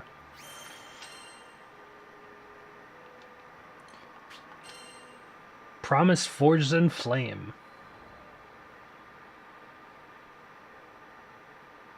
It was many months before I could return to Volca. This city is still the same. A gentle breeze danced with the grass. Sunlight streamed from between the leaves of trees, paving the streets in green and gold. But snakes dwell even in the quietest of gardens. Peace presided over this land only because there was a valiant Corps to keep it. I was once captain of the Vulcan Defense Corps, and though our paths led on to different ends, they would ever be my friends and comrades. In my heart, I saluted them. Wait, aren't you? Well met. I was not surprised we crossed paths. Volca was a small city, and I knew the Defense Corps kept vigilant watch. I am glad to see you doing well. We sure are. Even got a generation of new recruits trained up. So, when do you think you'll be inviting us to your kingdom? I responded with a wry smile. It will be some time yet, but I shall not rest unless it be in a country of peace. Until that day, wait here. Serve your city well. You're gonna make it, Percival. I just know it. In the meantime, I better practice my curtsy, huh? I regarded Captain Douglas and his Corps. Here were soldiers that had once lived in shame, but courage had been kindled in their hearts, and like candles they now passed its light to others. So does one good turn give rise to another, and valor begets valor. Perhaps the rise of my kingdom was not so far off after all. Yeah, you got this, Percival. I believe in you.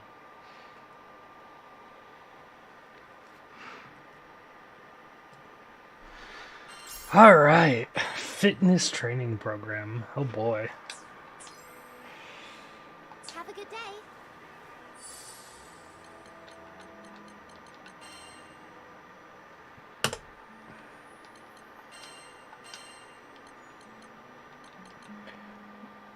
Attention all Defense Corps members. An organization is only strong as its members. You may be called upon to defend your home from threats ranging from bandits to monsters. The Corps shoulders the burden of the town's safety, and to that end, each person must perform this program every other day. 150 push-ups, 150 sit-ups, 300 hip hinges, 500 plus sword swings, long distance running until you collapse. There is no shame in missing these targets at the outset. What matters is that you beat your personal best the following session. The goals I have laid out require effort to achieve, but I have faith that each and every one of you will succeed. Percival, Provisional Captain. Nice. So, these are not like set things that they have to do. It's just like, do as much as you can. But next time, beat what you did.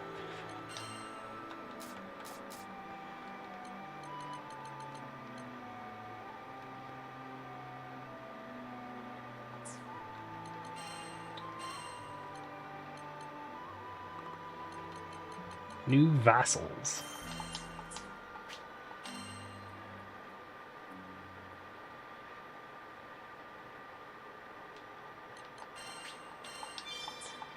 Alright, who is next? That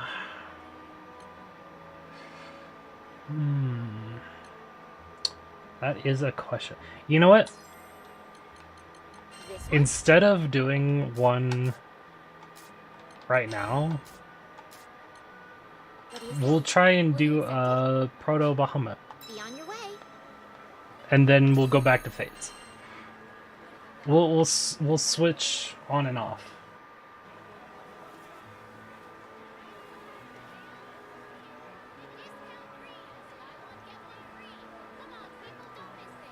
Try to keep up. Good to see people are still going.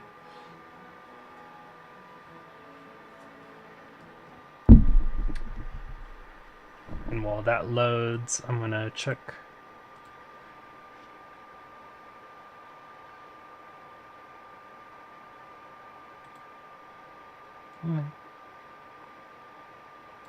Just want to check something real quick. There we go.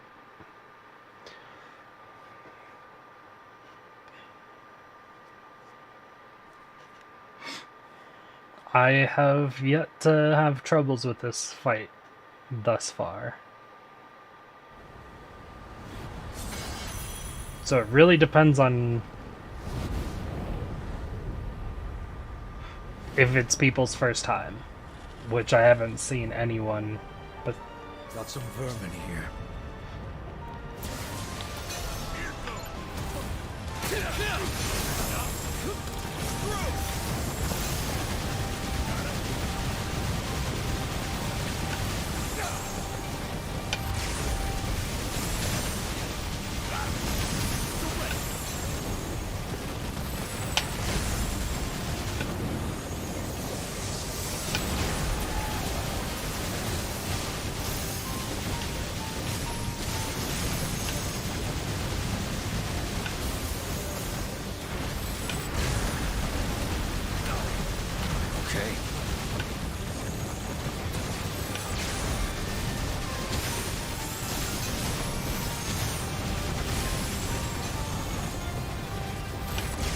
Ah, fuck.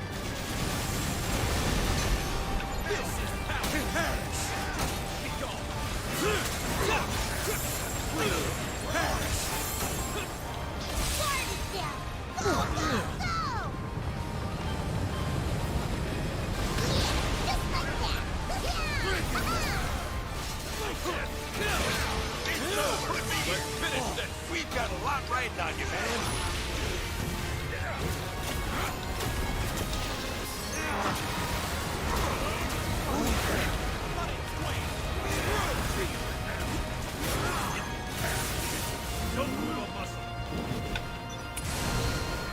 Stay towards the side so you don't get blasted into oblivion.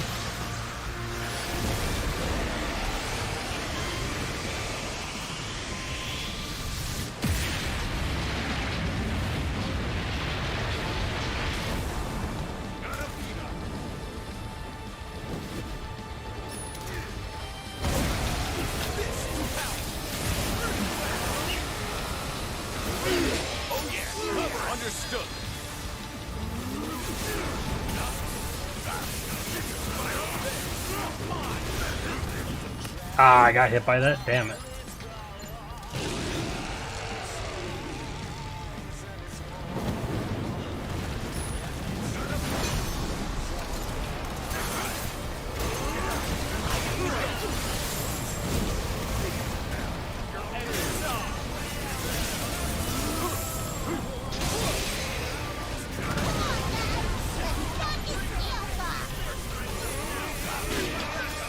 Into the fray. Buttery smooth. Keep it up. Let's go.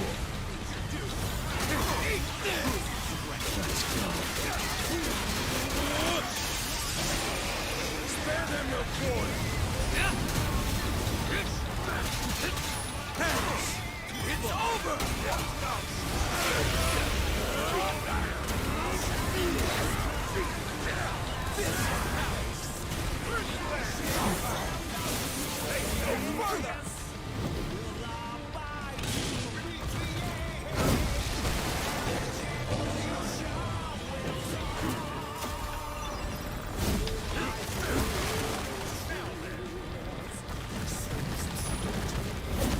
Oh.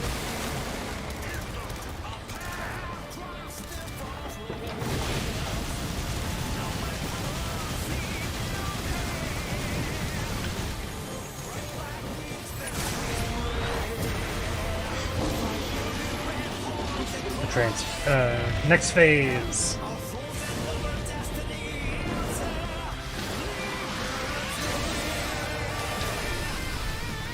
Should have got off the turret hit.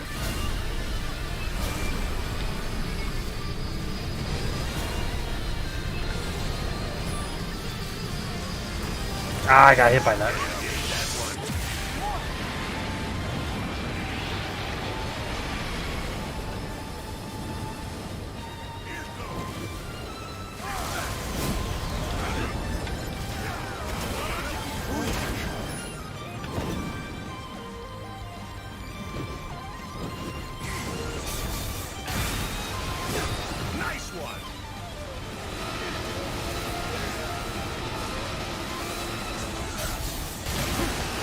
Ah! I also failed to dodge that one.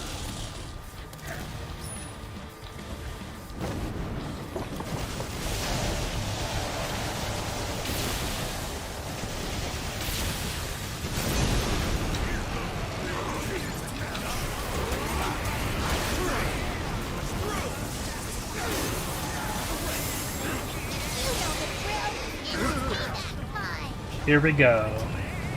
I wonder if they know the strat.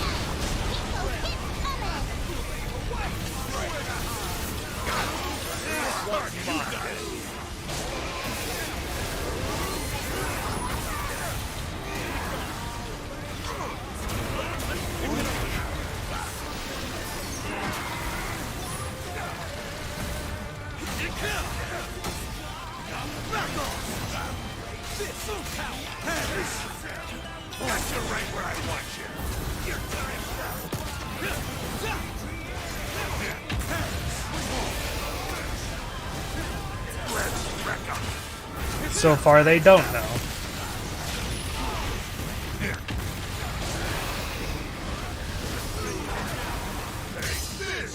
Earth detonation. The Siegfried seems to know, though. Right on the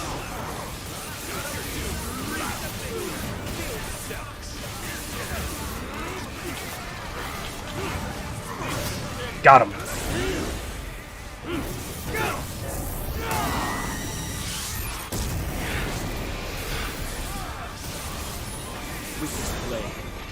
God damn it, Siegfried. You're supposed to hold it.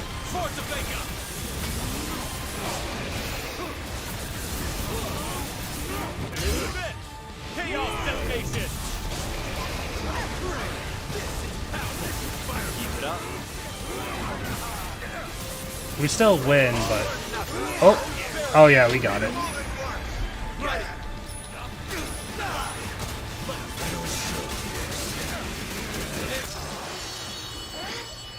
There we go.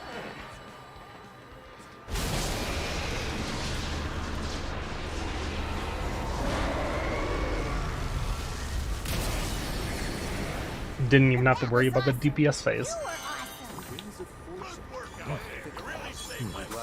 same side. Come on, give me a weapon. Let's see. Not bad. It goes finish!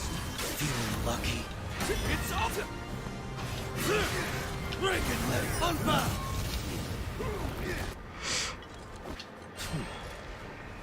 Not bad.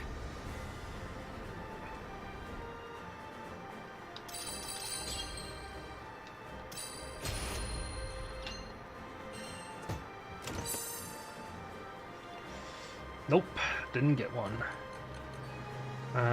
Tyranny 5, it's whatever. Combo booster, guts 5, fuck, whatever.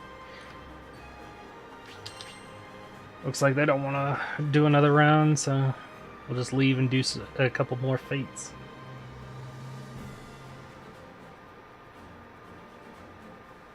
Oh, come on, Siegfried, come on. Everyone else has decided to leave. Come on.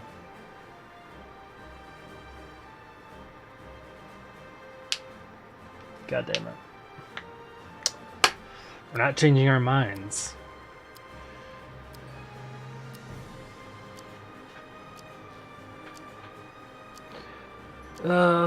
Wasting everyone's time.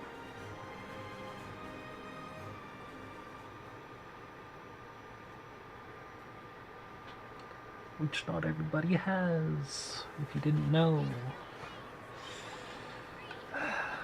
Whatever.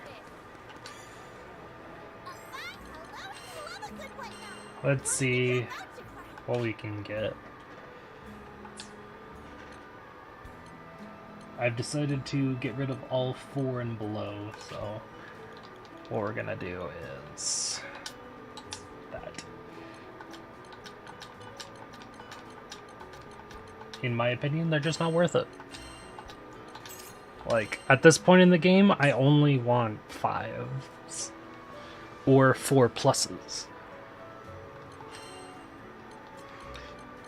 As for these, that's double stun power? I didn't even know that was possible.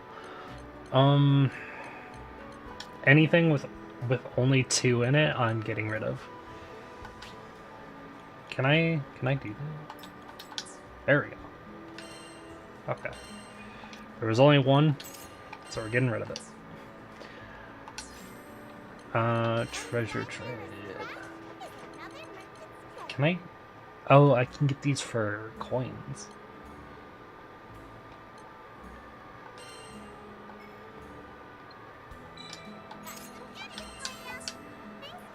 I might as well. Transmute sigils is next. These don't matter because they're not pluses.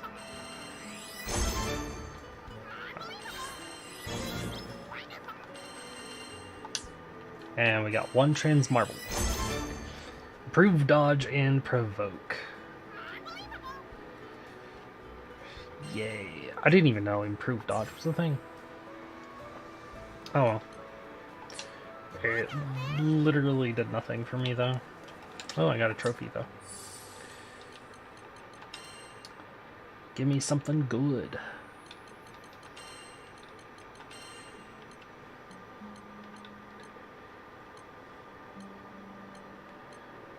Huh? Where is it? Oh, there it is. 5 coins. Yay. While we're here, we might as well just go over and use my Mirage munitions on whatever weapon I'm working on at the time. 99, 99, 30. I'm working on your Ascalon. Mirage munitions, eh? Come right up. Oh. There we go. And on that note, I gotta go to the restroom.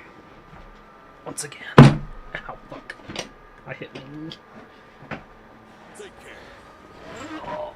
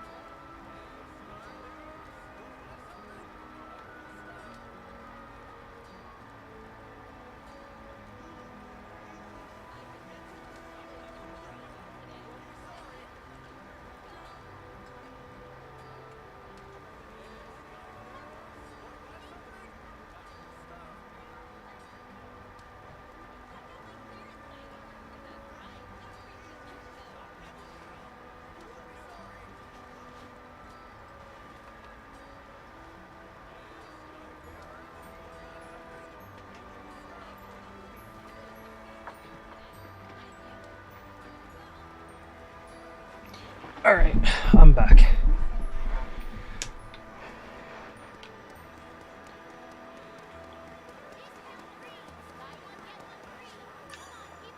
Hello. I was working on Charlotta's mastery, so we could do Charlotta. Let's do Charlotta. Because she's also voiced by one of my favorite actresses, Heart of Righteousness. Who's the same voice actor of Fairy. Laden hamlet, peopled by Harvins, small folk more accustomed to the plow than the sword. We believed the skies far too vast for us, and, as I was soon to learn, its dangers far too many. It happened when I was yet a green, callow youth. I strayed beyond our fences and into the claws of a monster. I cried for help, but all that met my voice were the howls of the wind. Abandoned even by hope, I could only give myself up to death. But before the darkness took hold, I saw brilliant figures skimming the sun-kissed snow. They were the Lumiel Order of Holy Knights, come to my rescue. Oh, that there were words bright enough to reflect their flashing swords as they did battle with the beast. Or sounds tender enough to echo the kindness with which they took my hand and led me home. What can I say, but that they were as mighty and generous as the sun? On that fateful day, they gave me life and guidance. I learned that by shutting your eyes to danger, you only leave it free to wander in the darkness. Thus, I resolved to turn toward the light and become defender to the skies. I would join Lumiel and, with my farmer's hands, bear aloft the banner of virtue. I threw all my being into training, begrudging no amount of sweat or tears. And, with the passing of days, that little girl lost in the snow grew to become the captain of the Lumiel Order of Holy Knights.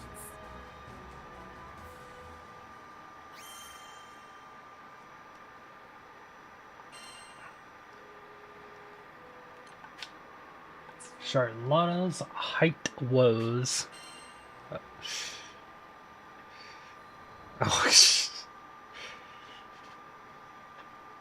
As captain of an Order of Knights, I was faced with a colossal problem. And that was my small stature. No one had ever heard of a Harvin leading a charge, what with our stout legs and poor reach. Now that I lived among drafts and humans, I would have to develop a style of combat that would turn my size, if I may so phrase it, into a matter of little importance. Seeing that I worked twice as hard, despite being half as large, my compatriots grew to respect me. When I was appointed captain, their very heartstrings thrummed with joy. But even the brightest diamond has its flaws. Within Lumiel's proud walls, there were some that scoffed to behold a Harvin captain of their knights. For my part, I cared not what was said of me. However, I would not stand to have the good names of my comrades dragged through the mud.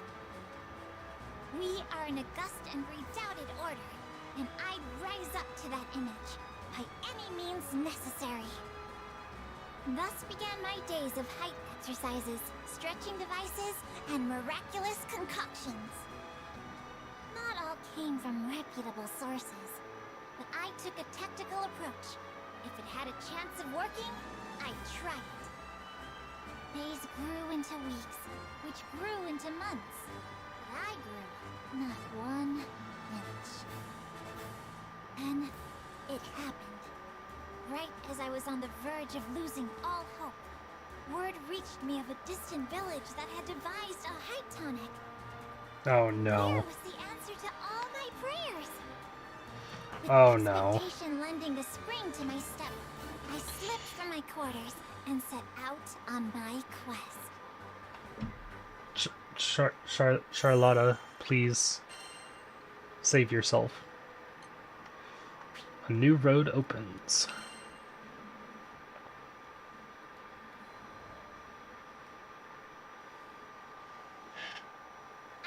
take a mountain past the village, which was, in a word, perilous. Of course, I refer not to the countless monsters and bandits, whom I took down with ease. It was the tall steps and great boulders, insurmountable obstacles for a Harvan. I was forced to return to the foothills where, through Lady Sierra Carte, I sent out a dispatch for help. That was how I met the captain and crew of the Grand Cipher. With their aid, I reached the village without further incident, only to have my dreams utterly crushed. It turned out that this magic tonic was merely your average growth stimulant, designed to help a budding youth blossom to a seemly height. It could do little for a woman like me, already in the prime of her life. Thus, all my best efforts were dashed to foam. Well, at least it wasn't a And scam. only time in my life, I cursed fate for cutting me out of so short a cloth. However, it was within the depths of despair that I would find a new hope. And the music The kicks crew back of in. the Grand Cipher was bound for Estalucia, which is said to be an island of miracles. Could not some power there give me what I seek? With newfound resolve, I was determined to accompany the captain to the end of the skies. Needless to say, it pained me to take leave of the Lumiel Order.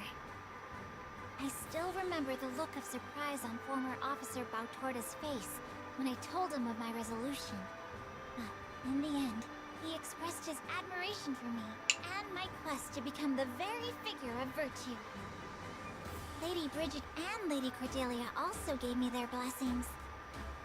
Oh, there are no words to express how grateful I am to my kind comrades.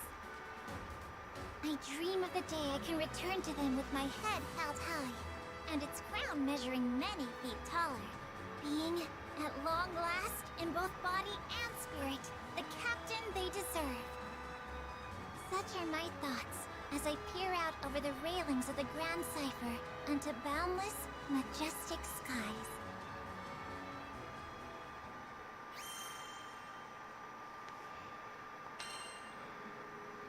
I love how all those stats she currently has is just from masteries.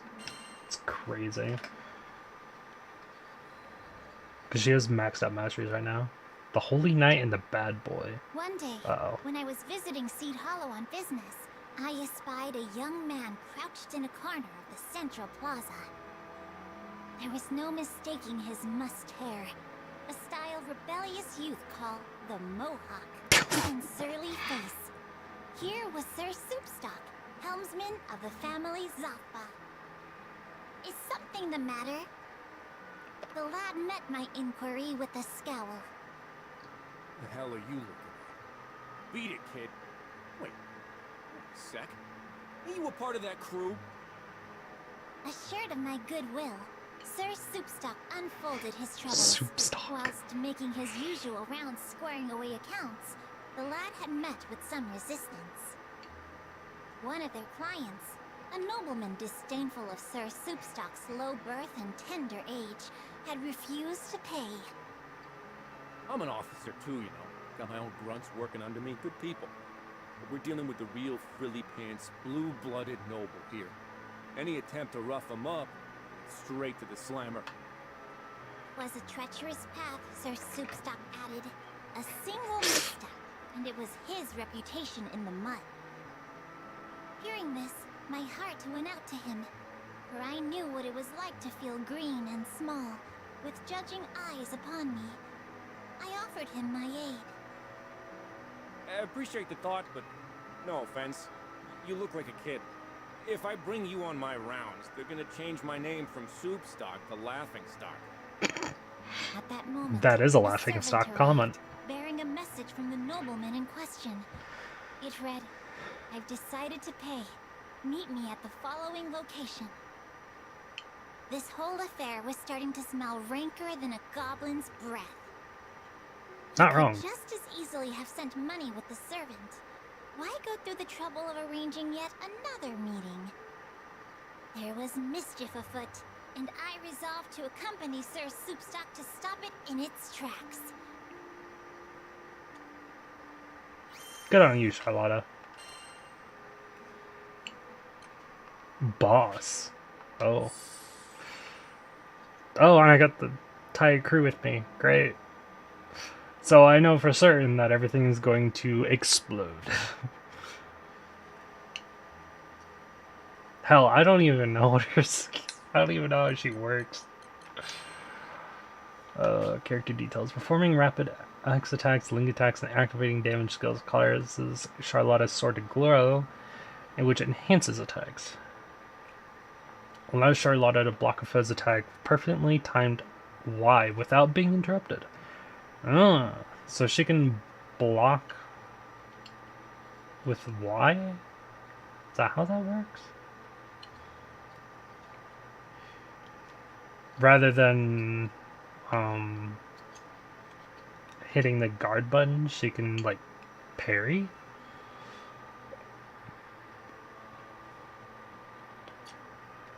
Or is it an attack?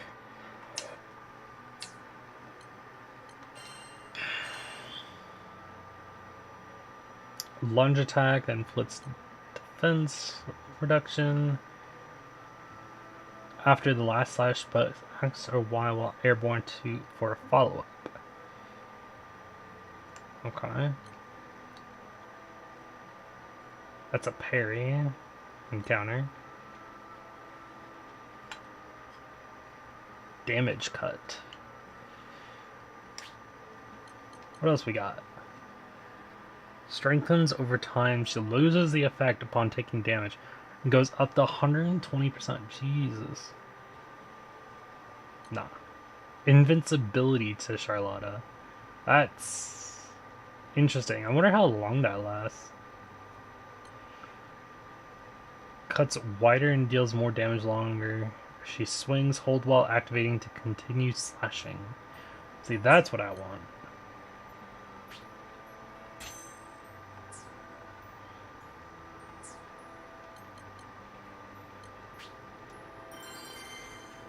That's the ability I was looking for.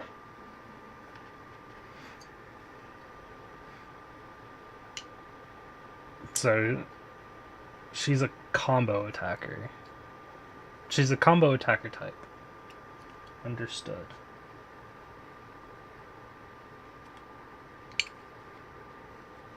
It's fair enough.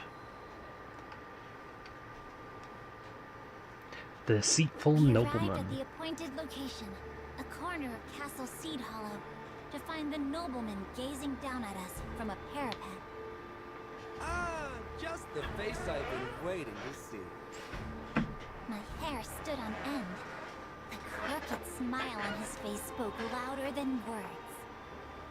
Though I knew his intentions to be wicked, still, I tried to help the man see reason. You gave your word to pay the family Zathba what they are due. Surely you would not break your troth and besmirch your honor. But the man only sneered. Leveling a finger at us, he cried, My brothers and sisters of the one true church, these are the enemies of Avia. Avia's back. We were surrounded by Aviate soldiers. You did well to lead us here. So these were the remnants of Avia. Even the fall of the church had not been enough to shake their faith in Lilith. In their eyes, Sir Soupstock and I were interlopers. Blasphemers they must put to death. You've got another thing coming if you think you're gonna get away with this. Sir Soupstock glared up at the Cullion. I too felt a righteous rage boiling within me. Crooked vice must be beaten straight with the hammer of justice. You shall rue the day you brought the wrath of Charlotta Fenia upon your heads. You tell him, Charlotta. Heart is as big as the oversized weapon in her hand. As the captain of the Lumian Order of Holy Knights, her duty is to ensure that evil never prevails. Pressing X for a flurry of slashes, get stronger when sustained, and unleash a powerful attack at the end by pressing Y. leaps in the air with the press of Y and does whirling slash as she lands. However, she can also perform different attacks by pressing X or Y during the leap. Ah. Very combo. Listen to our demands. I shall be forced to compel you to. Does anyone else hear a buzzing little flea? Go forth, my Tayuatar, and decimate them. Jerk's trying to hit you from far away. Push through!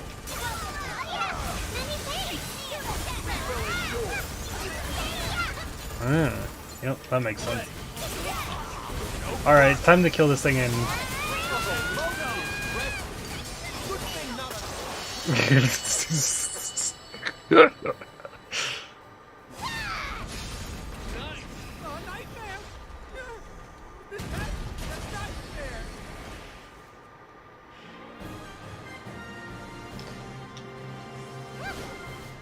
That was a battle for the ages.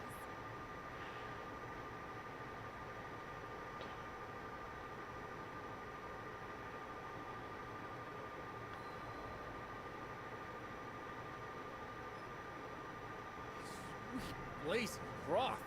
That crew of yours really is full of beasts. After making some courteous response to Sir Soupstock, I turned my attention to the nobleman. You must pay for what you bought. I thought even children knew that. And so, with many groans and grimaces, the varlet handed Sir Soupstock what he was owed. You sure got me out of a tight spot. Thanks. And sorry about all that crap I said about you looking like a kid. I assured him there were no hard feelings. Comforted, he continued. I shouldn't be saying this being in my line of business at all, but truth is I'm not much of a fighter.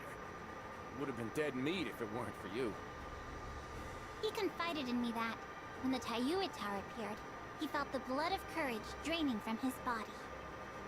I too am not immune to fear. But as a pure and righteous knight of Lumiel, I have duty, honor, and purpose as my guiding lights. Hearing that, Sir Soupstock graced me, for the first time that day, with a shy smile. No.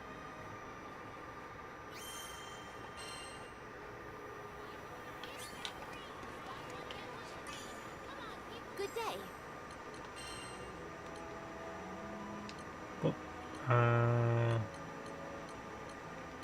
Fuck. There she is. Dazed and confused.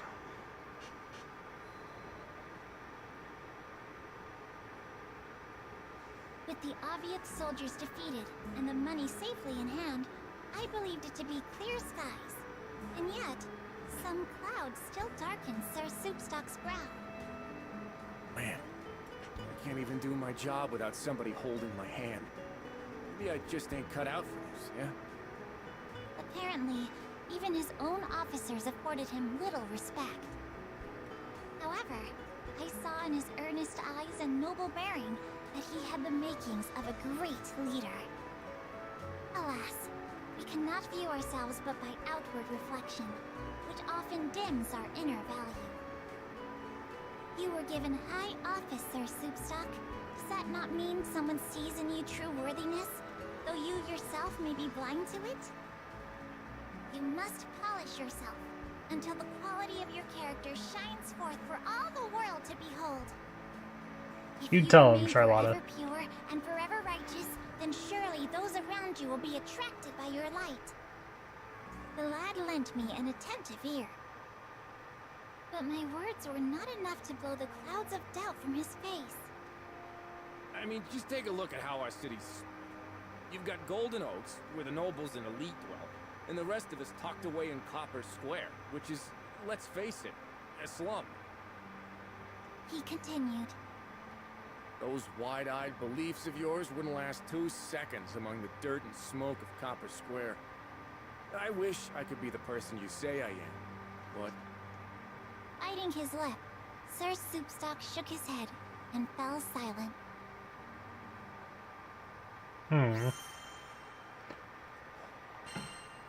Come on, spread light to his eyes. Charlotta, you got this. culling the slander. A few days later, Sir Soupstock asked me to meet with him again. In a cozy Seed Hollow tavern, he told me he'd investigated our erstwhile friend, the nobleman. It seemed the scoundrel was now prancing about the city, spreading lies and slander about the family Zothba. Sir Soupstock hoped to make his own rounds and mend what damage he could. But, fearing yet another ambush from Avia, he hoped I would accompany him as his guard. His own staff, infuriated by the nobleman's dastardly doings, were foaming at the mouth and mad for a fight. However, the level-minded Sir Soupstock knew that stooping to bloody violence would only further stain their image.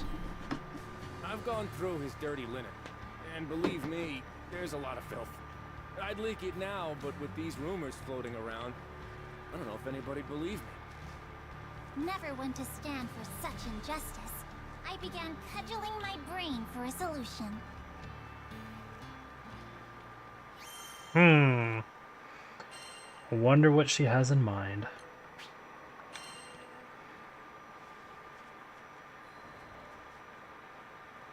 Uncovering the truth. We began to meet with people in the street, contradicting the libel and restoring faith in the family Zothba. I learned that a good informant is well known and well trusted, and, according to his own officers, no one in Seed Hollow was better liked than Sir Soupstock. Hey, see, look at Though that. his mannerisms savored, admittedly, of a brute, at his core he was as sweet and pure as any lily. It was little wonder the denizens of Seed Hollow were fond of him. As we exchanged more words and tidbits of information, a picture began to form of the nobleman's intentions. He was not acting, it seemed, solely from a place of vengeance. The churl desired to build his own network of informants, using the remnants of the Church of Avia. Furthermore, in his lust for wealth, he was terrorizing the good people of Copper Square and compelling services from them. Thus, the family Zothba, who kept peace in the district, was to him a bother and a nuisance. It was likely he craved their banishment. Now, fully apprised of the situation, Sir Soupstock told me of his intention to once again meet face to face with the crafty villain. Yeah, we'll show him. We'll show that guy again. Just how powerful we are. Oh, solo Charlotta. That's okay. She's well over-leveled for this grab.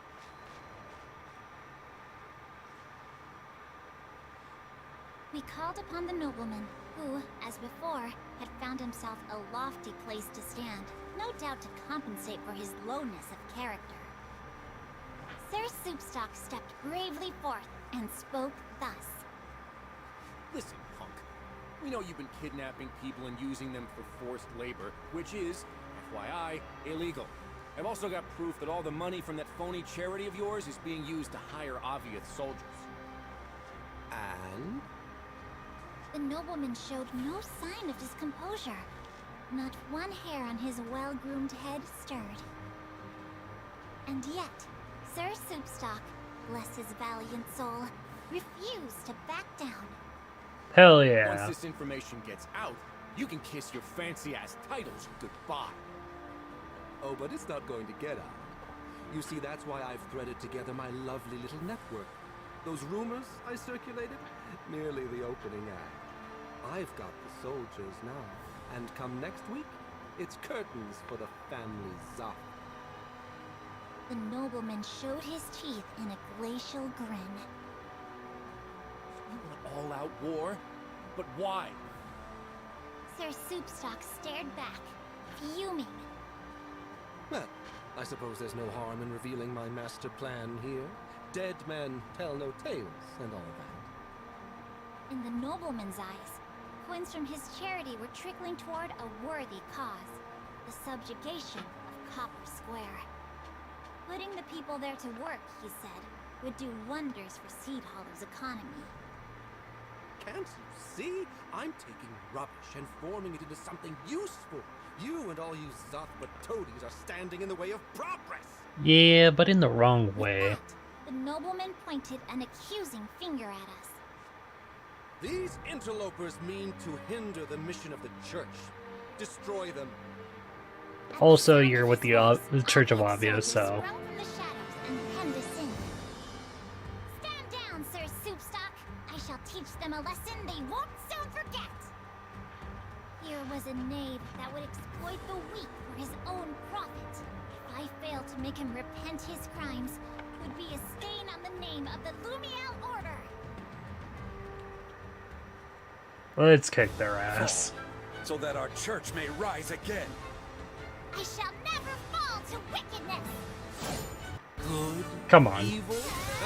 It's all relative. Let us see who fights for the stronger cause. Gracious little flea, I'll give you that. But this time, I brought my most ruthless warriors. You good over there? Do you want this to be your legacy? At least There I you go. shall have a legacy.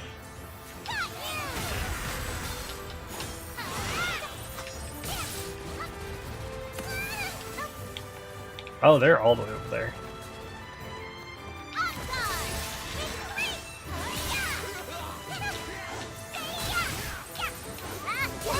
You can't even kill a little girl? Fools! Worthless pigs! How dare you speak to your comrades like that? You're the only thief here.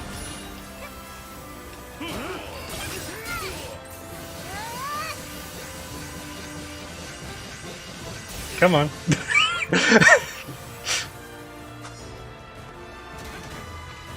Ah. You guys suck at hitting.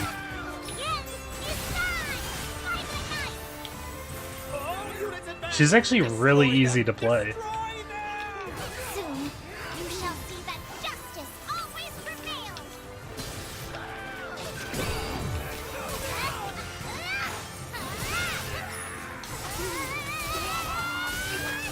Come on, just walk right in.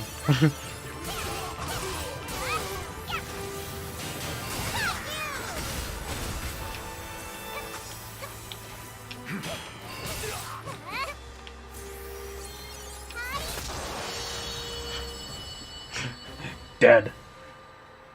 Impossible! How were all those soldiers defeated by a single girl? Fortune favors the virtuous. Oh, her smile was so adorable. A grand triumph for the order.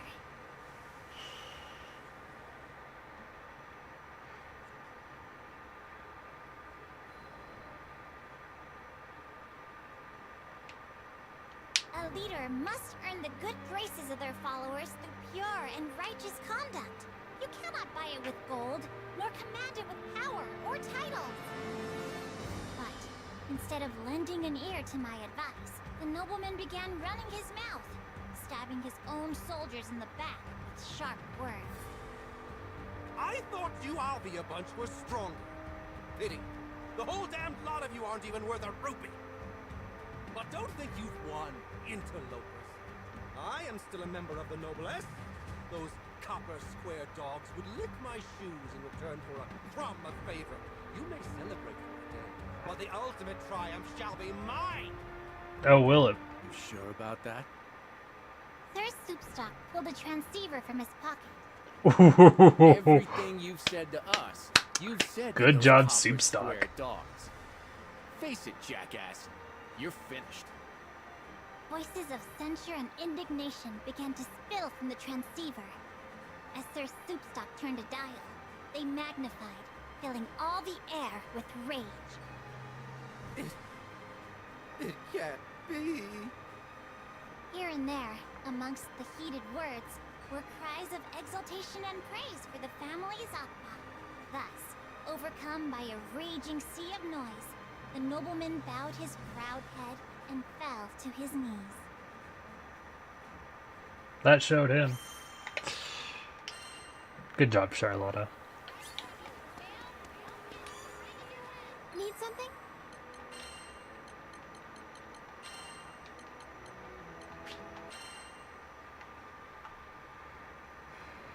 A voice for justice. Sir Soupstock and his staff expressed great admiration for my swordplay. It's just mind-boggling, you know? You've probably trained harder than most of the best mercenaries out there.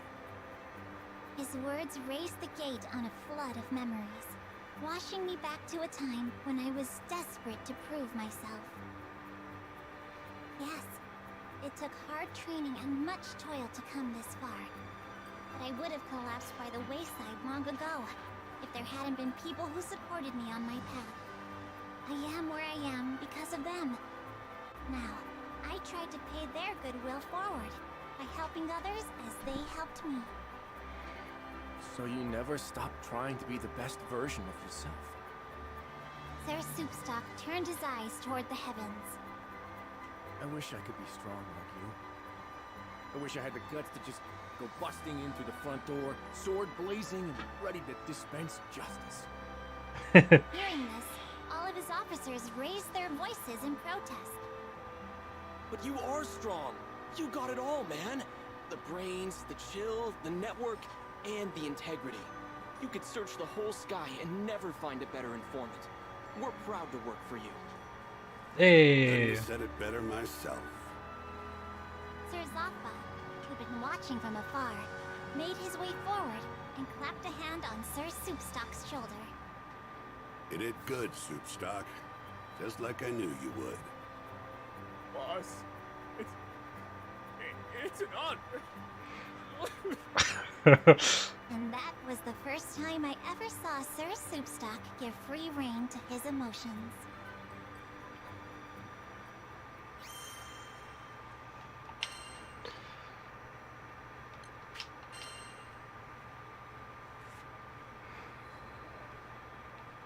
Forever pure, forever righteous. When I visited Seed Hollow sometime later, I heard at the Knick-Knack Shack a certain rumor. Apparently, one of the officers of the family Zatba had taken up forever pure, forever righteous as his creed. Let's go. Even his staff could be heard reciting the words. The Justice Soup Gang, led by Mr. Mohawk, has Justice been Soup getting a lot of Gang. missions lately, and the family Zatba stocks are on the rise. Their soup stock, that is. I glanced about me and saw only faces as bright as the sun. And I knew in my heart that the warmth of those smiles did not derive from Lady Sierra Carte's rather pitiable jest. Hey, she broke 30k without sigils. That's another fate done today.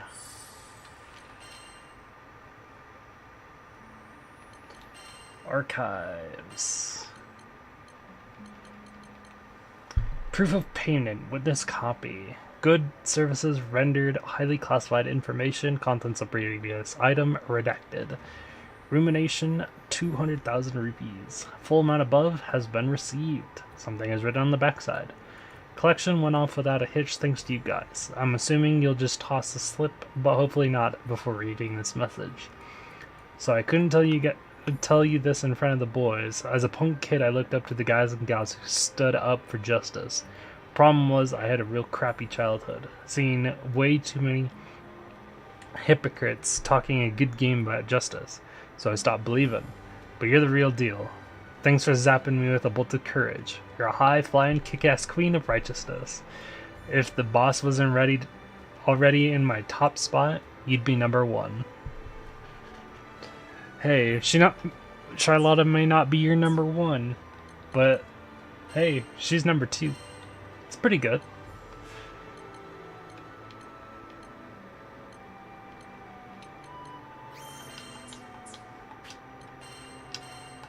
God damn it.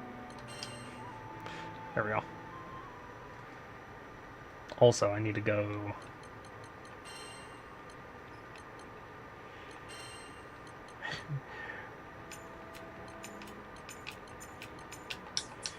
I don't think I need to give anyone sigils, to be honest.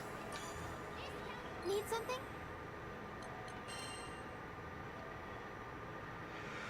Alright. Let's see, who's next?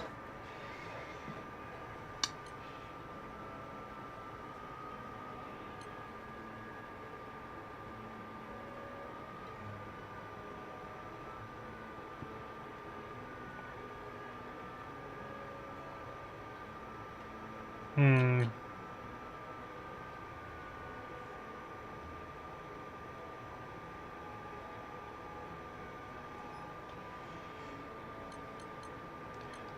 The boy turned girl. A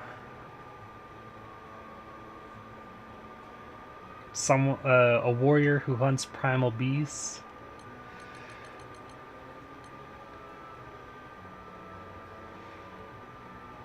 Swordswoman who coddles younger.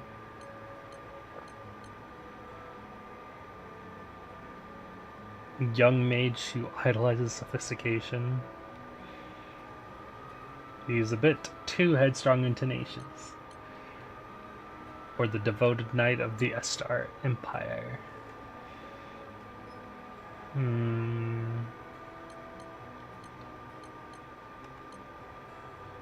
Poor sense of direction. Leave must be desired in the culinary arts. Good to know.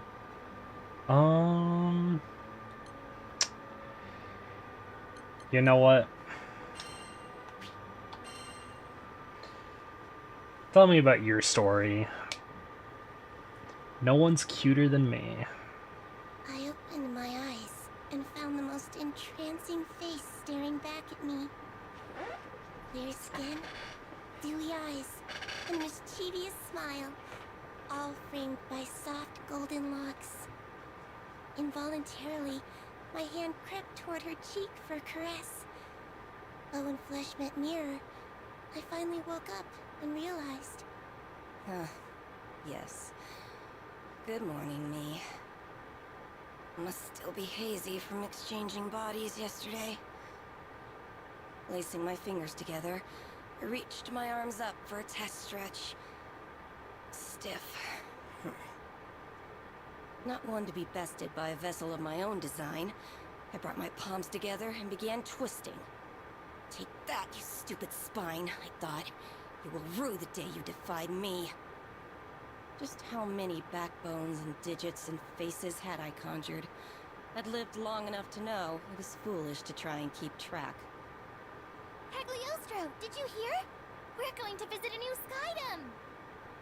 Lyria's voice echoed from behind the door, snapping me back to the present. Sounds fun! I'll be out in a jiffy!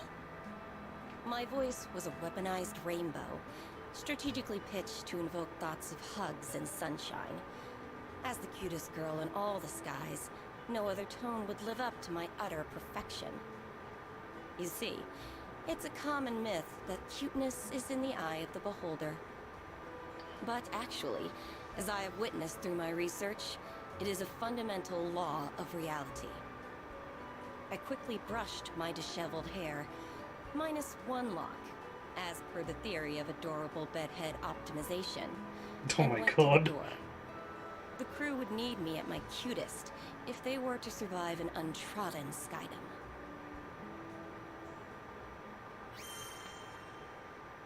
You are so odd, Cagliostro.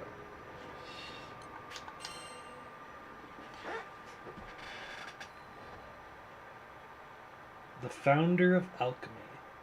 About 2,000 years ago, before the war, I was a wretched, sickly little thing.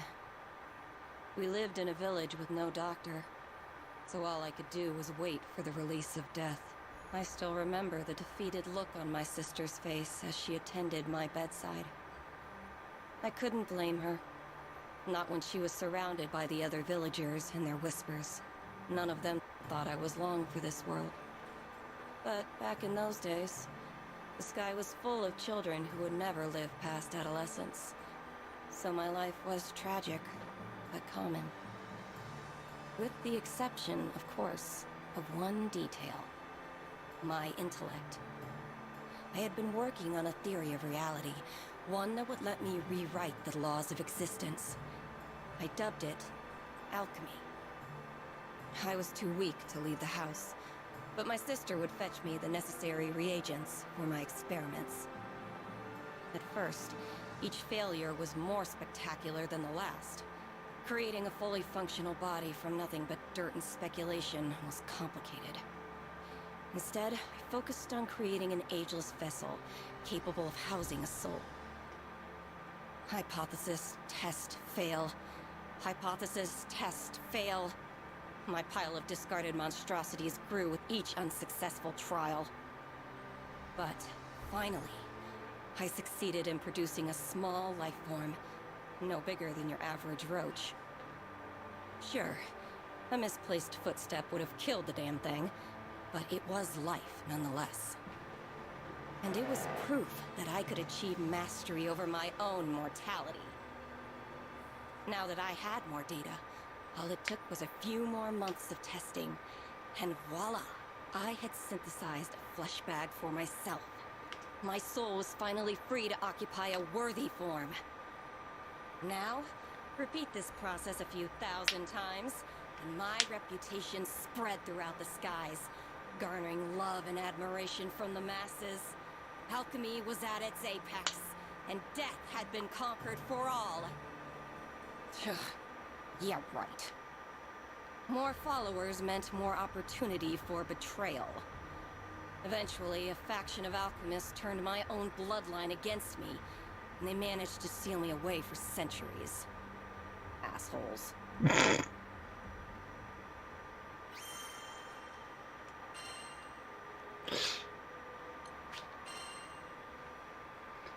Just the assholes at the end.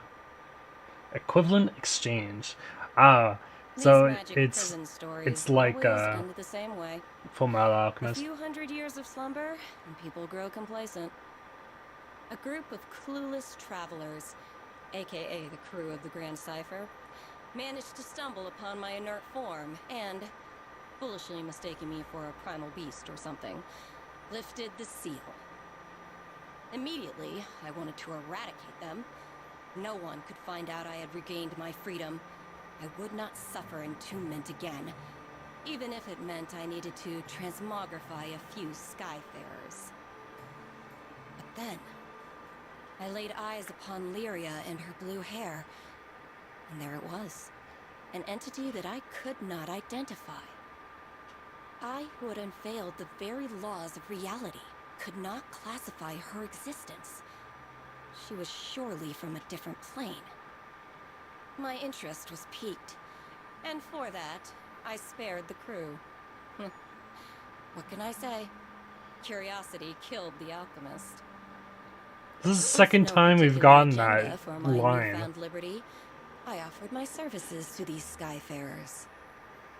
They would give me unfettered access to the girl, and I would give them unrestricted access to my findings. And as a bonus, I might save their asses a few times along the way. Of course, the captain readily accepted.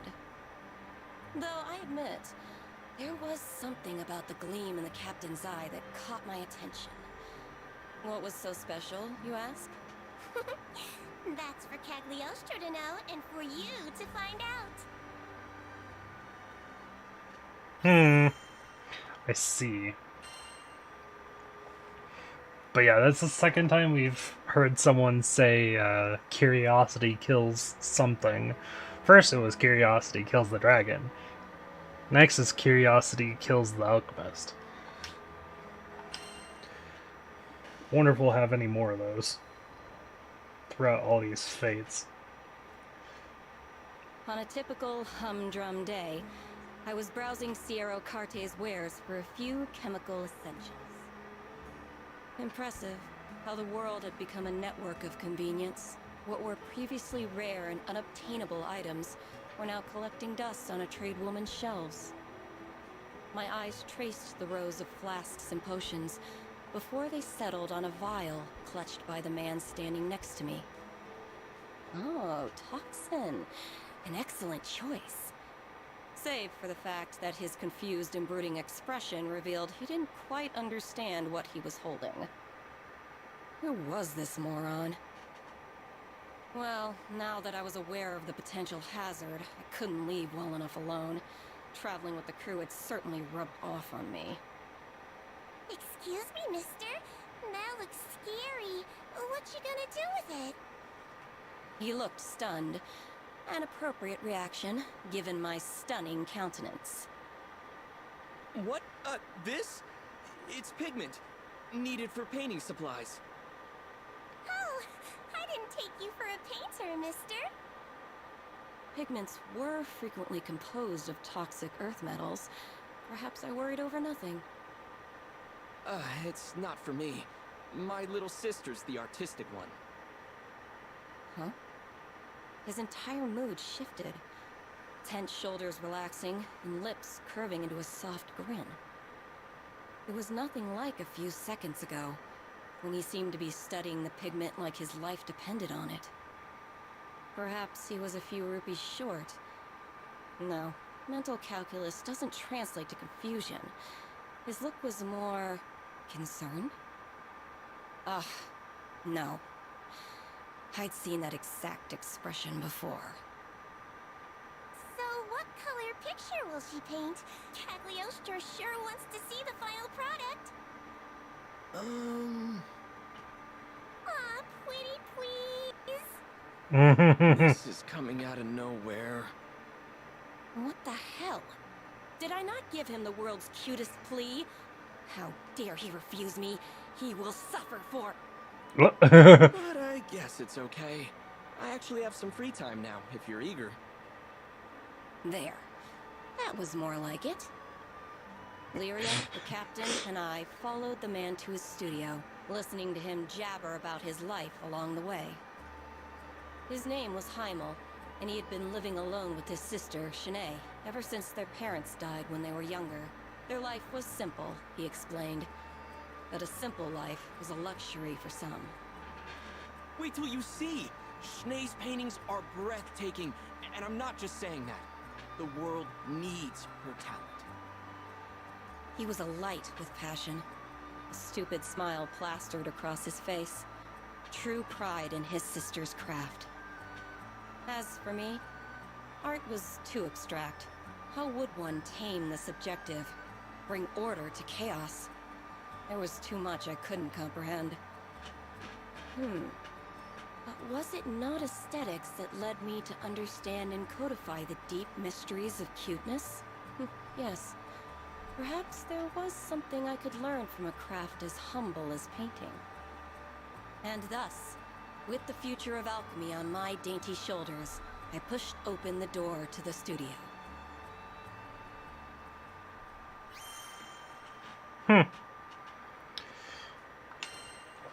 How interesting.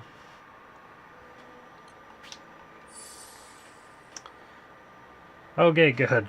Oh, well, it wouldn't matter if she was alone. Because I'm pretty sure she would just destroy everything anyway. They all seem to do that. Because they're like 50 levels above what's necessary.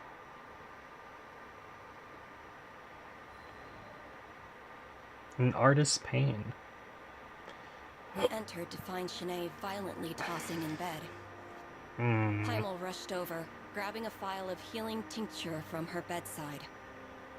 Hand supporting her shaking head, he poured the concoction into her mouth. Immediately, her convulsions lessened, but her breathing was still labored. It became clear why he was so antsy back at Sierra's store. Toxic pigments could be dangerous in even the most steady of hands, and, well, I glanced down at Shanae's fingers trembling on her bedsheets.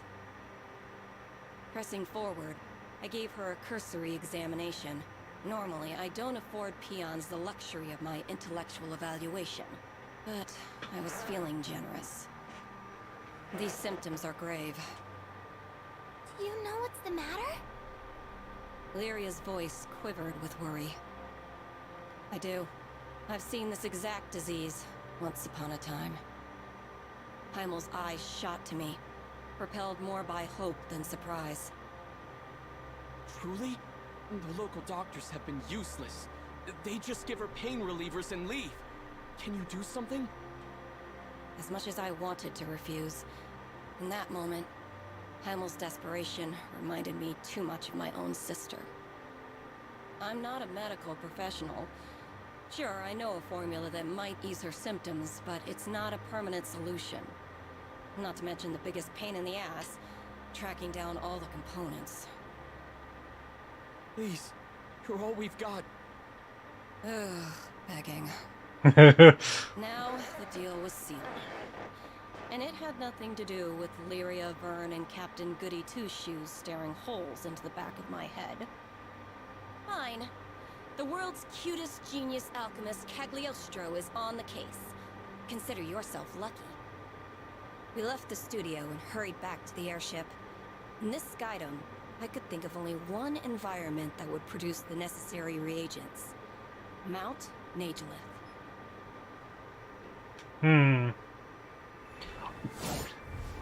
She really just broke, or she really just broke character there because of past stuff. Claims to be the founder of alchemy, she uses transmute implements of murder that foes want no part of. Creates various combos using X and Y. Her Y attack is chargeable for more power. Combo finisher changes based on number of X performed before the finisher. Try to use the best combo for the situation. Perfect. The component should be somewhere around here. We need reagents attuned to water. Let's sweep the area. What is that? Wide open. This might hurt.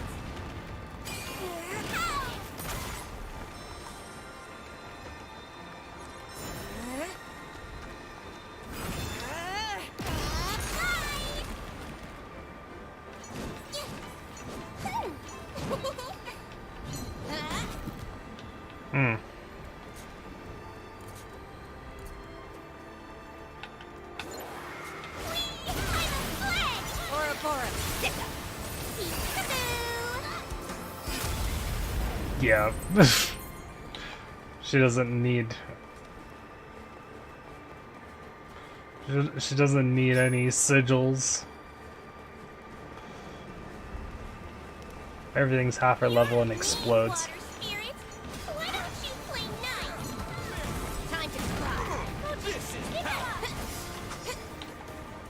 She's very short range. All we have to do is collect this stuff, right? Yep. But we'll need more than that.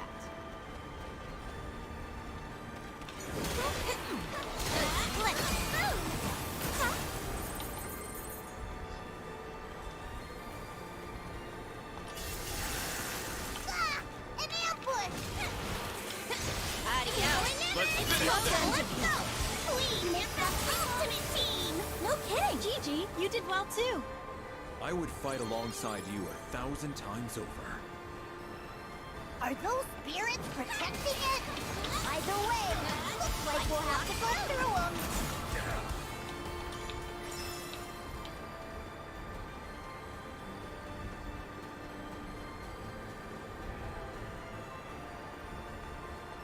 Thanks to being over-leveled, I clear these fates with ease. We have enough mineral components. Next up, we'll need crystallized Saiga tears. Saiga? Those flappy eyeball creatures? I'm picking I up think I what you saw were some putting further up ahead. Wait, but what?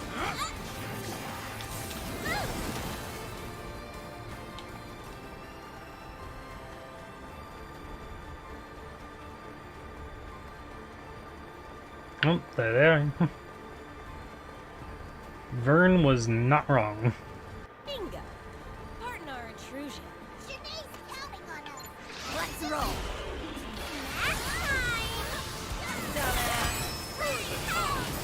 Yoshiko is going to kick some tail! Poor eye monsters! Oh, yes! Bring your tears to us.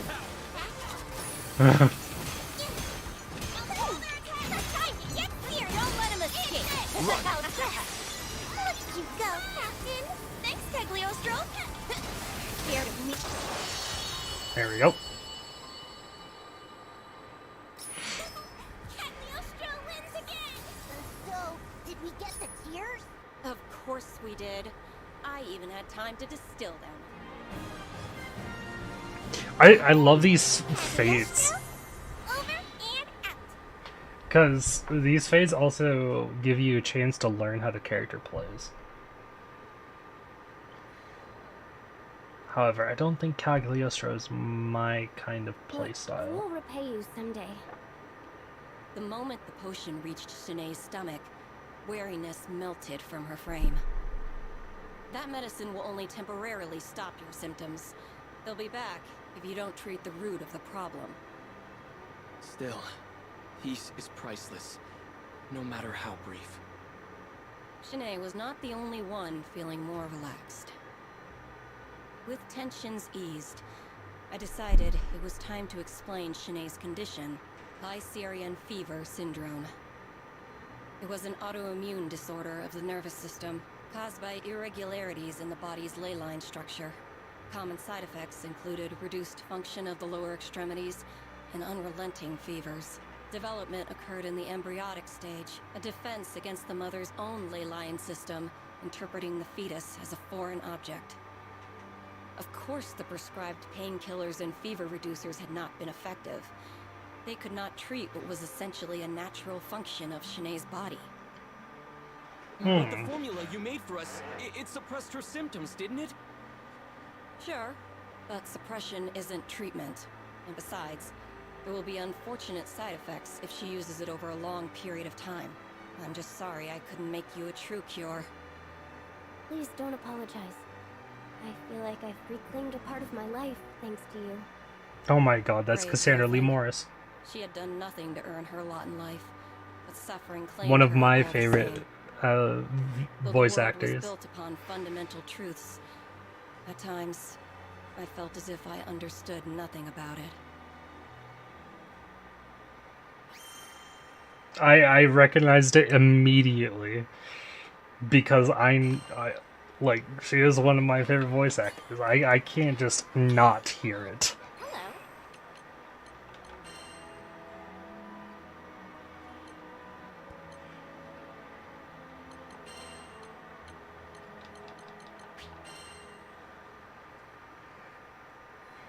A look of loneliness.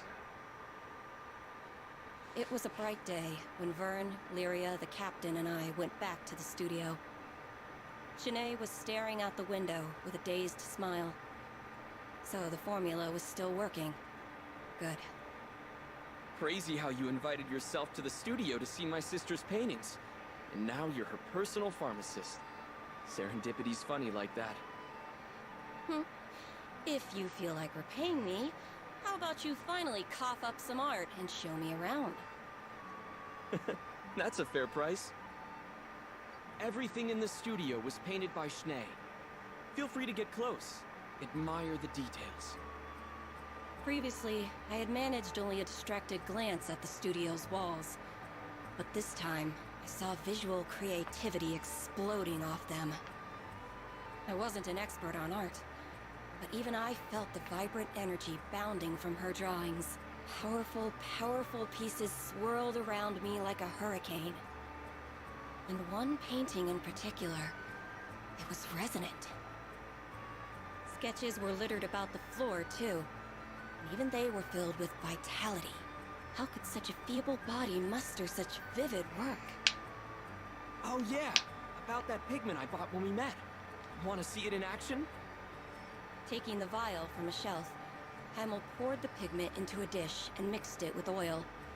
A few swirls later, and the color had transformed in a way that was more chemistry than alchemy. Intriguing.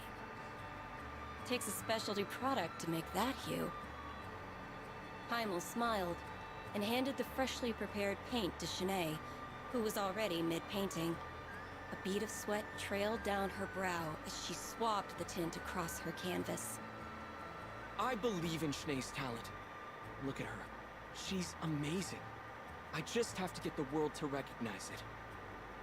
It's nice having a supportive sibling. I meant it. I never know how to read your tone. But, well, her condition made me realize how precious our time together is. Heimel, who clearly had never known abundance, smiled like the richest of merchants. Though Shanae had been left with a raw deal, it was clear her life wasn't without meaning. If only I could go back and tell my own sister, "You were my courage when I was weak."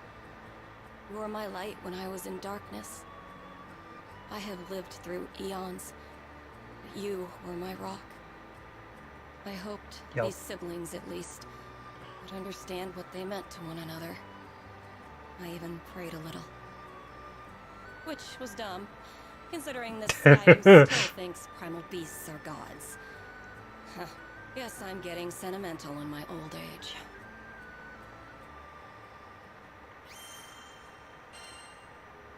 Still, though, it's pretty funny.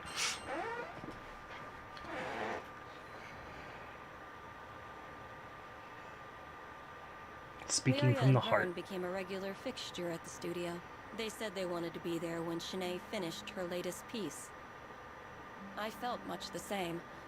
Her pieces were charming, even while portraying the thin line between life and death. Rare to get drama like that outside of a novel. But my true reason for visiting was out of concern, not interest. She was battling an unpredictable disorder, so I wanted to be around should the worst come to pass. Could you stick around for a few? I need to run out and buy a few things. You dare waste my time with your foolish errands? Fine, but at least be quick about it. After Heimel left, Shanae waved me closer to her bed. After all you've done, I don't want to sound ungrateful, but... Her voice quivered. She was plainly troubled. I don't know if I could say this. Wow. Okay, I want my brother to be free. I don't want to bind him any longer. Tears began to gloss her eyes. Without me holding him back, he could find someone and settle down. He has such a kind heart. He needs to share it. If I'm ruining his life, then I would rather not be in it at all. Please No, don't say that. I interrupted her.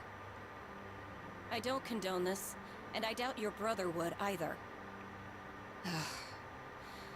Oh boy. If there was ever a time to talk about my past, this was it. Look, I've been in your shoes. There was nothing the village doctors could do, and I was abandoned by damn near all the townsfolk. For the dying, hope was cheap. It was better to look inevitability in the face and maintain some of your dignity. But there was one person who stood beside me. My light. My rock. My sister. She was with me the entire time, keeping me warm in the shadow of death. And in turn, I gave her the comfort of company, not being alone in this world. I continued to detail memories of my sister, over 2,000 years old, hoping that Shanae would get the point. She hung on to every word.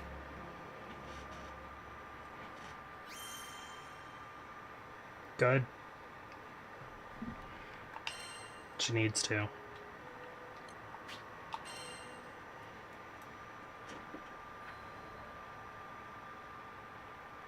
Shanae's wish. When I concluded my story, to my disappointment, Shanae seemed to pick up the wrong message. Uh-oh. How did you get better? Oh, shit. Simple. The curse of genius. I developed an entire school of magic and abandoned my wretched body. I couldn't suppress a proud grin. She nodded along, not quite understanding. I couldn't blame her. Few people had the opportunity to learn the glory of alchemy, especially in these far-flung skydoms. Imagine your body is a jar and your soul is water. I created a fresher, cuter jar and poured my soul into it. You can do that sort of thing? Shanae cupped her mouth in surprise. Don't insult me. There's nothing I can't do. She grew silent as gears began to whir in her head. A few moments later, she stared at me with pleading eyes and spoke. Could you do it for me? Well, that was predictable. But I could relate to her predicament, and that alone made me want to help. If you really want to go through with this, I can make you a jug too. However, You should know. It wasn't going to be simple. Soul swap was messy on an experienced alchemist's psyche, much less a mundane girl's. Nor would I be around to perform maintenance down the line. It could very well be a fast track to the grave. And to inhabit an alchemized body was to stray from the natural order. She would forever be a false life form. Janae had no knowledge of the arcane. She was struggling to grasp these factors. And what's worse, I didn't have the decades needed to explain the details. So I opted for a simpler route, and explained the side effects in more mortal terms. Even For the if your best. memories, knowledge, and personality make the jump, it will never feel the same. Your senses will feel foreign, your fine motor skills will be dulled. In short, goodbye, art. Take, for example, the sky. We each paint it in our own way. One may clumsily blob some white on a blue background, while others might choose a deeper hue or express the clouds with more definite contours.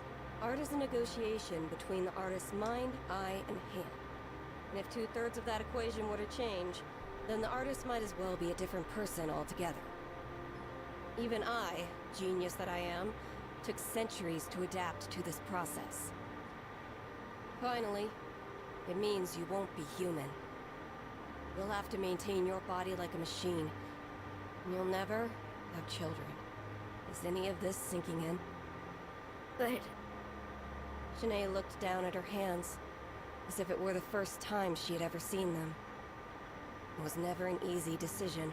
Even my sister begged me not to abandon my mortality, right until I made the hop into a new vessel.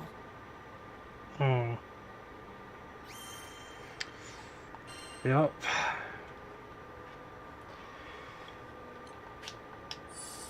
You may be able to live, but doesn't mean everything is great.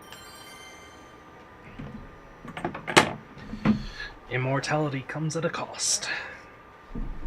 Regardless of the kind of immortality it may be.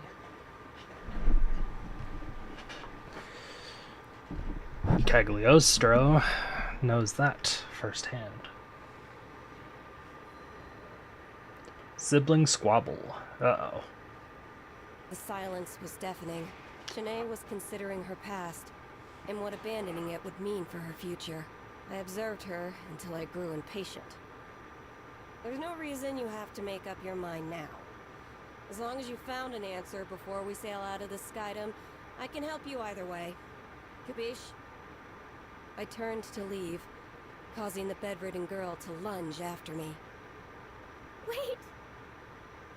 I don't care about losing my art. If it will free Heimel to live his life, then my choice is clear. Her tears were pierced by a genuine smile. She bore the pain of losing her creative soul and the joy of gaining a liberated brother. Even with my infinite understanding of the universe, I could not say which of those emotions was stronger.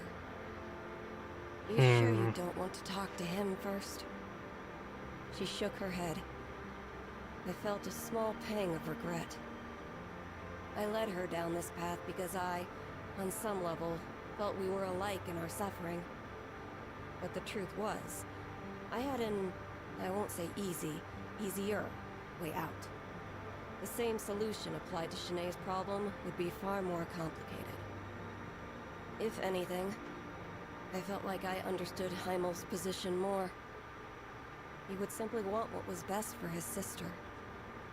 Just like how my own sister had wanted what was best for me. After leaving the studio, I made a list of all the materials the procedure would require. It was going to be a pain in the homunculus to gather everything, so I enlisted the crew to help. I had my sights set on the Pillar of Vayoi. Due to the high concentration of arcane energy, the materials found there made for powerful alchemical reagents. Wait till you see.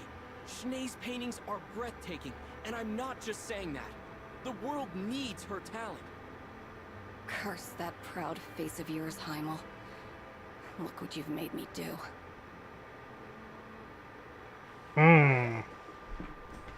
Cagliostro, on the move!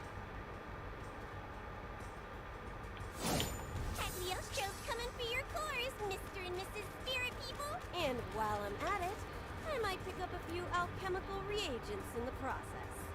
Let's go, gang! This voice actor is really good at nailing the split. This won't help anyone.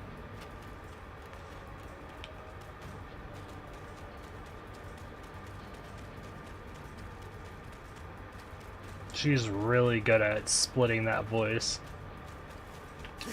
Useless trash.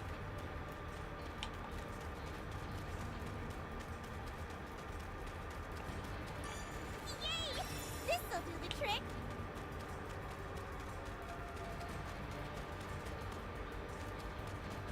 Look at all those spirits! What do you call a group of them anyway? A herd? A flock? I call it target practice. Target practice. Hooray! Finders keepers!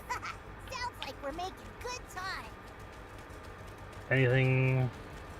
Doesn't look like it. Let me continue on then. There's some red over here. Great. This won't help anyone. Best to check anyway.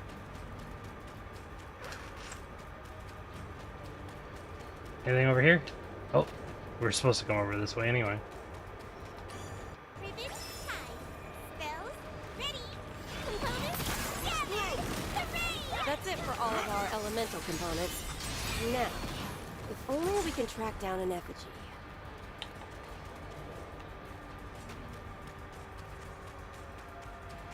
Effigy.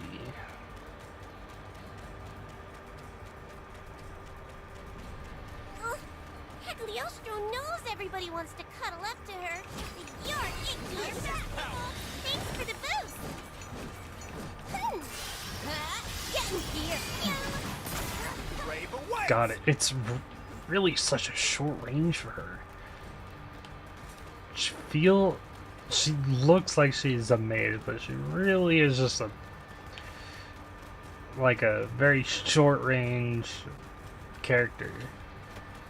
Despite looking like she would be a typical spellcasting mage like Io.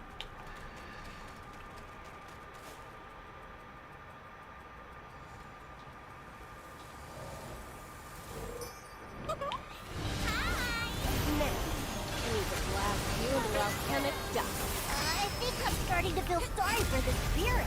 No more ouchie. Back into the fray. Did I do great or what? It's the last one. Get him!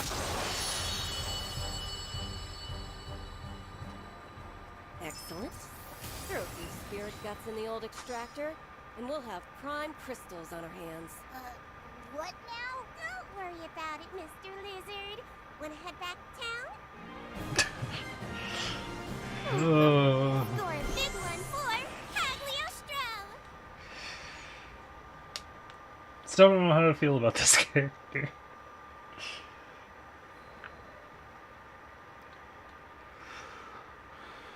When we returned to the studio, Hamel was a flustered whirlwind. Schnee told me everything. Please, we refuse to let you change her body. We were shocked to hear his refusal. Well, Vern and Lyria were. I had been expecting it. I'd like to hear the reason from her mouth. She's the one suffering after all. What right do you have to speak for her? He grimaced. Schnee has dreamed of being a successful artist ever since she was small. Even after the fever started, she's put her entire soul into her art. And finally... In his fervent voice, I could hear how long he'd been supporting his sister, praying for her success. And now, after years of hard work, she'd made it. She had recently been invited to participate in an exclusive exhibit, a privilege apparently afforded to very few. Finally, Schnee will be recognized for her talent. If we throw away her chance now, what will that mean for her future? Or her legacy? I wasn't sure whether he was gritting his teeth or his fists tighter. Schnee's been waiting so long for this. Why add this darkness to her life now? Because you deserve to live your life too, Heimo. Brother and sister stood opposed, on opposite sides of their future. I've never thought of you as a burden. I supported you because I love you. It's a blessing to watch you create. No one doubted his words. More than anything, he wanted Shanae's efforts to bloom into something beautiful. He wanted her future years to remain bright. If her dreams were so close to coming true, he reasoned, why abandon everything now? He had a point. But he'd never been in Shanae's position before. I had. And I knew what needed to happen this time.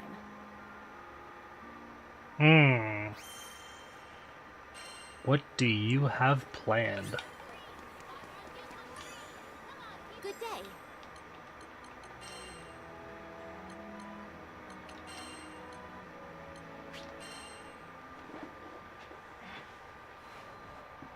Familial bonds.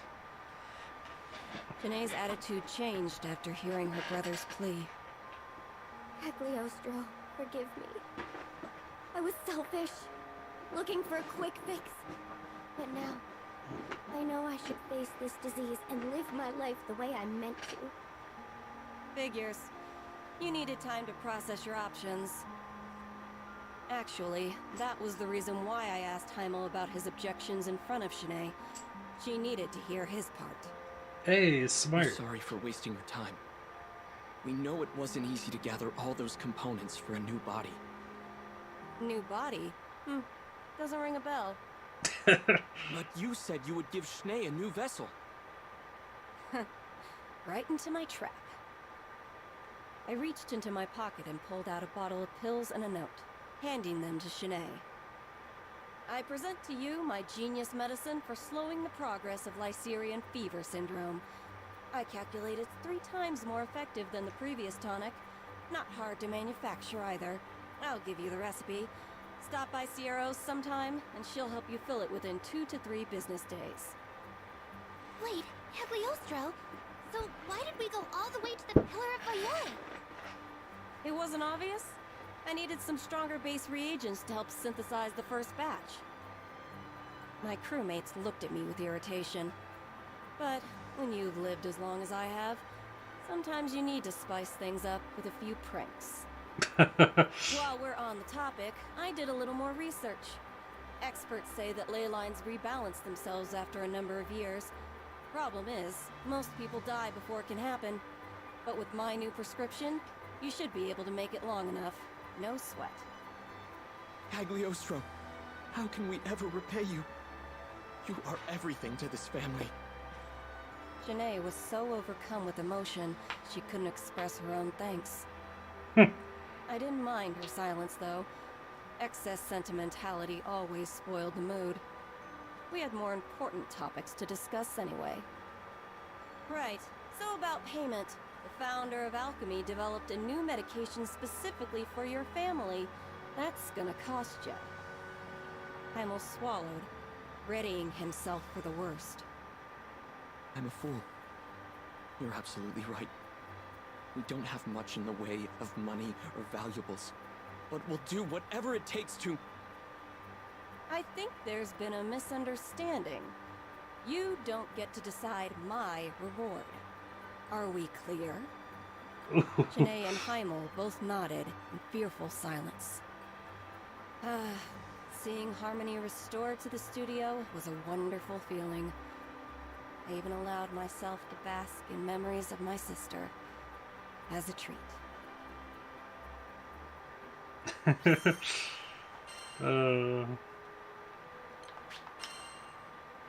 Let's see the ending of this wild ride. You wish you were as cute as a moi. Sometime later, I was visiting Sierra's shop in Folca. You have my payment from Shanae and Heimel? Sure do. It's a big one, so take good care of her. From behind the counter, Sierra pulled out a canvas displaying the world's cutest girl. Oh my god. Fair skin, dewy eyes, and a mischievous smile, all framed by soft golden locks. Utter perfection. Not that I have to explain it to you. Lots of folks have said they'd like to buy this pretty picture. We had to fight off all the amateur art collectors. Of course. Who wouldn't want a portrait of me? Though I was the only one worthy of owning such a masterpiece. I was surprised to hear you knew Lady Shanae. Must be a fancy lady, being a master and all. Wait, master? Indeedy. Youngest artist declared a master in a good long while. She's really made a name for herself in the market. Here, just got this piece in today. I had seen it before. It filled me with a resonant vitality, just as it had in that cozy little studio. But now it was accompanied by a price tag of a whopping 5 million rupees. Holy crap. I think I'll add this one to my collection. In all my years of filling vessels with spirits, I had never procured an object with as much soul as Shanae's painting. I had to have it. Are you sure? That's my biggest budget breaker. I laughed. A few million rupees for a miracle? Chump change. Unbeknownst to Sierra Carte, I got away with the steal.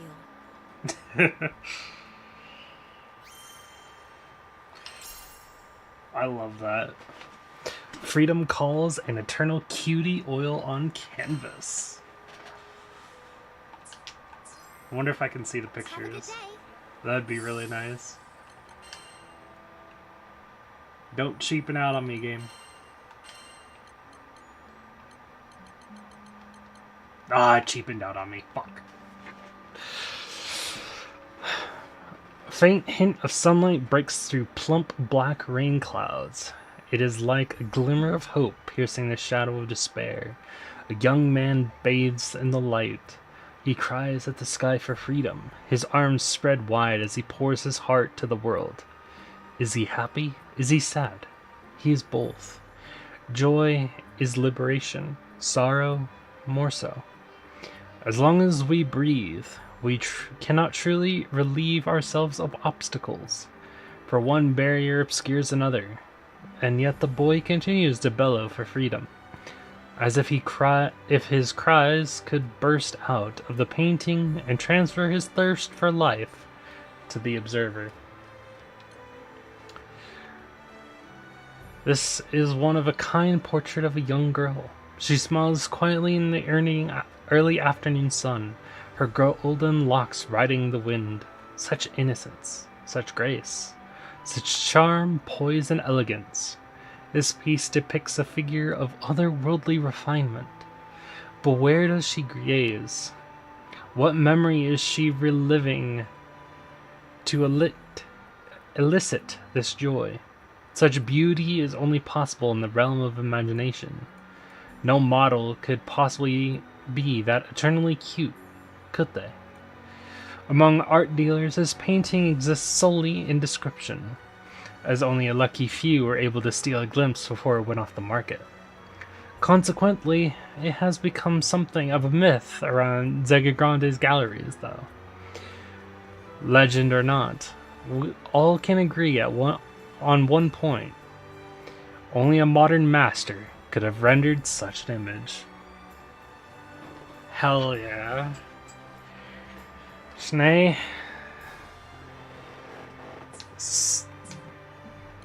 I'm glad Shanae has done so well. Disease was discovered.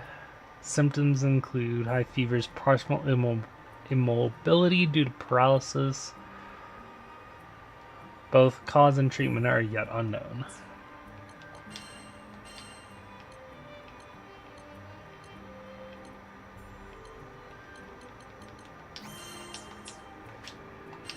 Hell yeah, it's another fate to be completed.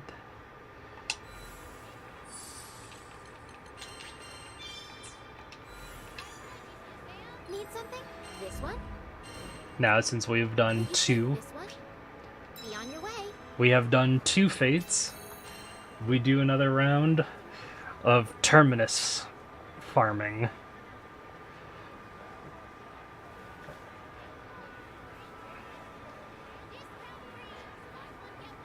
but maybe I'll do more than one this time.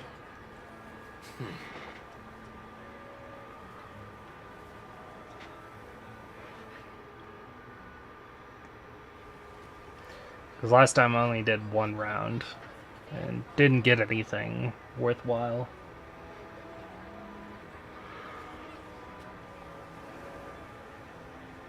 Now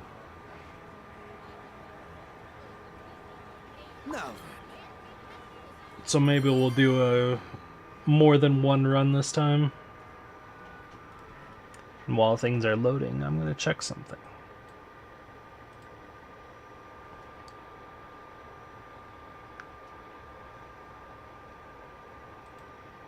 Yeah. I am done checking the thing.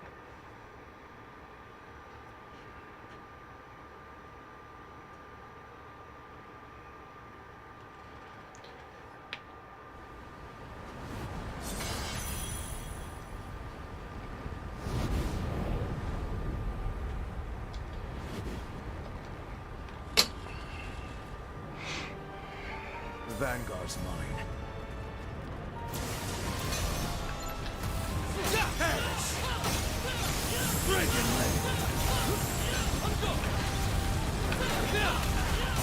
Make sure you heal up. Is that a Your Darha?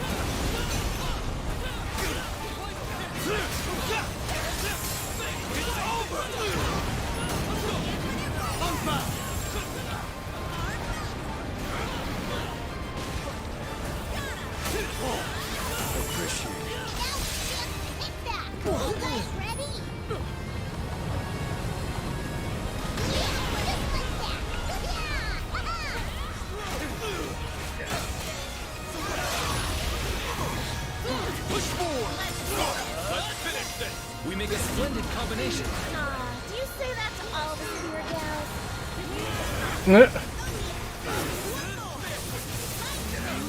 Say that to all the spear gals.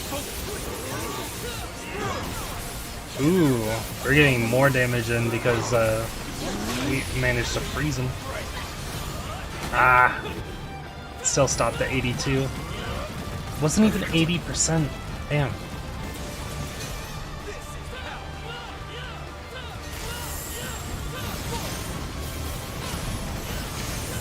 Come on, your job's over there.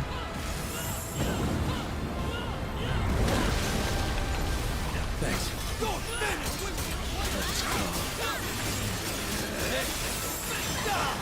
You're wide open. I'll do it. Time. End. Return to time. Sure. You are. It's over. Bring it.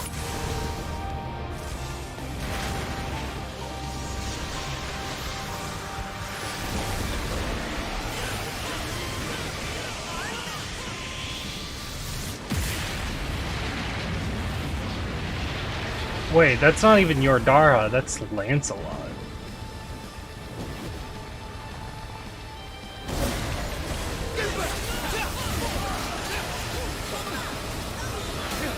Compose yourself. Forward. I'll handle. Understood. This crew is something else. Yeah, shall never couldn't have gone better. Upheld by fangs of gleaming ice. Honor will prevent.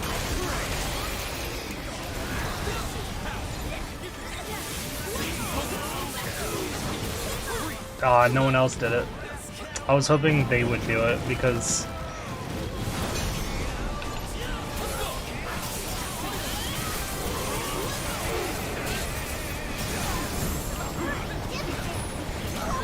I have a chance of just fumbling my timing because of me switching forms.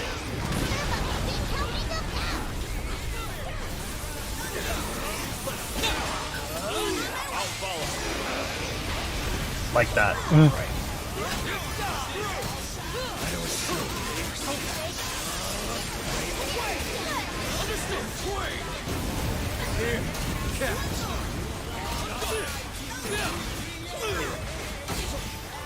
Let's end this.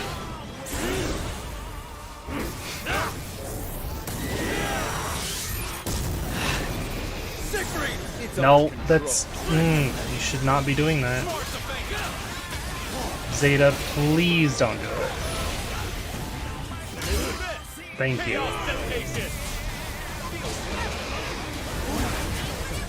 Keep it up.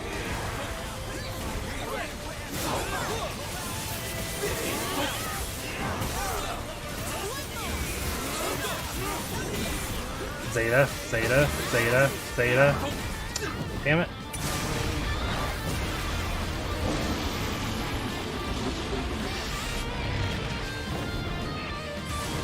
Zeta was too slow.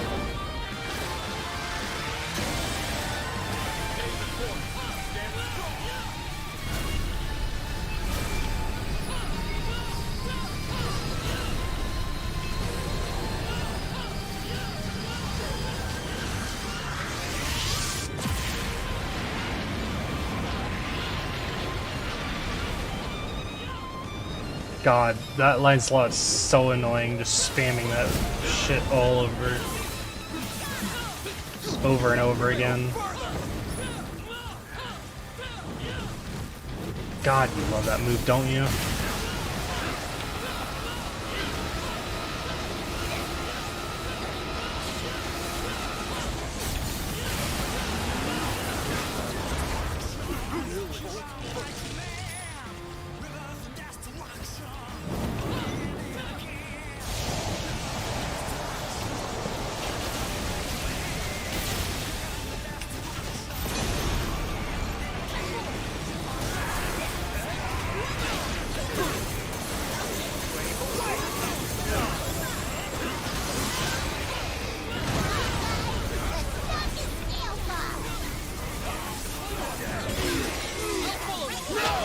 Link time.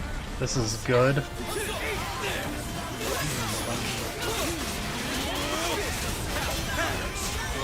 Perfect timing for me because I can just spam the god mode.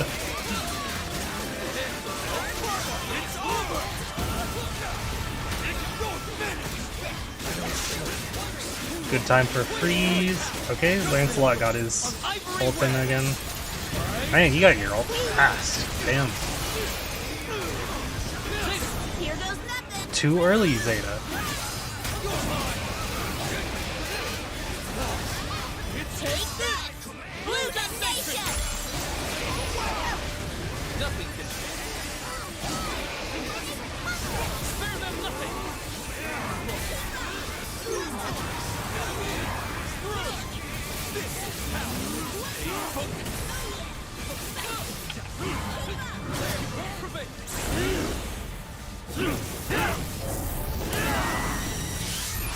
My reaction speed is too slow for me to wait until he starts getting up.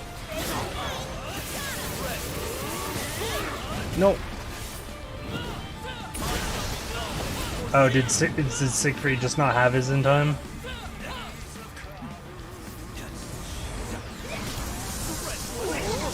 That's possible. Or we both try to hit him at the same time and he lost his burst. Because that's happened to me before.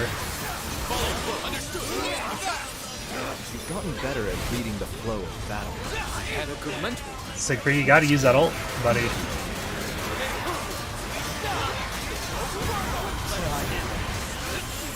Thank you. I gotta use this to slow him down. Lancelot, if you have a freeze in you, now's the time.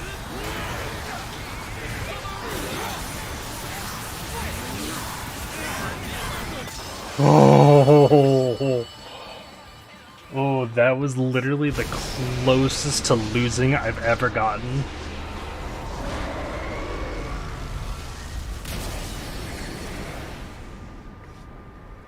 That was awesome. You were awesome. You've all got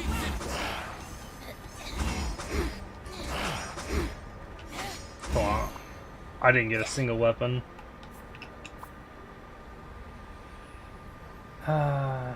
Oh well. Let's take a load off. Are you kidding me, Lancelot? It's already too late. Time's already up. There's no point.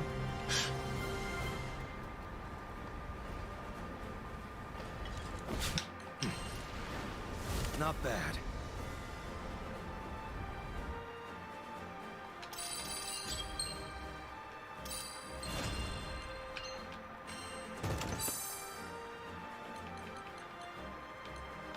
I don't think I get any plus sigils from this. Oh, I guess I do. It's just not one I want.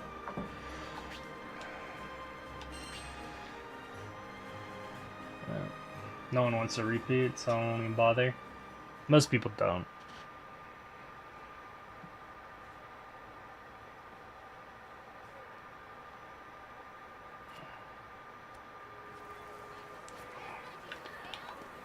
Let's go again. Need something? This one? Will you take this one? Best of luck. I want to do this a few times. Because I want another weapon. I've gotten 5 weapons off stream, but none of them are characters that I fucking play. Ah, that really hurts my soul. And that's not just a play on my name.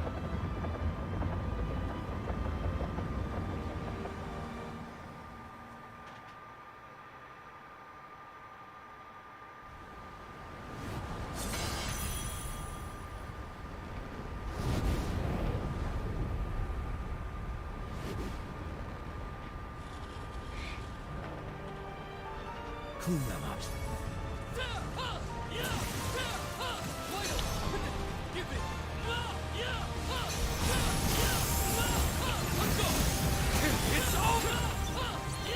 It's another fucking Lancelot that's doing this shit. You know, fucking pick a side.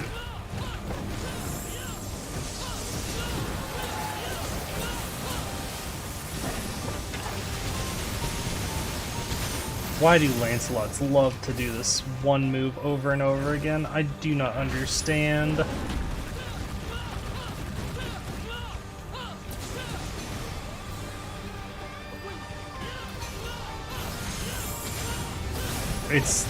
It's like so annoying to listen to, I'll be honest. That was a fearsome blow. Could also be possible that it's because I've heard it twice in a row. I do not care if I'm burning.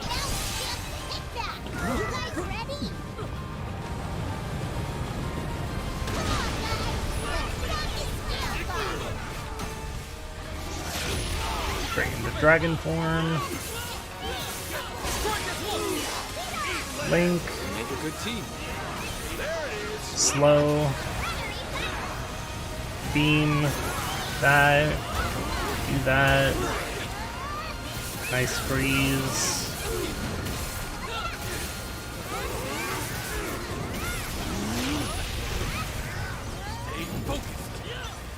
I get God mode, but I don't get to use it against the dragon.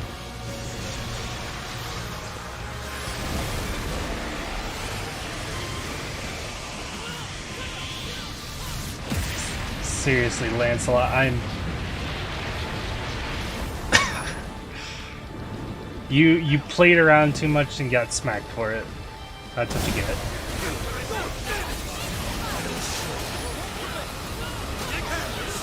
Ah, I lost my God mode because fucking dragon breath. staggered me. Yeah, we did that. Ah, that one missed. Or I failed at fucking dodging that.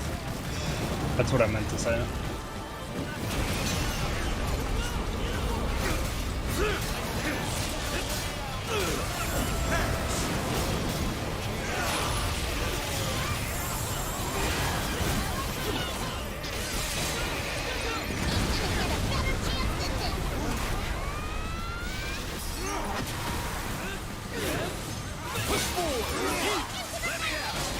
Well done. Appreciate you. We'll make them say their prayer. Finding the best part to attack is so difficult. Is this the exact same fucking Lancelot? My turn. God damn it, these people don't know how to do it right.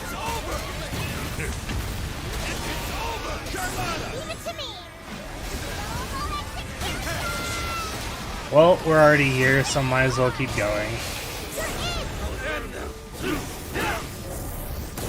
No reason to hold it. They've already done it. At least we'll get a full burst out of this.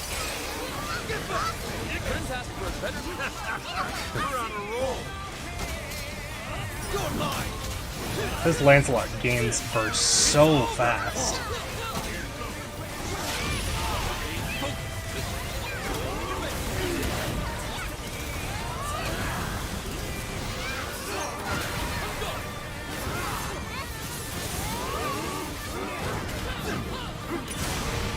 %.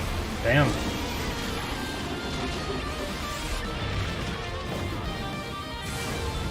Eugen is actually gaining more burst than fucking Lancelot. Never mind.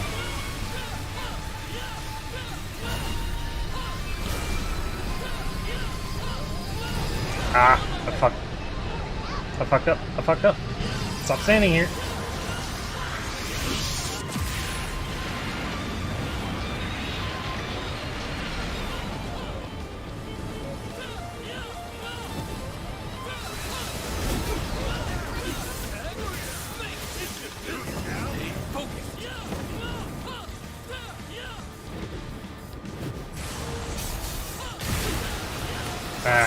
Did start over here, but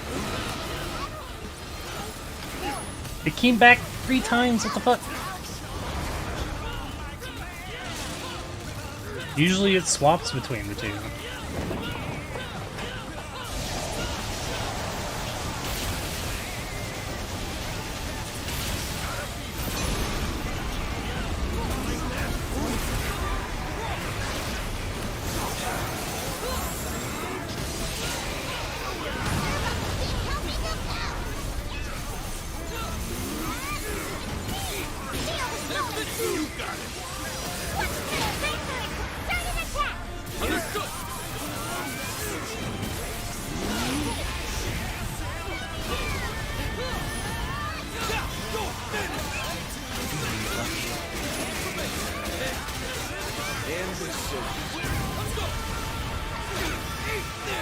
Depending on what happens, this might actually be the kill. The fun is getting started. Nope.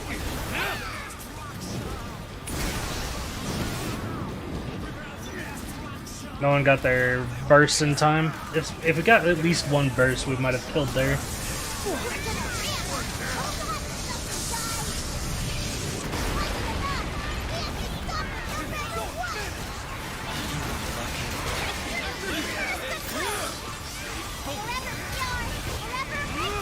Now is the time to fulfill our oaths and prove our valor.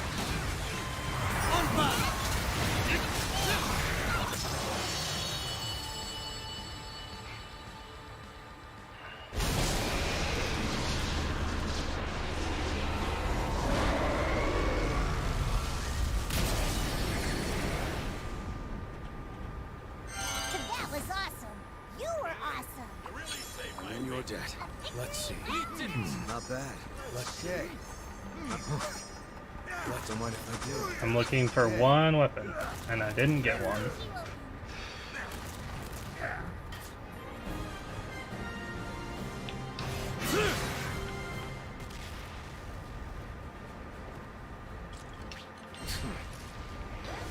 done. Oh, it'll be too soon if I see another Lancelot.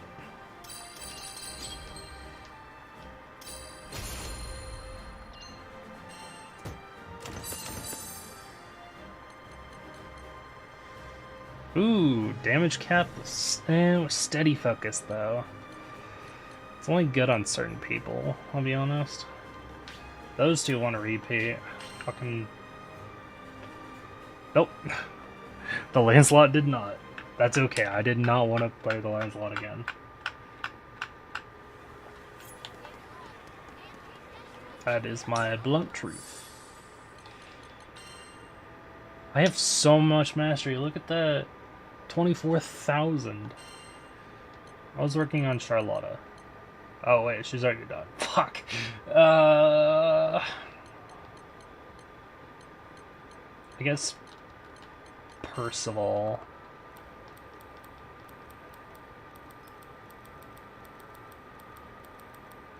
We could probably finish both. We could probably finish his entire tree, I'll be honest. Then we can see how much it costs. Well, to max out acceptable. One of these characters so we can learn.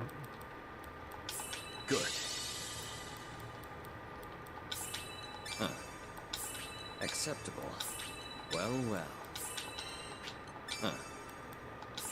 You shall see why I am the Lord of Flames. Good. Huh. Acceptable. That was almost 20k. Almost.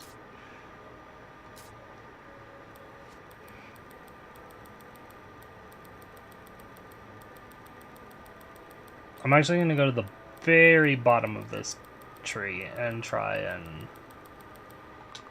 Yep.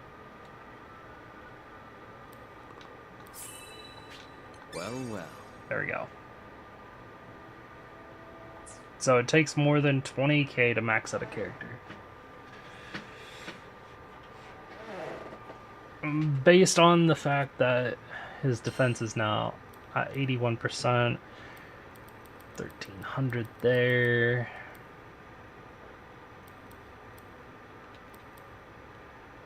$2K. Probably $3K there.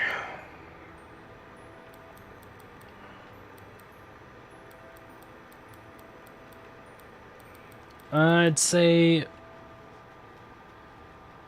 very close to about 30k is one entire, like an entire 100%. So, for example, Rockham. It would take me 40k or roundabout of about 40k probably to max out both these trees.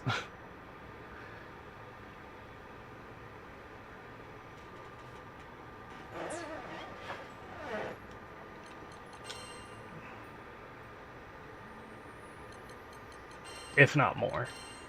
Maybe 40 to 50k is a better roundabout.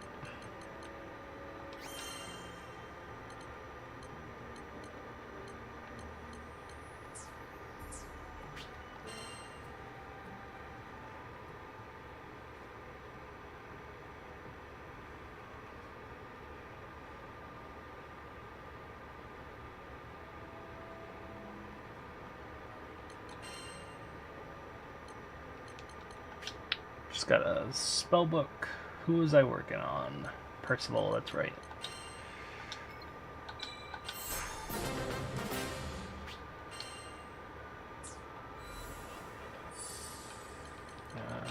Save. Just so I don't have to do all that again. Need something? This one? What do you say? Be on your way. We're gonna do it again. Because I want one weapon before we continue Fates again. And hopefully we can get another weapon. Hopefully it's for a character that I'm actually bothering to play. But if not, oh well. Try to keep up.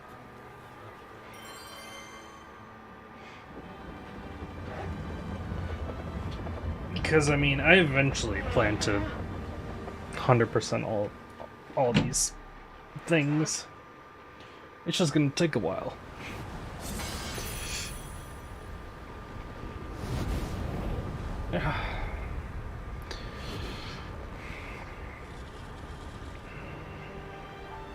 I'll end this in 90 seconds.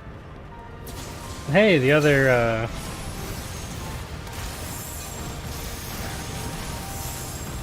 id has their weapon fully awakened too. I don't have to worry about that side. Jesus. Come on, give me something.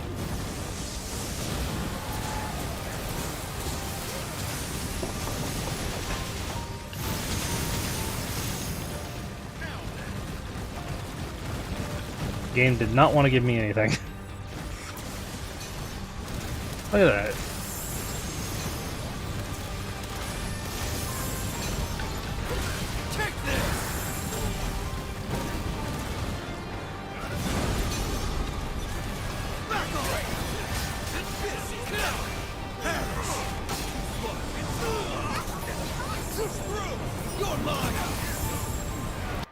I did not care that I was on fire.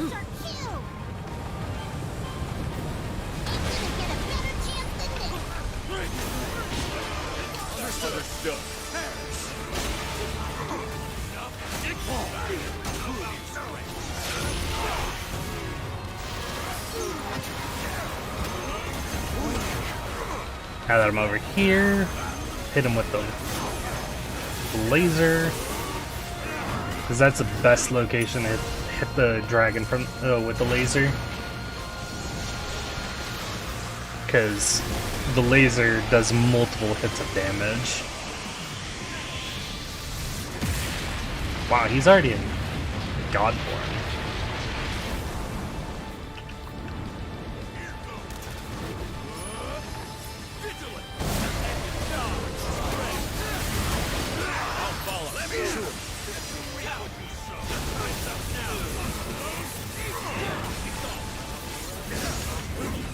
Ooh, I dodged it this time. I don't think that actually does anything.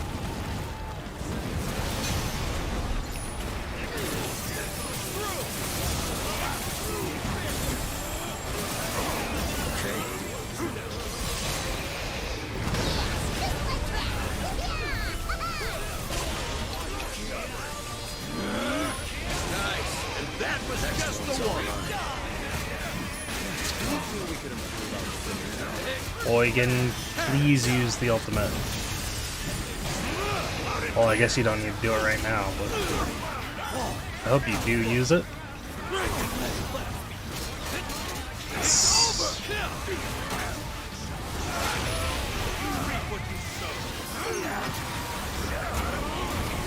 We're actually keeping him down a lot longer than I thought he would stay down.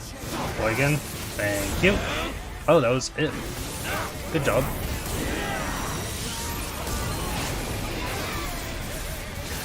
No one hit it. Thank you.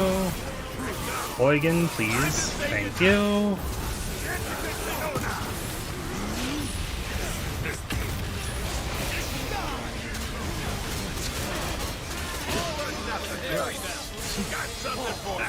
Perfect timing. Ah, I was way too late.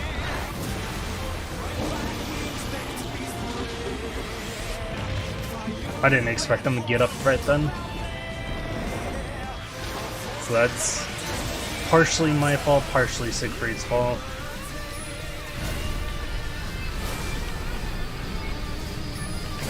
Look at you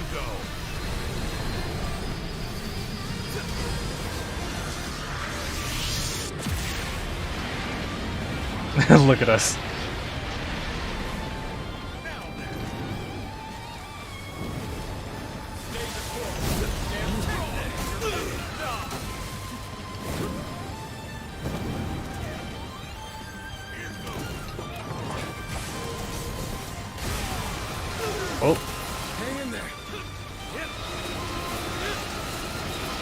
was way too early.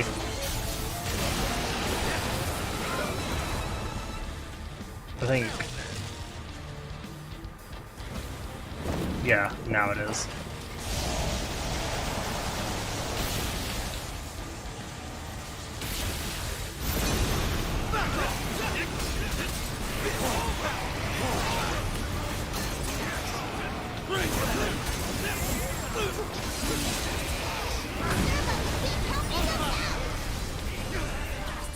Adult formation.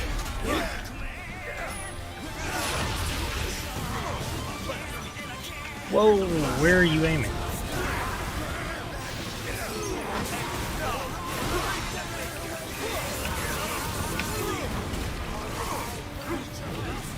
Okay, Siegfried didn't do it again. Were you hoping that I would, Siegfried? Because I was hoping you would.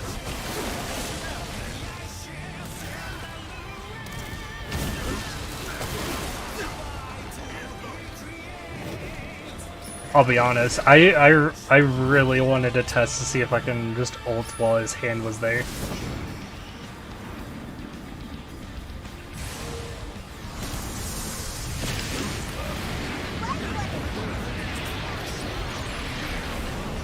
I made a mistake, but thankfully Guts got my back.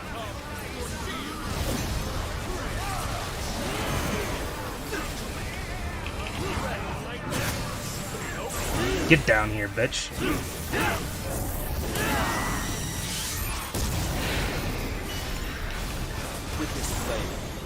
No, Siegfried. So that's what you were waiting for. You were waiting to be... Oh. I guess we get a full burst here. If it decides to use it. Yep. Guess that's fine, but we might struggle against the final bit.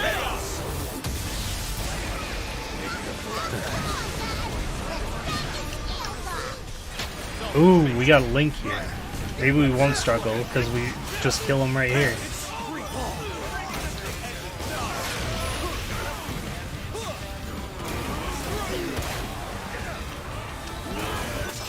There we go.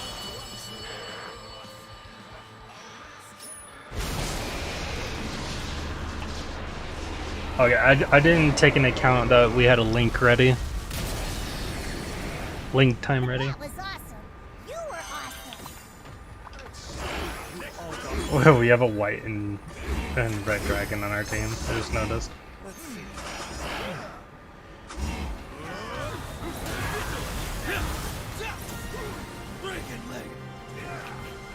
You're mine.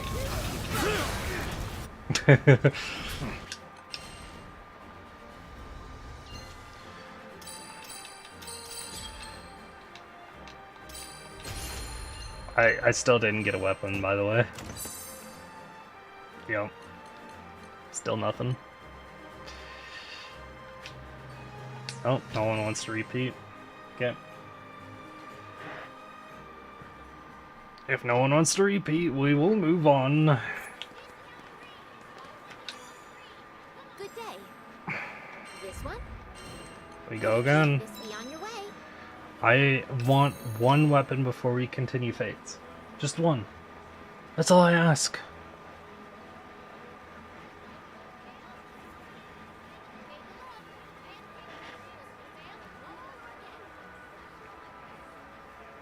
Okay. Fuck off. That's not how that works. That's just the server's not working.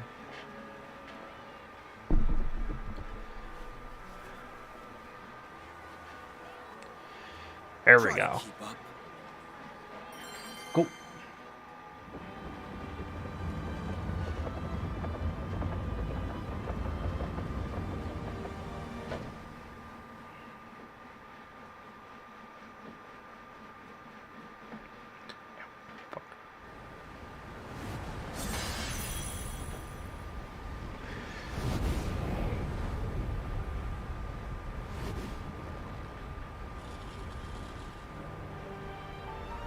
clean them up.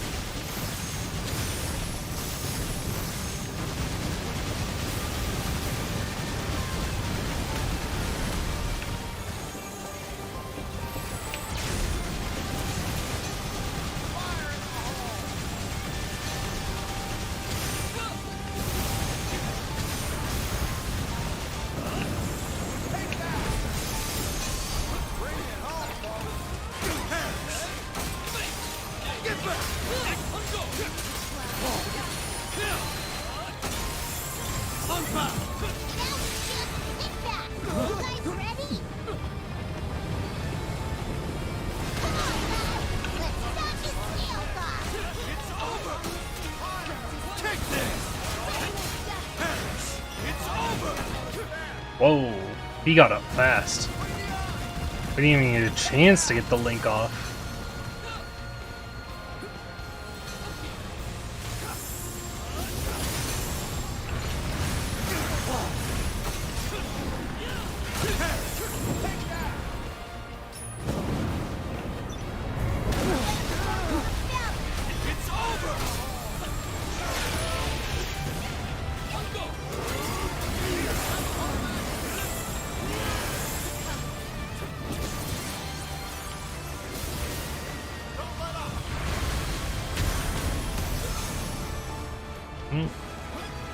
Don't get that phase very often.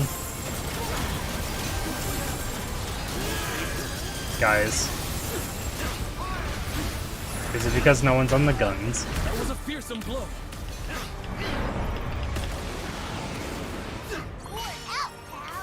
It's because no one was on the guns. That's what it was.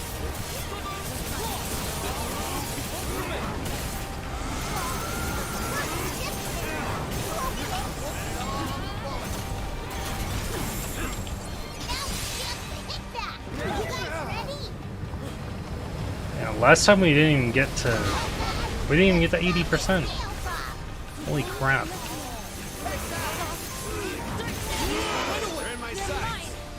can handle another, surely? You're right. Let's make him Understood. Focus out. Lucky. Try Okay, there we go. That time we got him below 80. We only did 10%? Holy crap.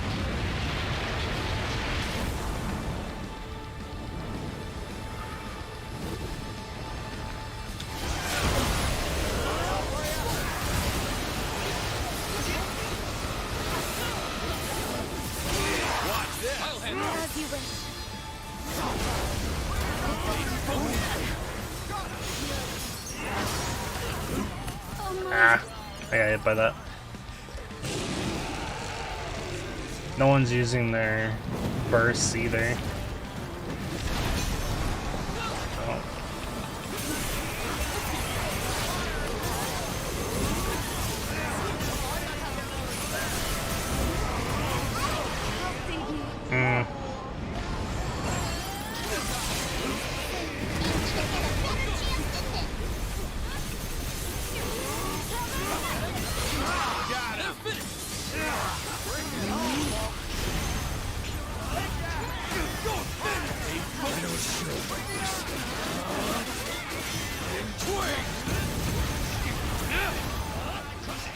Stop targeting that piece. God, the targeting for this dragon is horrid.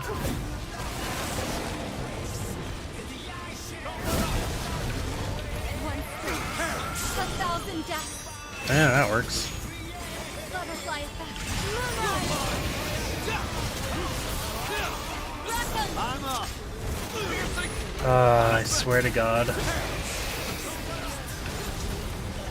Right behind. Yep, there it is. So these guys don't know the strat either.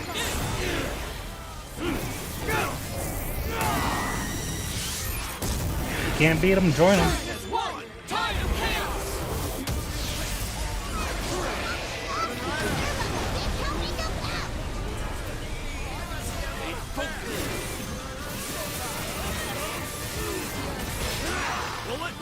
At least we'll get link time during this.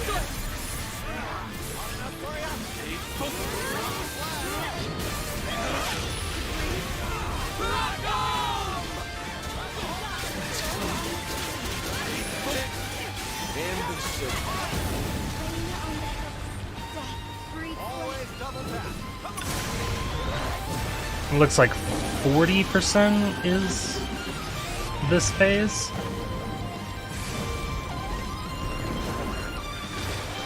That's fine. Hopefully these people know how to do this.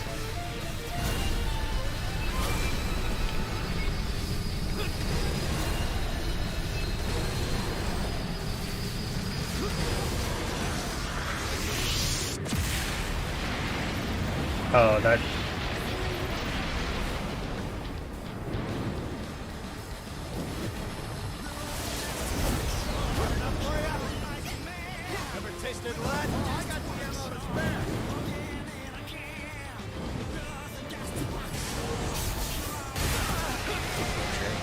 Ah. You should worry about yourself, Maya. Nice move. Spot on. Come on. Where's the... There it is.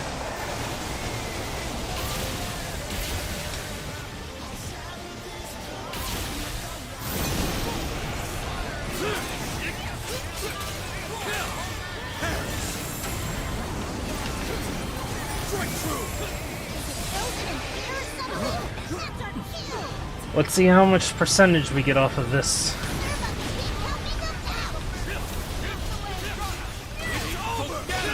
Sorry, not sorry. Understood. Full agreement.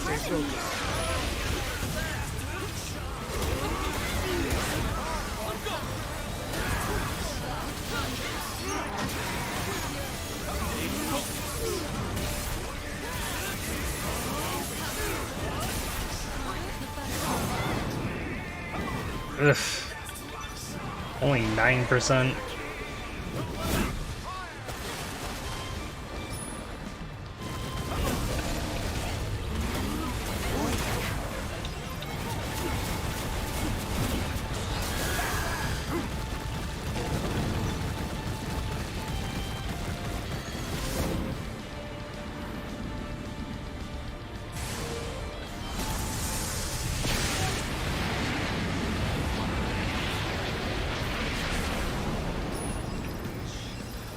He comes back, probably shoots a laser.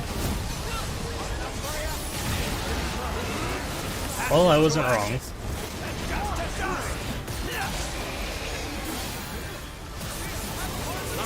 They won't get away. All is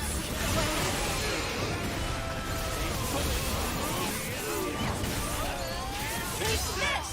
Work detonation! There's the spot I wanted. Do what we can.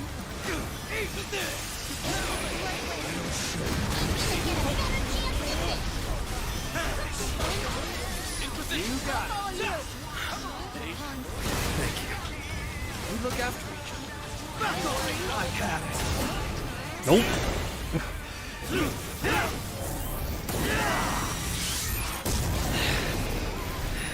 Please hold it, Lancelot. You didn't even use it. Lancelot. Fuck's sake.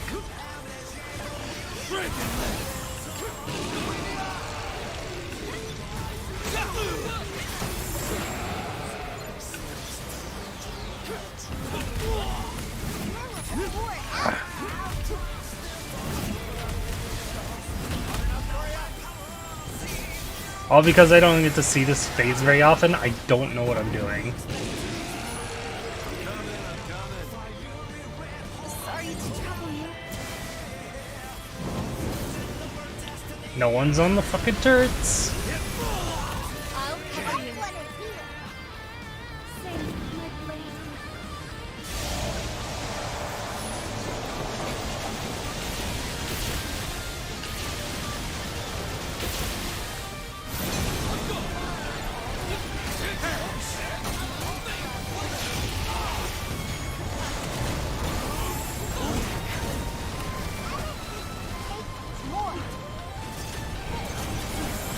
There we go.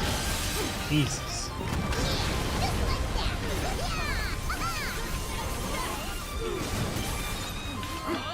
That phase did not last.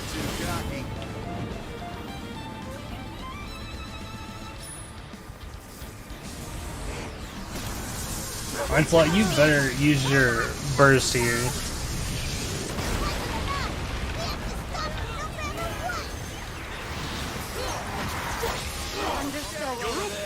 You are a natural.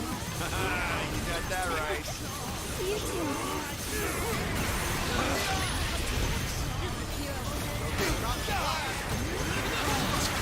You face the fight of the Thank God.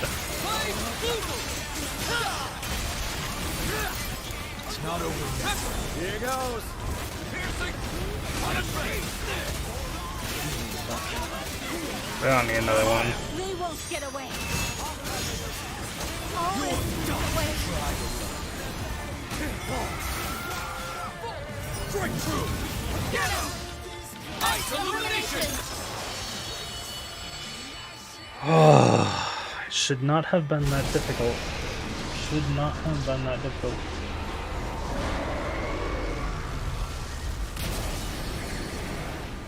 That was awesome.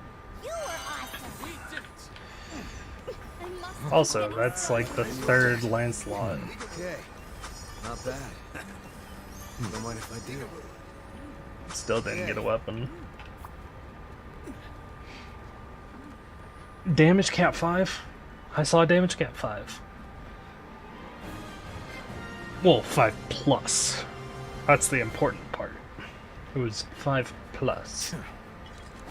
Good work. You won this day. Oh, ow.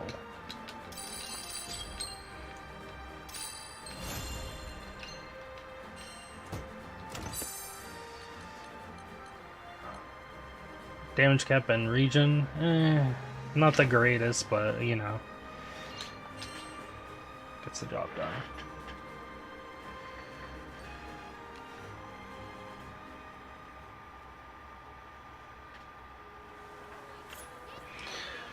I can only do one fight so often before. Need something? So we're going to. Maybe Zeta. We'll check out Zeta's fate next. Crimson Contractor. When people ask me why I joined the society, I always give them the same answers.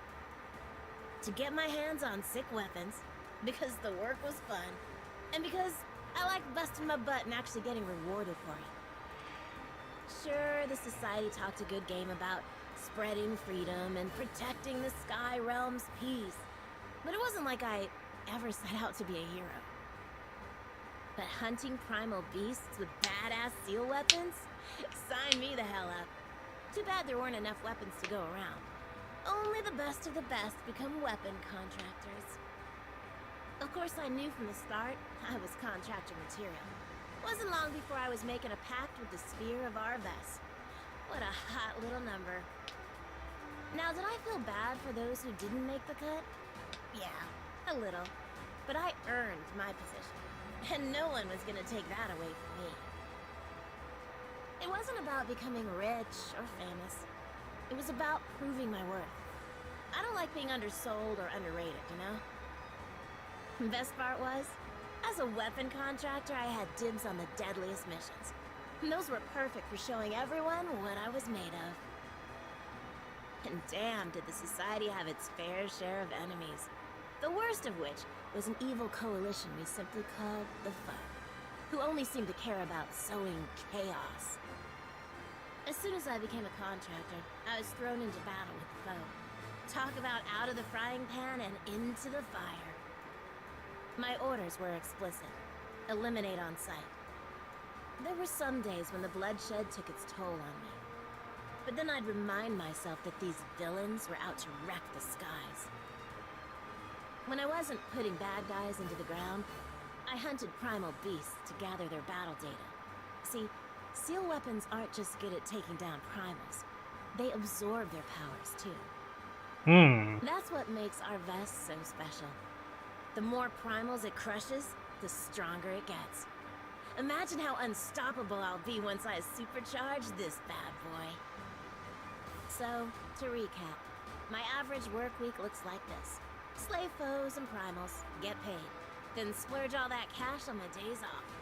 Look, if you're gonna work hard, you might as well play hard, right? Not wrong. I think Zeta's is going to be my last Fate episode for today. We'll save some more for another stream, because it's been 7 hours, and I also didn't get a Terminus weapon, so I can't really do anything without a Terminus weapon that I want to build. I used to lead a group of knights. It was all fun and games, until the local lord tried to adopt me as his daughter. I never cared for social status, and I sure as hell didn't want to be tied down by expectations. My life, my reins.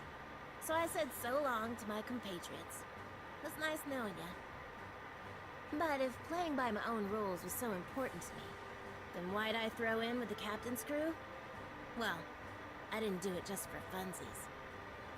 My master plan was to have the crew members join the society too, which would have bought me a ton of brownie points with the higher-ups.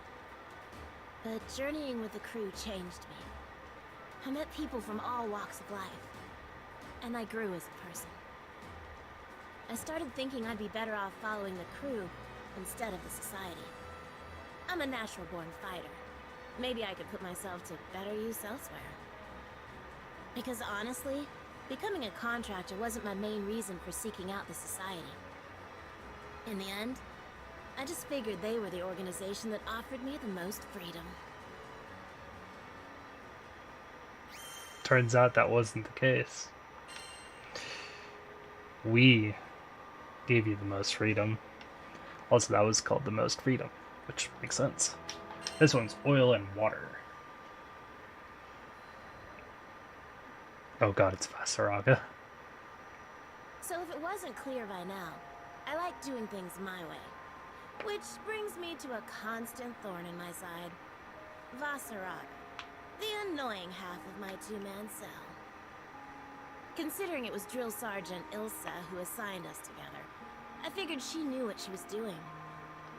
Yeah, no. Vasaraga and I gelled like oil and water. Did Ilsa really expect us to have good team chemistry? I think sticking him with me was an attempt to keep him from going off the deep end. Only later did I find out he'd been through some pretty traumatic events in his life. It scarred him, both physically and emotionally. Maybe that's why he can be borderline suicidal whenever someone else's life is at stake. Don't get me wrong. I'm all for helping people. I'm just saying it's 100% possible to play hero without throwing your life away.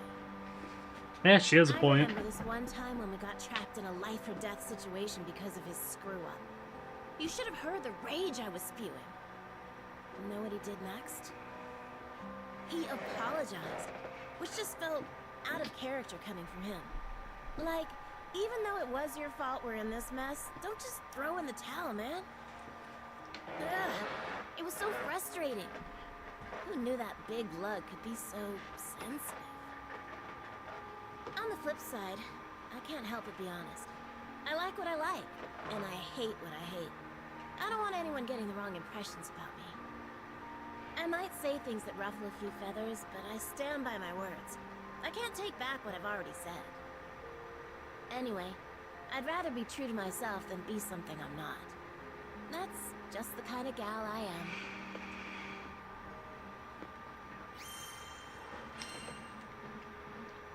Now I'm interested in Basaraga, but that's gonna have to save that for next time.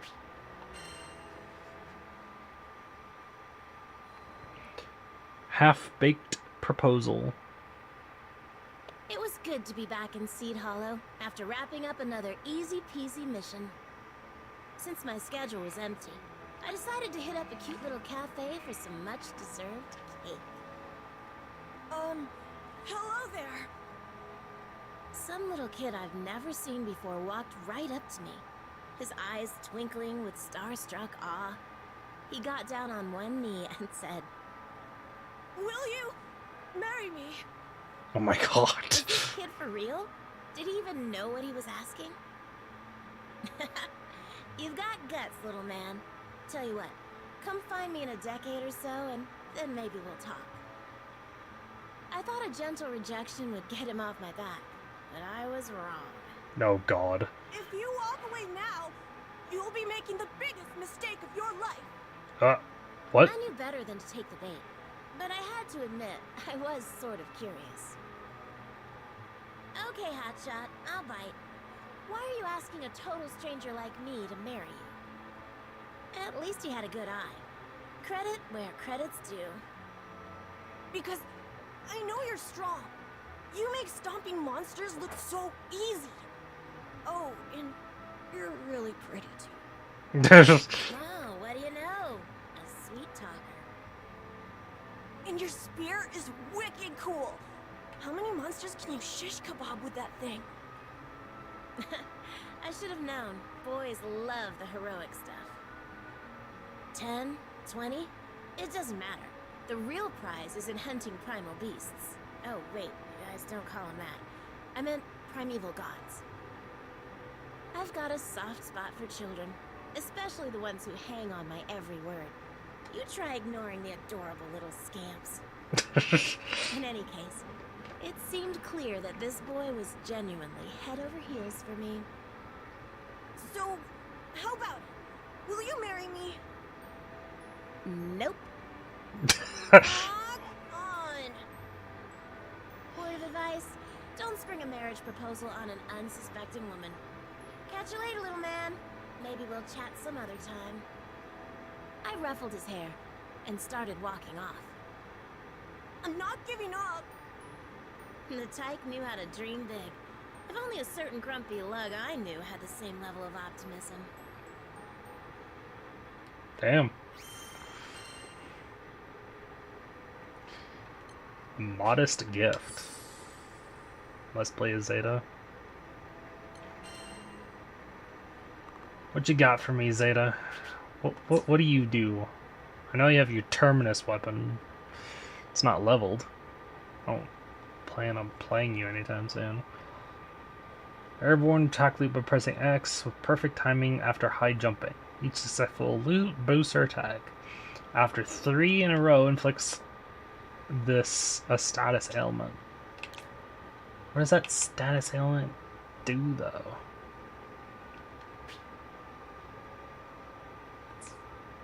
Oh.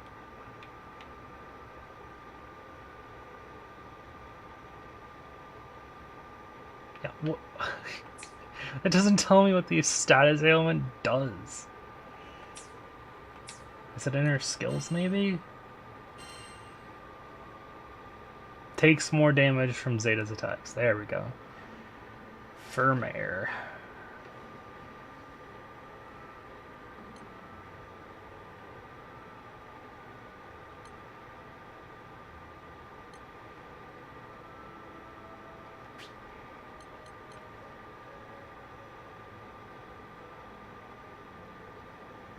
I like that.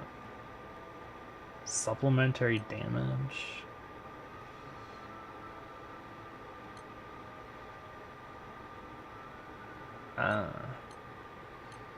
So we're gonna do this, and instead of this, we'll do supplementary damage.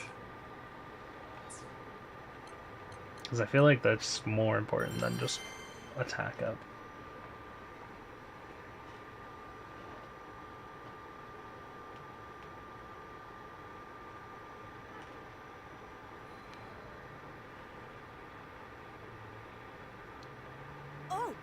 Hi, Azeda.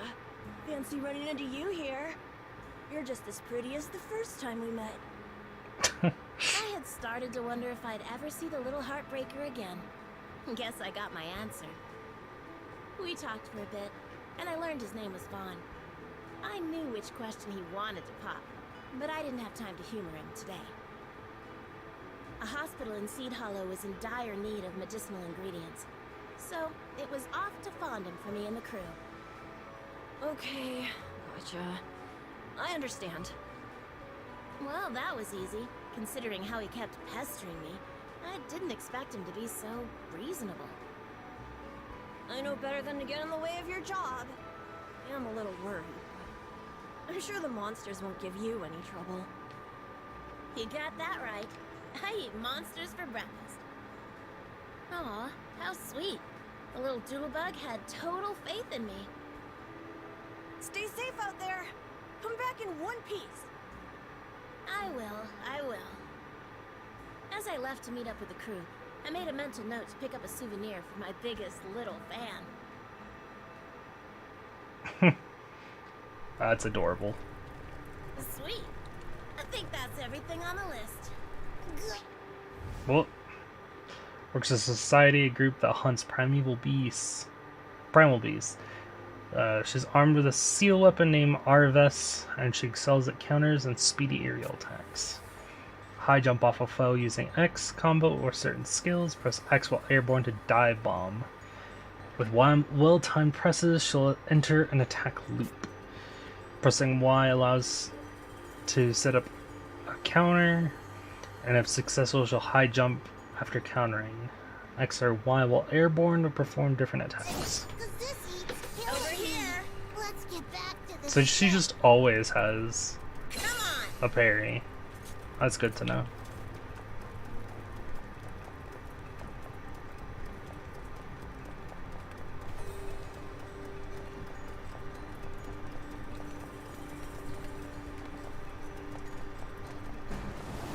What the? Holy!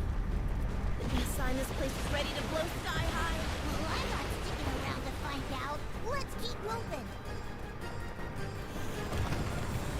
Being boiled alive is bad enough. Now I gotta deal with wyverns? Over here. I think the ground's sinking into the magma. What? Screw these flying lizards! Where's the exit? Ow, hot! Can't go that way. Just grab ingredients, they said. It'll be easy, they said. This bites. Ah! Fire spirits! I'm sorry I ever set foot in this oven. Oh, no, no.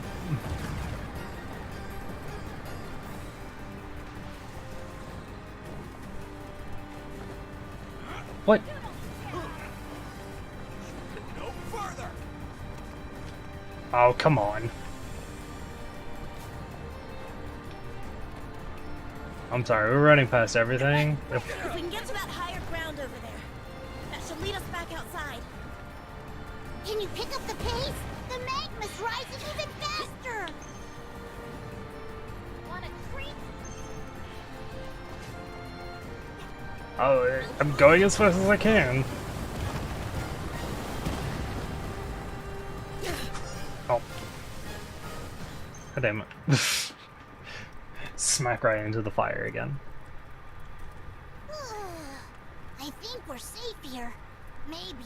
Man, I really worked up a sweat. At least we didn't lose anyone. Grand Cypher's just up ahead. Come on! Ah, the giant hole. Time to go fight the boss. Oh, it's a golem. Oh, thank goodness it's just this. I was worried for nothing. Also, this thing's gonna die with so fast. Thanks for making a gallop. Say your prayers. Hey, what's this? A piece of rock from the golem? I like the way it glitters. Might make a neat souvenir for a certain someone I know. Bet Bet you're glad I'm on your side.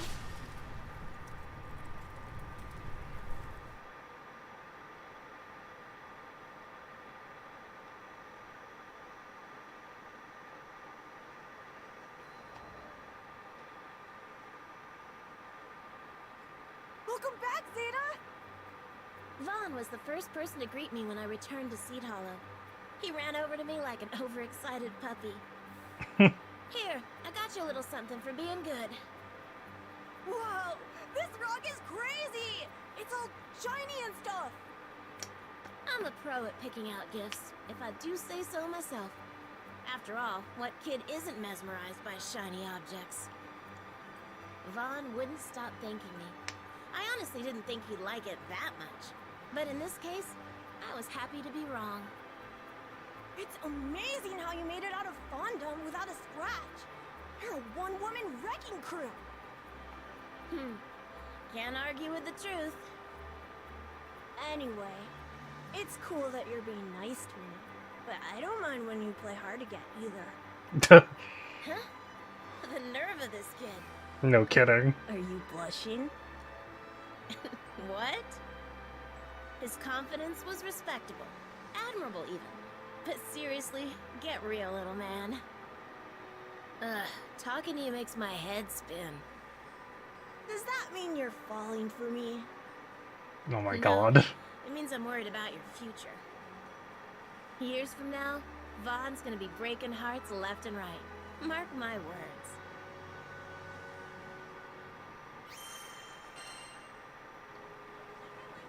It's gonna be a crazy day when that happens. Remember when you said a decade? The only thing I can think of is him coming back to ask you to marry him again. Picnic for two. Hey there, Zeta! So glad I caught you again. How did he always know when I was in Seed Hollow? He was clueless to his clinginess, and it was testing my patience. Are you free today? I was thinking we could go on a picnic. I mulled it over for a bit. A picnic didn't sound half bad. It was a nice day, after all. Oh no. Is this a bad time? His puppy dog eyes bore into my soul. How could I say no to that? Kids just have this way of triggering your protective instincts. Not to mention they can be terrifyingly perceptive. You know what? The weather's great today. So, count me in. His face lit up with joy, and I turned to my next important decision. What to have for lunch. I didn't have to think too hard about that. When it came to picnics, sandwiches were the only way to go. This must be the lad I've heard so much about. A few days earlier, I was in the ship's lounge telling the captain about Vaughn, when Vasaraga happened to walk in. So he ended up learning about the kid, too. He listened without saying much. Never was the talkative type, anyway. Hi, mister. I'm Vaughn. I half expected Vaughn to cower from Vasaraga, but instead the boy dropped a friendly hello. Maybe he had a strict upbringing. Call me Vasaraga. Vasaraga looked at me, then at Vaughn, then back at me again. What did he want? So that's how it is. Here, Zeta. Take these. So that's how it To is? the bag he Uh-oh. gave me and did a double take. It was stuffed with fruit sandwiches. These come highly recommended by Vern, Lyria, and the captain. You should split them with Vaughn. For the both of us. Huh. Call me crazy, but it almost sounded like he went out of his way to buy these for us. I Uh-oh. rummaged through the goods and caught sight of one sandwich stuffed with melon slices and another with peaches. Nice. Those are my favorites. Hey, great pickups, Vasaraga. Can't wait to scarf these down. Go for it. Cha-ching! Jackpot! Vaughn and I said our goodbyes to Vasaraga, and we found an open bench in a park just outside the city. You look really happy. Are you a big fruit fan? I was jamming an ungodly amalgamation of fruit, bread, and whipped cream into my face. I think that counts as a yes. Yeah, more Probably. or less. I like anything as long as it's tasty. Ah, that's good to know. Oh god. There was no chance in hell Vasaraga picked out these cute sandwiches all by himself. Absolutely none. Someone in the crew must have tagged along. The thought of him stomping through the aisles of a shop filled with cupcakes and cookies drew a chuckle out of me. So, are you in Oh my god. an item? Are you an item? Gross. Is that what it looks like to you? Look, he's just my coworker. I'm kind of stuck with him. Uh-huh. Oh He my opened his mouth as if he had more to say. But I guess he changed his mind. We ended up having a fascinating chat about bugs instead. How interesting. You know, this is not how I expected her Fate series to go. Facing facts. Oh my god. Good afternoon, Zeta. It's always nice to see you. It was another gorgeous day. Vaughn came bounding over to see me for like, what, the 100th time? Or maybe even millionth? Jesus. I wanted to give you something to say thanks for the souvenir you got me. I hope you like it. He held out a beautifully wrapped box, its sides emblazoned with the logo of a world-class bakery. I didn't know what to say. Kids ought to be spending their lunch money on cheap snacks, not fancy pants pastries. Are you sure you want me to have this? How could you even afford this with pocket change? Don't you know it's discourteous to appraise the worth of one's gift? How do you know big words like that? Papa told me. Jesus. Oh, great. Don't tell me he got his family involved. I wanted to show you how much I care, so I saved up my allowance. Zero Carte helped me pick a shop that's popular with girls. Oh my god. Vaughn stared at the ground as I spoke, stealing an occasional glance at me to gauge my reaction. He had put his Everyone's feelings out there the only way in he on knew this. how, and it was all coming to a head. In a situation like this, I had to be firm yet considerate. I could never live with myself if I trampled over his heart, even if I didn't mean to. I thought for sure you'd like it. I guess I was wrong. He kicked at the dirt, still unwilling to meet my gaze. Wow. As if I didn't feel guilty enough already. What are you talking about? This is an awesome gift.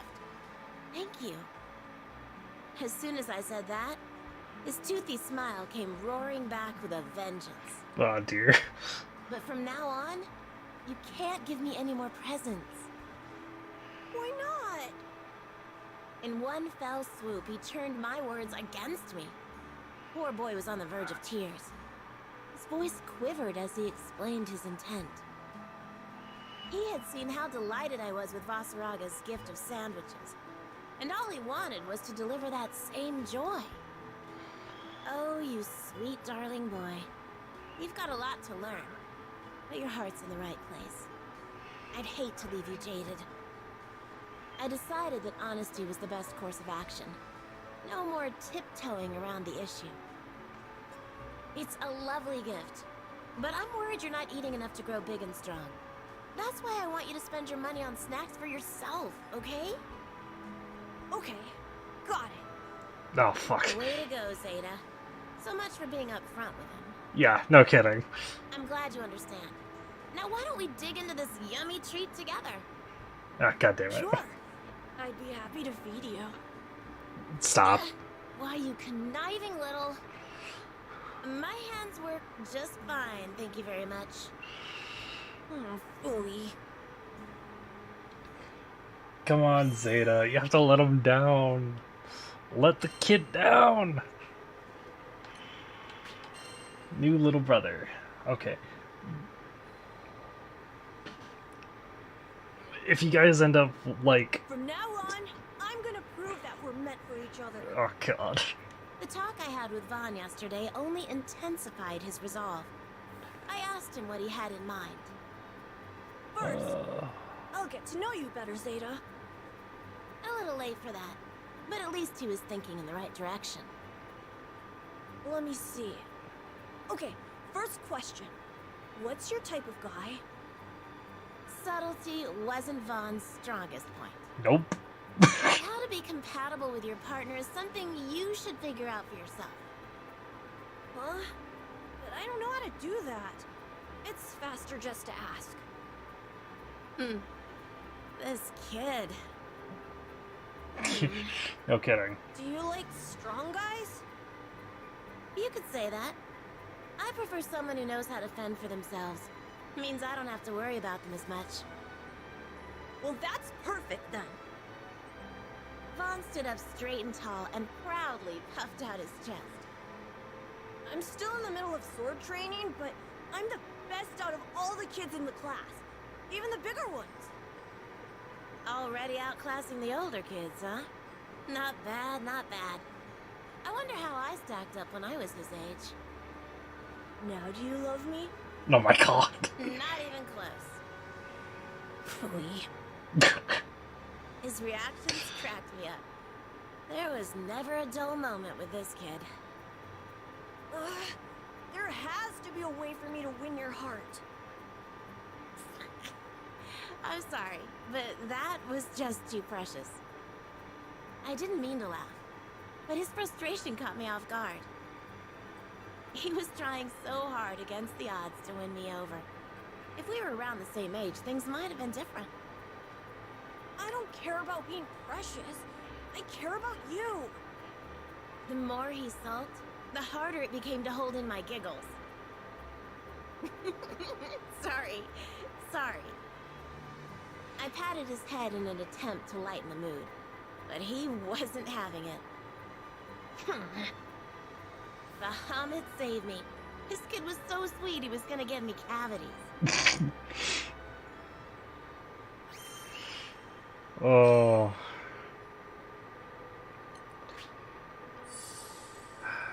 Oh, just pure Zeta. Okay.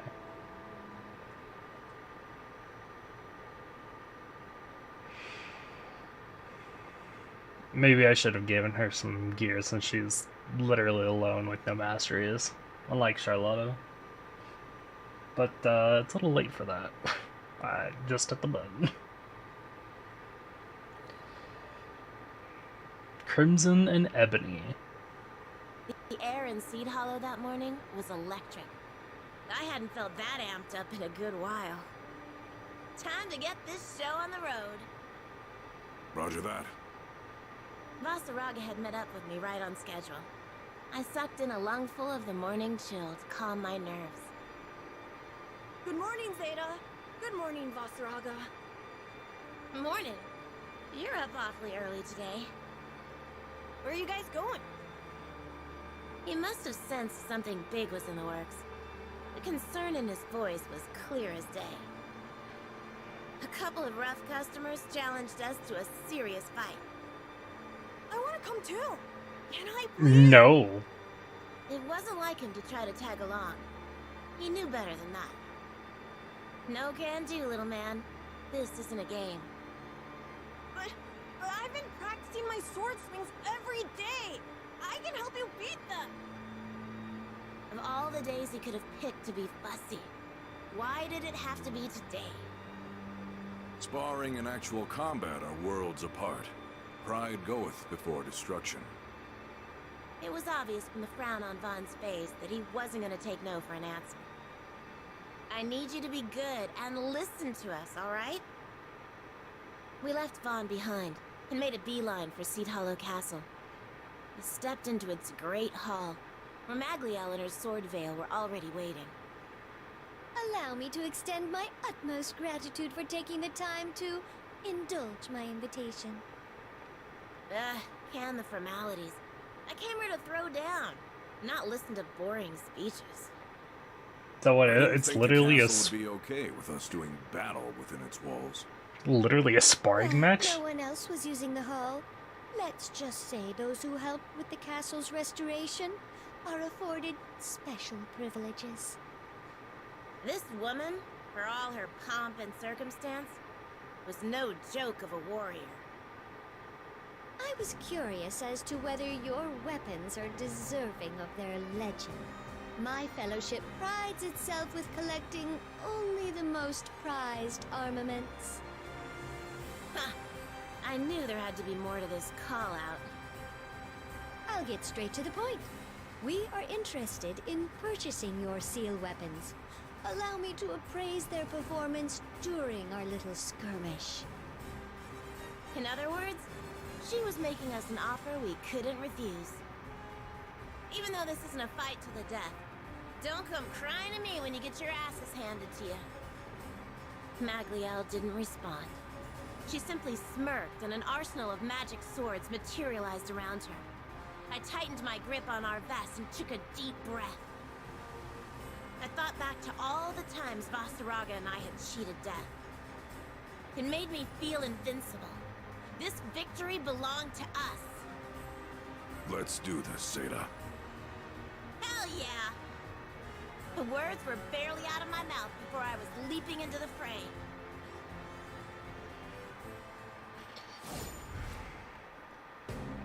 Oh, Vasaraga's here too. That's cool. Glorious guests we have. Wonder if it's my Vasaraga. Did they, or did they take? No, it's just a guest. First dance. Say what you will about her, but she's got plenty of stuff. Don't get distracted. She's no ordinary foe.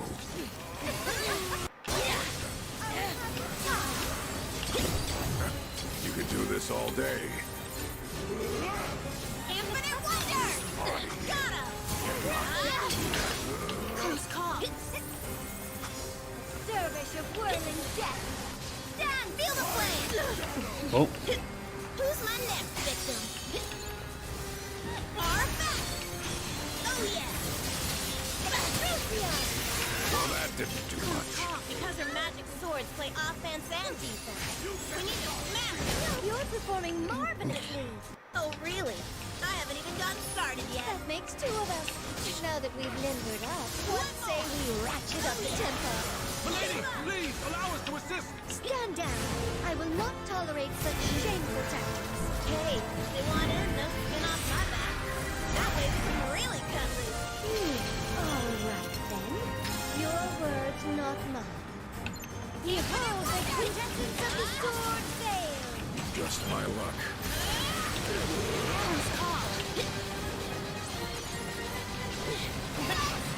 Oh, fuck. Rested from demons. Ah. Carved by divinity. Odysseus! Sharpened by legend. Dive Infinite Wonder! Ah. There we go. The stage is set for the big bang. Come on. Come on! Good. Beat them back. Skyfarer girls are amazing! Hold on, Bob. What are you doing here? I'm sorry. I couldn't stop worrying about you. Maybe time for the curtain to fall. So, you're starting to feel it too, huh? I'm not. Are you two ready to throw in the towel? Let us go! If you want to test me, then let's go! Hook, line, and sinker. Yo, this situation is offensive, to say the least. Everyone, make sure no harm comes to the boy. Yes, Billy. You cannot fear. For life. If only I could have held out a bit longer. Ah, fuck. Wrong button. Prayers go unanswered for the Mandy's androids. Ah. Embraces heroes with innocent mercy. And as all epic sagas must end, so do you.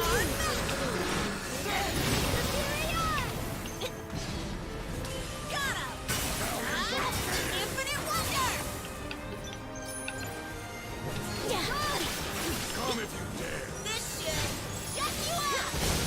I forgot that's really close range.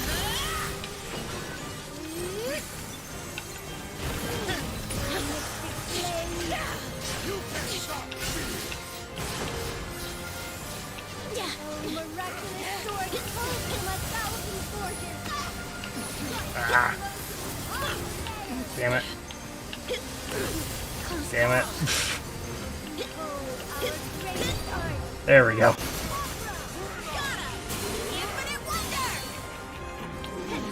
All right then.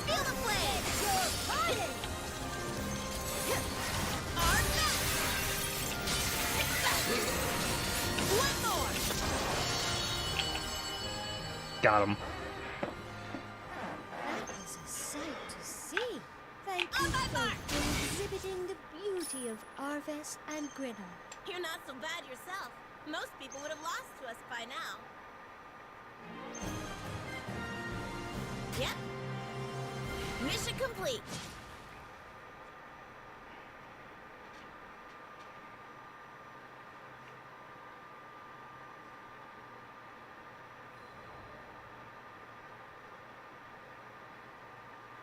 You better have a good reason for sneaking in here, little man. I didn't want you getting hurt. That's all. Oh. Why didn't you stay put like I told you to? I said this wasn't a game. There's no excuse for being a distraction on the battlefield. Every swordsman knows that, even rookies. Vaughn fell silent, realizing he couldn't argue back. He just stood there with his head hanging down. Crap. Was I too hard on him? But here's the thing about warfare. If you're all valor and no discretion, you're gonna end up in a coffin real fast. I messed up. I'm sorry. Vaughn looked so miserable. It was like watching a kid choke down bitter medicine. What can I say to soften the blow? You made a mistake, but your intentions were true. It takes courage to own up to one's error and apologize. Vasaraga gently clapped the boy on the shoulder with his rugged mitt. Vaughn quickly perked up after that. Vasaraga's like a giant teddy bear when it comes to kids. I can count on him to smooth things over when I get too preachy. No arguments there. Oh well. What's done is done. Me chewing you out isn't gonna change the past. Thanks, Vasaraga. I needed that save. Hold on, Zeta. Don't move. Oh, fuck. He reached up and applied a cool, damp salve onto my right cheek. Okay. Whew. I wasn't lying when I said I was worried about you. See? You did get injured. Hey, even the pros get banged up every now and then. It's not really an injury per se, more like a scratch. I'm amazed you even spotted it. Just so you know, this medicine was made from the ingredients you collected. The hospital director was really happy for your help. Sheesh. When was the last time someone coddled me this much over a tiny cut? I had to admit it felt nice. Thank you, Vaughn. I think we're about done here. Come on, Vaughn. I'll take you home. If I didn't know any better, I'd say Vaughn had taken a shine to the big guy. It wasn't hard to see why, given the way Vasaraga treated him with kid gloves and all. You have my thanks for giving me a taste of Arves and Grinoth. You both handled those weapons with skill and finesse. Damn right we did. You didn't even make us break a sweat. Is that so? I got the sense that this weapons nut wasn't actually invested in the fight itself. She just wanted an excuse to research Arves, and maybe to brag about her own collection. Or Kinda both. Funny how just talking about tools of destruction sends her into a frenzy. Then again, I get hyped about testing my combat skills, so who am I to judge? By the way, I think we deserve a bit of compensation for our troubles.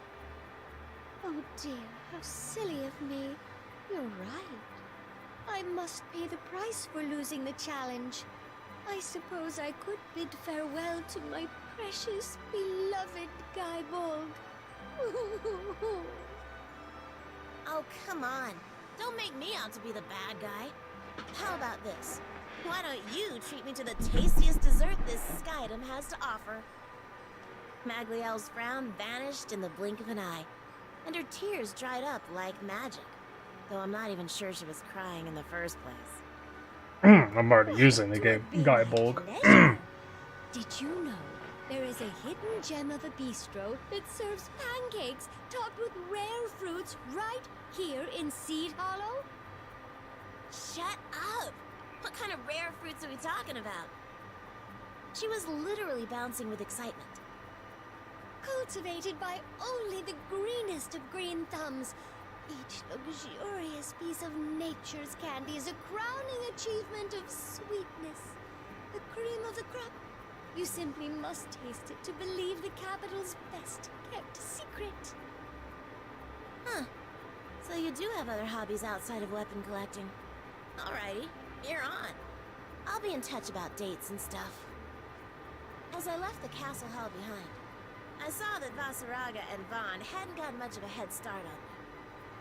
I ran to catch up to them, all the while wondering, does Vasaraga like pancakes? And as strange as it sounds, out of all the missions I'd wrapped up lately, I hadn't felt a greater sense of accomplishment than in that moment.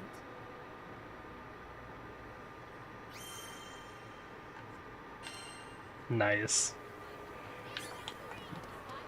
Magiel and Zeta seem to be two peas in a pod.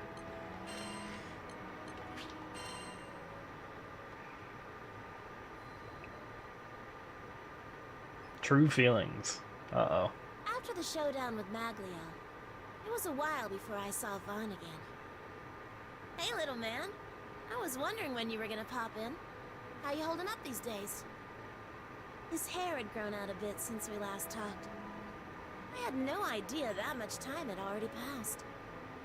He seemed downcast, as if he had something heavy on his mind. Maybe I could get him to open up about it. Is there something you want to get off your chest? Yeah, how should I put this? I like you, Zeta. He was trying to keep his embarrassment at bay, but the way he fumbled his words betrayed his emotions. Thanks. Is that all you wanted to tell me? No, there's more. I'm gonna get stronger.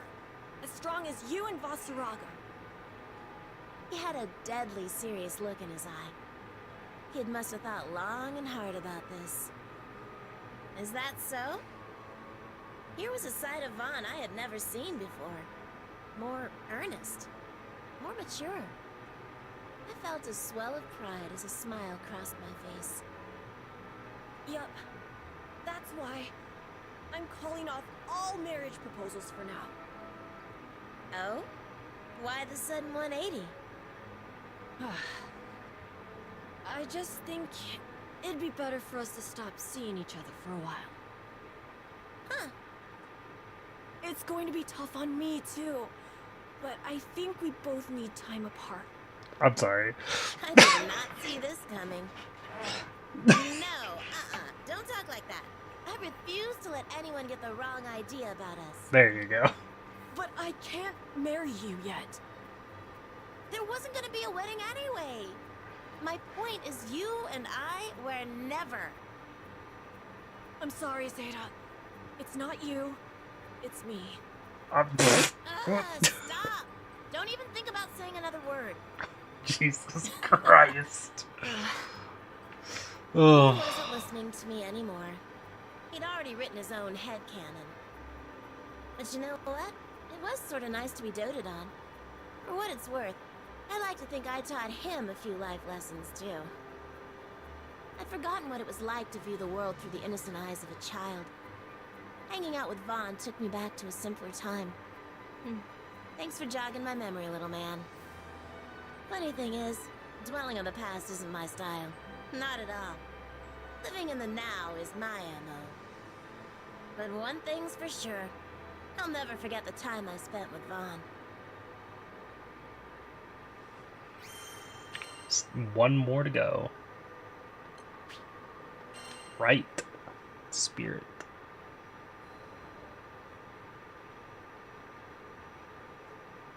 dear Zeta.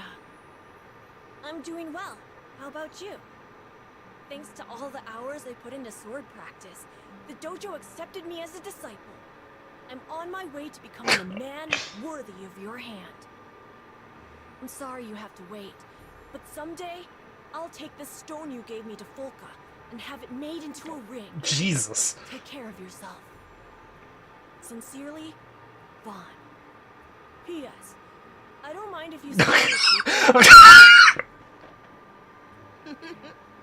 You cheeky little brat. You just keep doing your thing, Vaughn. It's funny how you don't miss someone until they're gone. Regardless, I was happy to hear that Vaughn was doing well for himself. It's okay to see other people, huh? That's a good one. It's such a nice day today. The breeze was subtle, and there wasn't a cloud in the sky.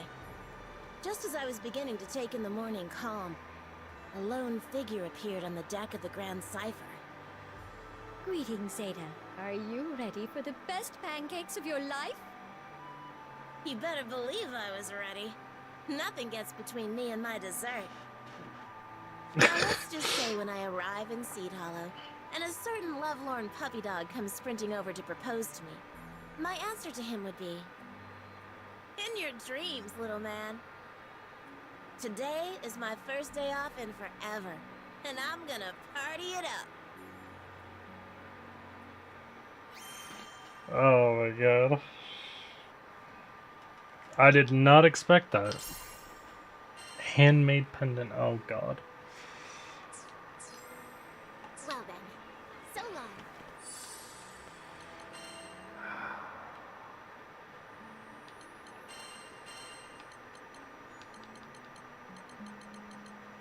Simple accessory gifted to Zeta by Young Boy. While it won't win any awards for its craftsmanship, it's clearly made with care.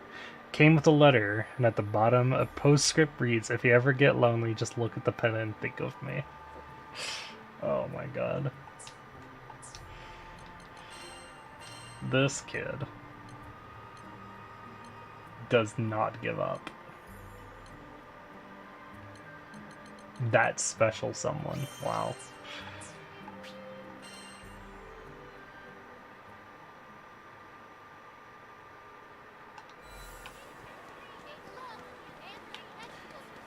I do have some munitions that I can use. All ears.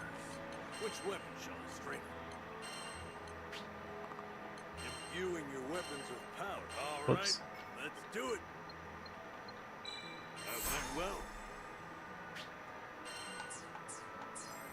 Thanks for coming.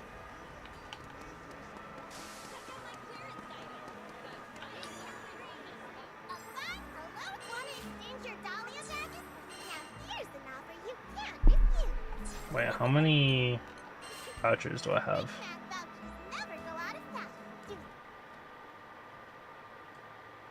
I have 48.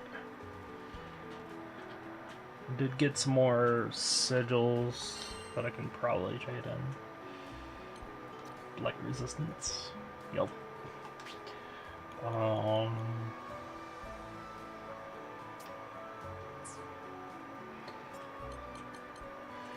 Honestly, I think anything of 3 and lower, even if it's plus, is just good to get rid of. At this point,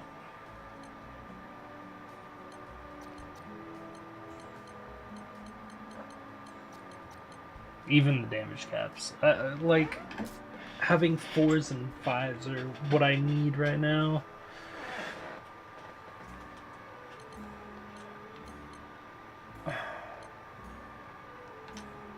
Oh, there we go. Oops.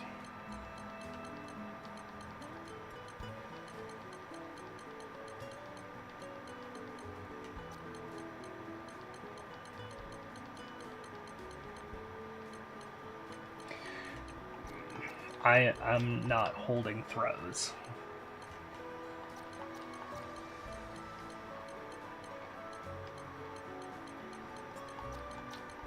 I do not see the point in throw.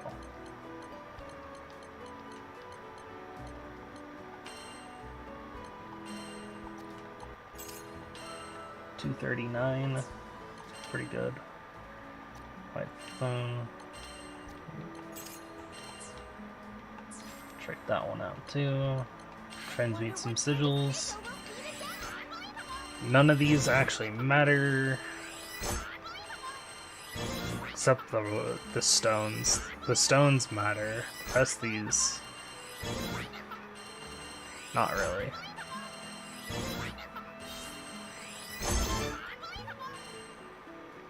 We get one trans marble. That's pretty good. Having a HP on provoke. Or provoke on HP. In my opinion, that is pretty good. However, I think that's going to be all for me today.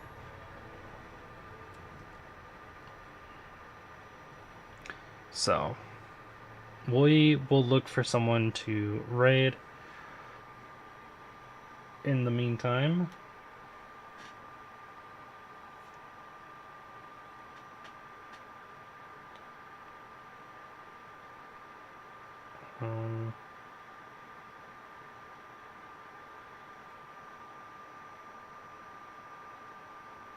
let's look for someone who's playing the same game as me.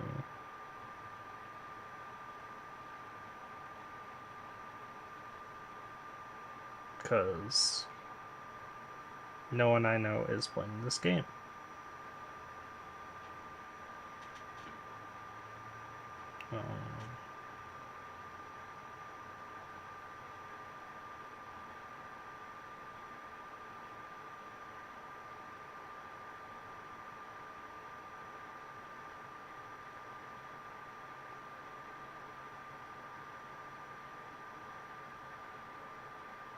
Hell, even someone I recognize would be nice.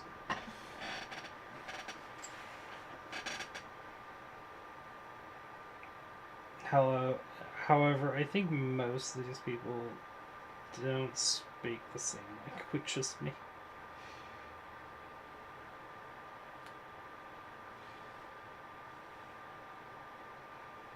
Which is unfortunate.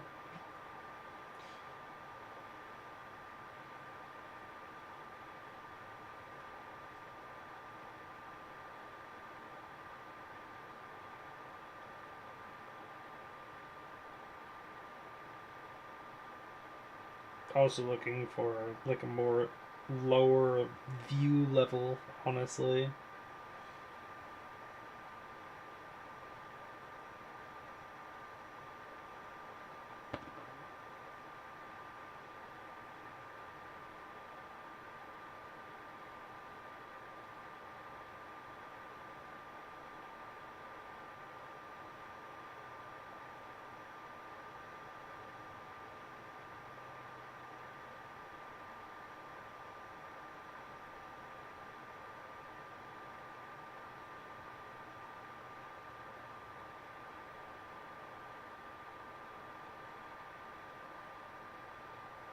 Because I think it'd be, like, really odd for me just,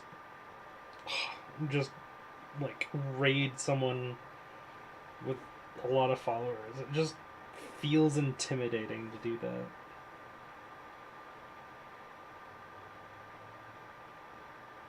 Or a lot of viewers, I should say.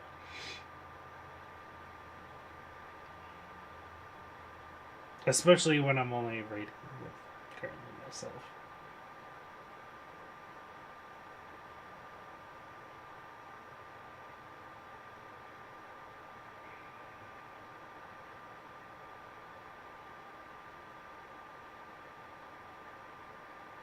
Yeah, it's a lot of people who don't speak the same language as me. So, wouldn't exactly be fair, in my opinion.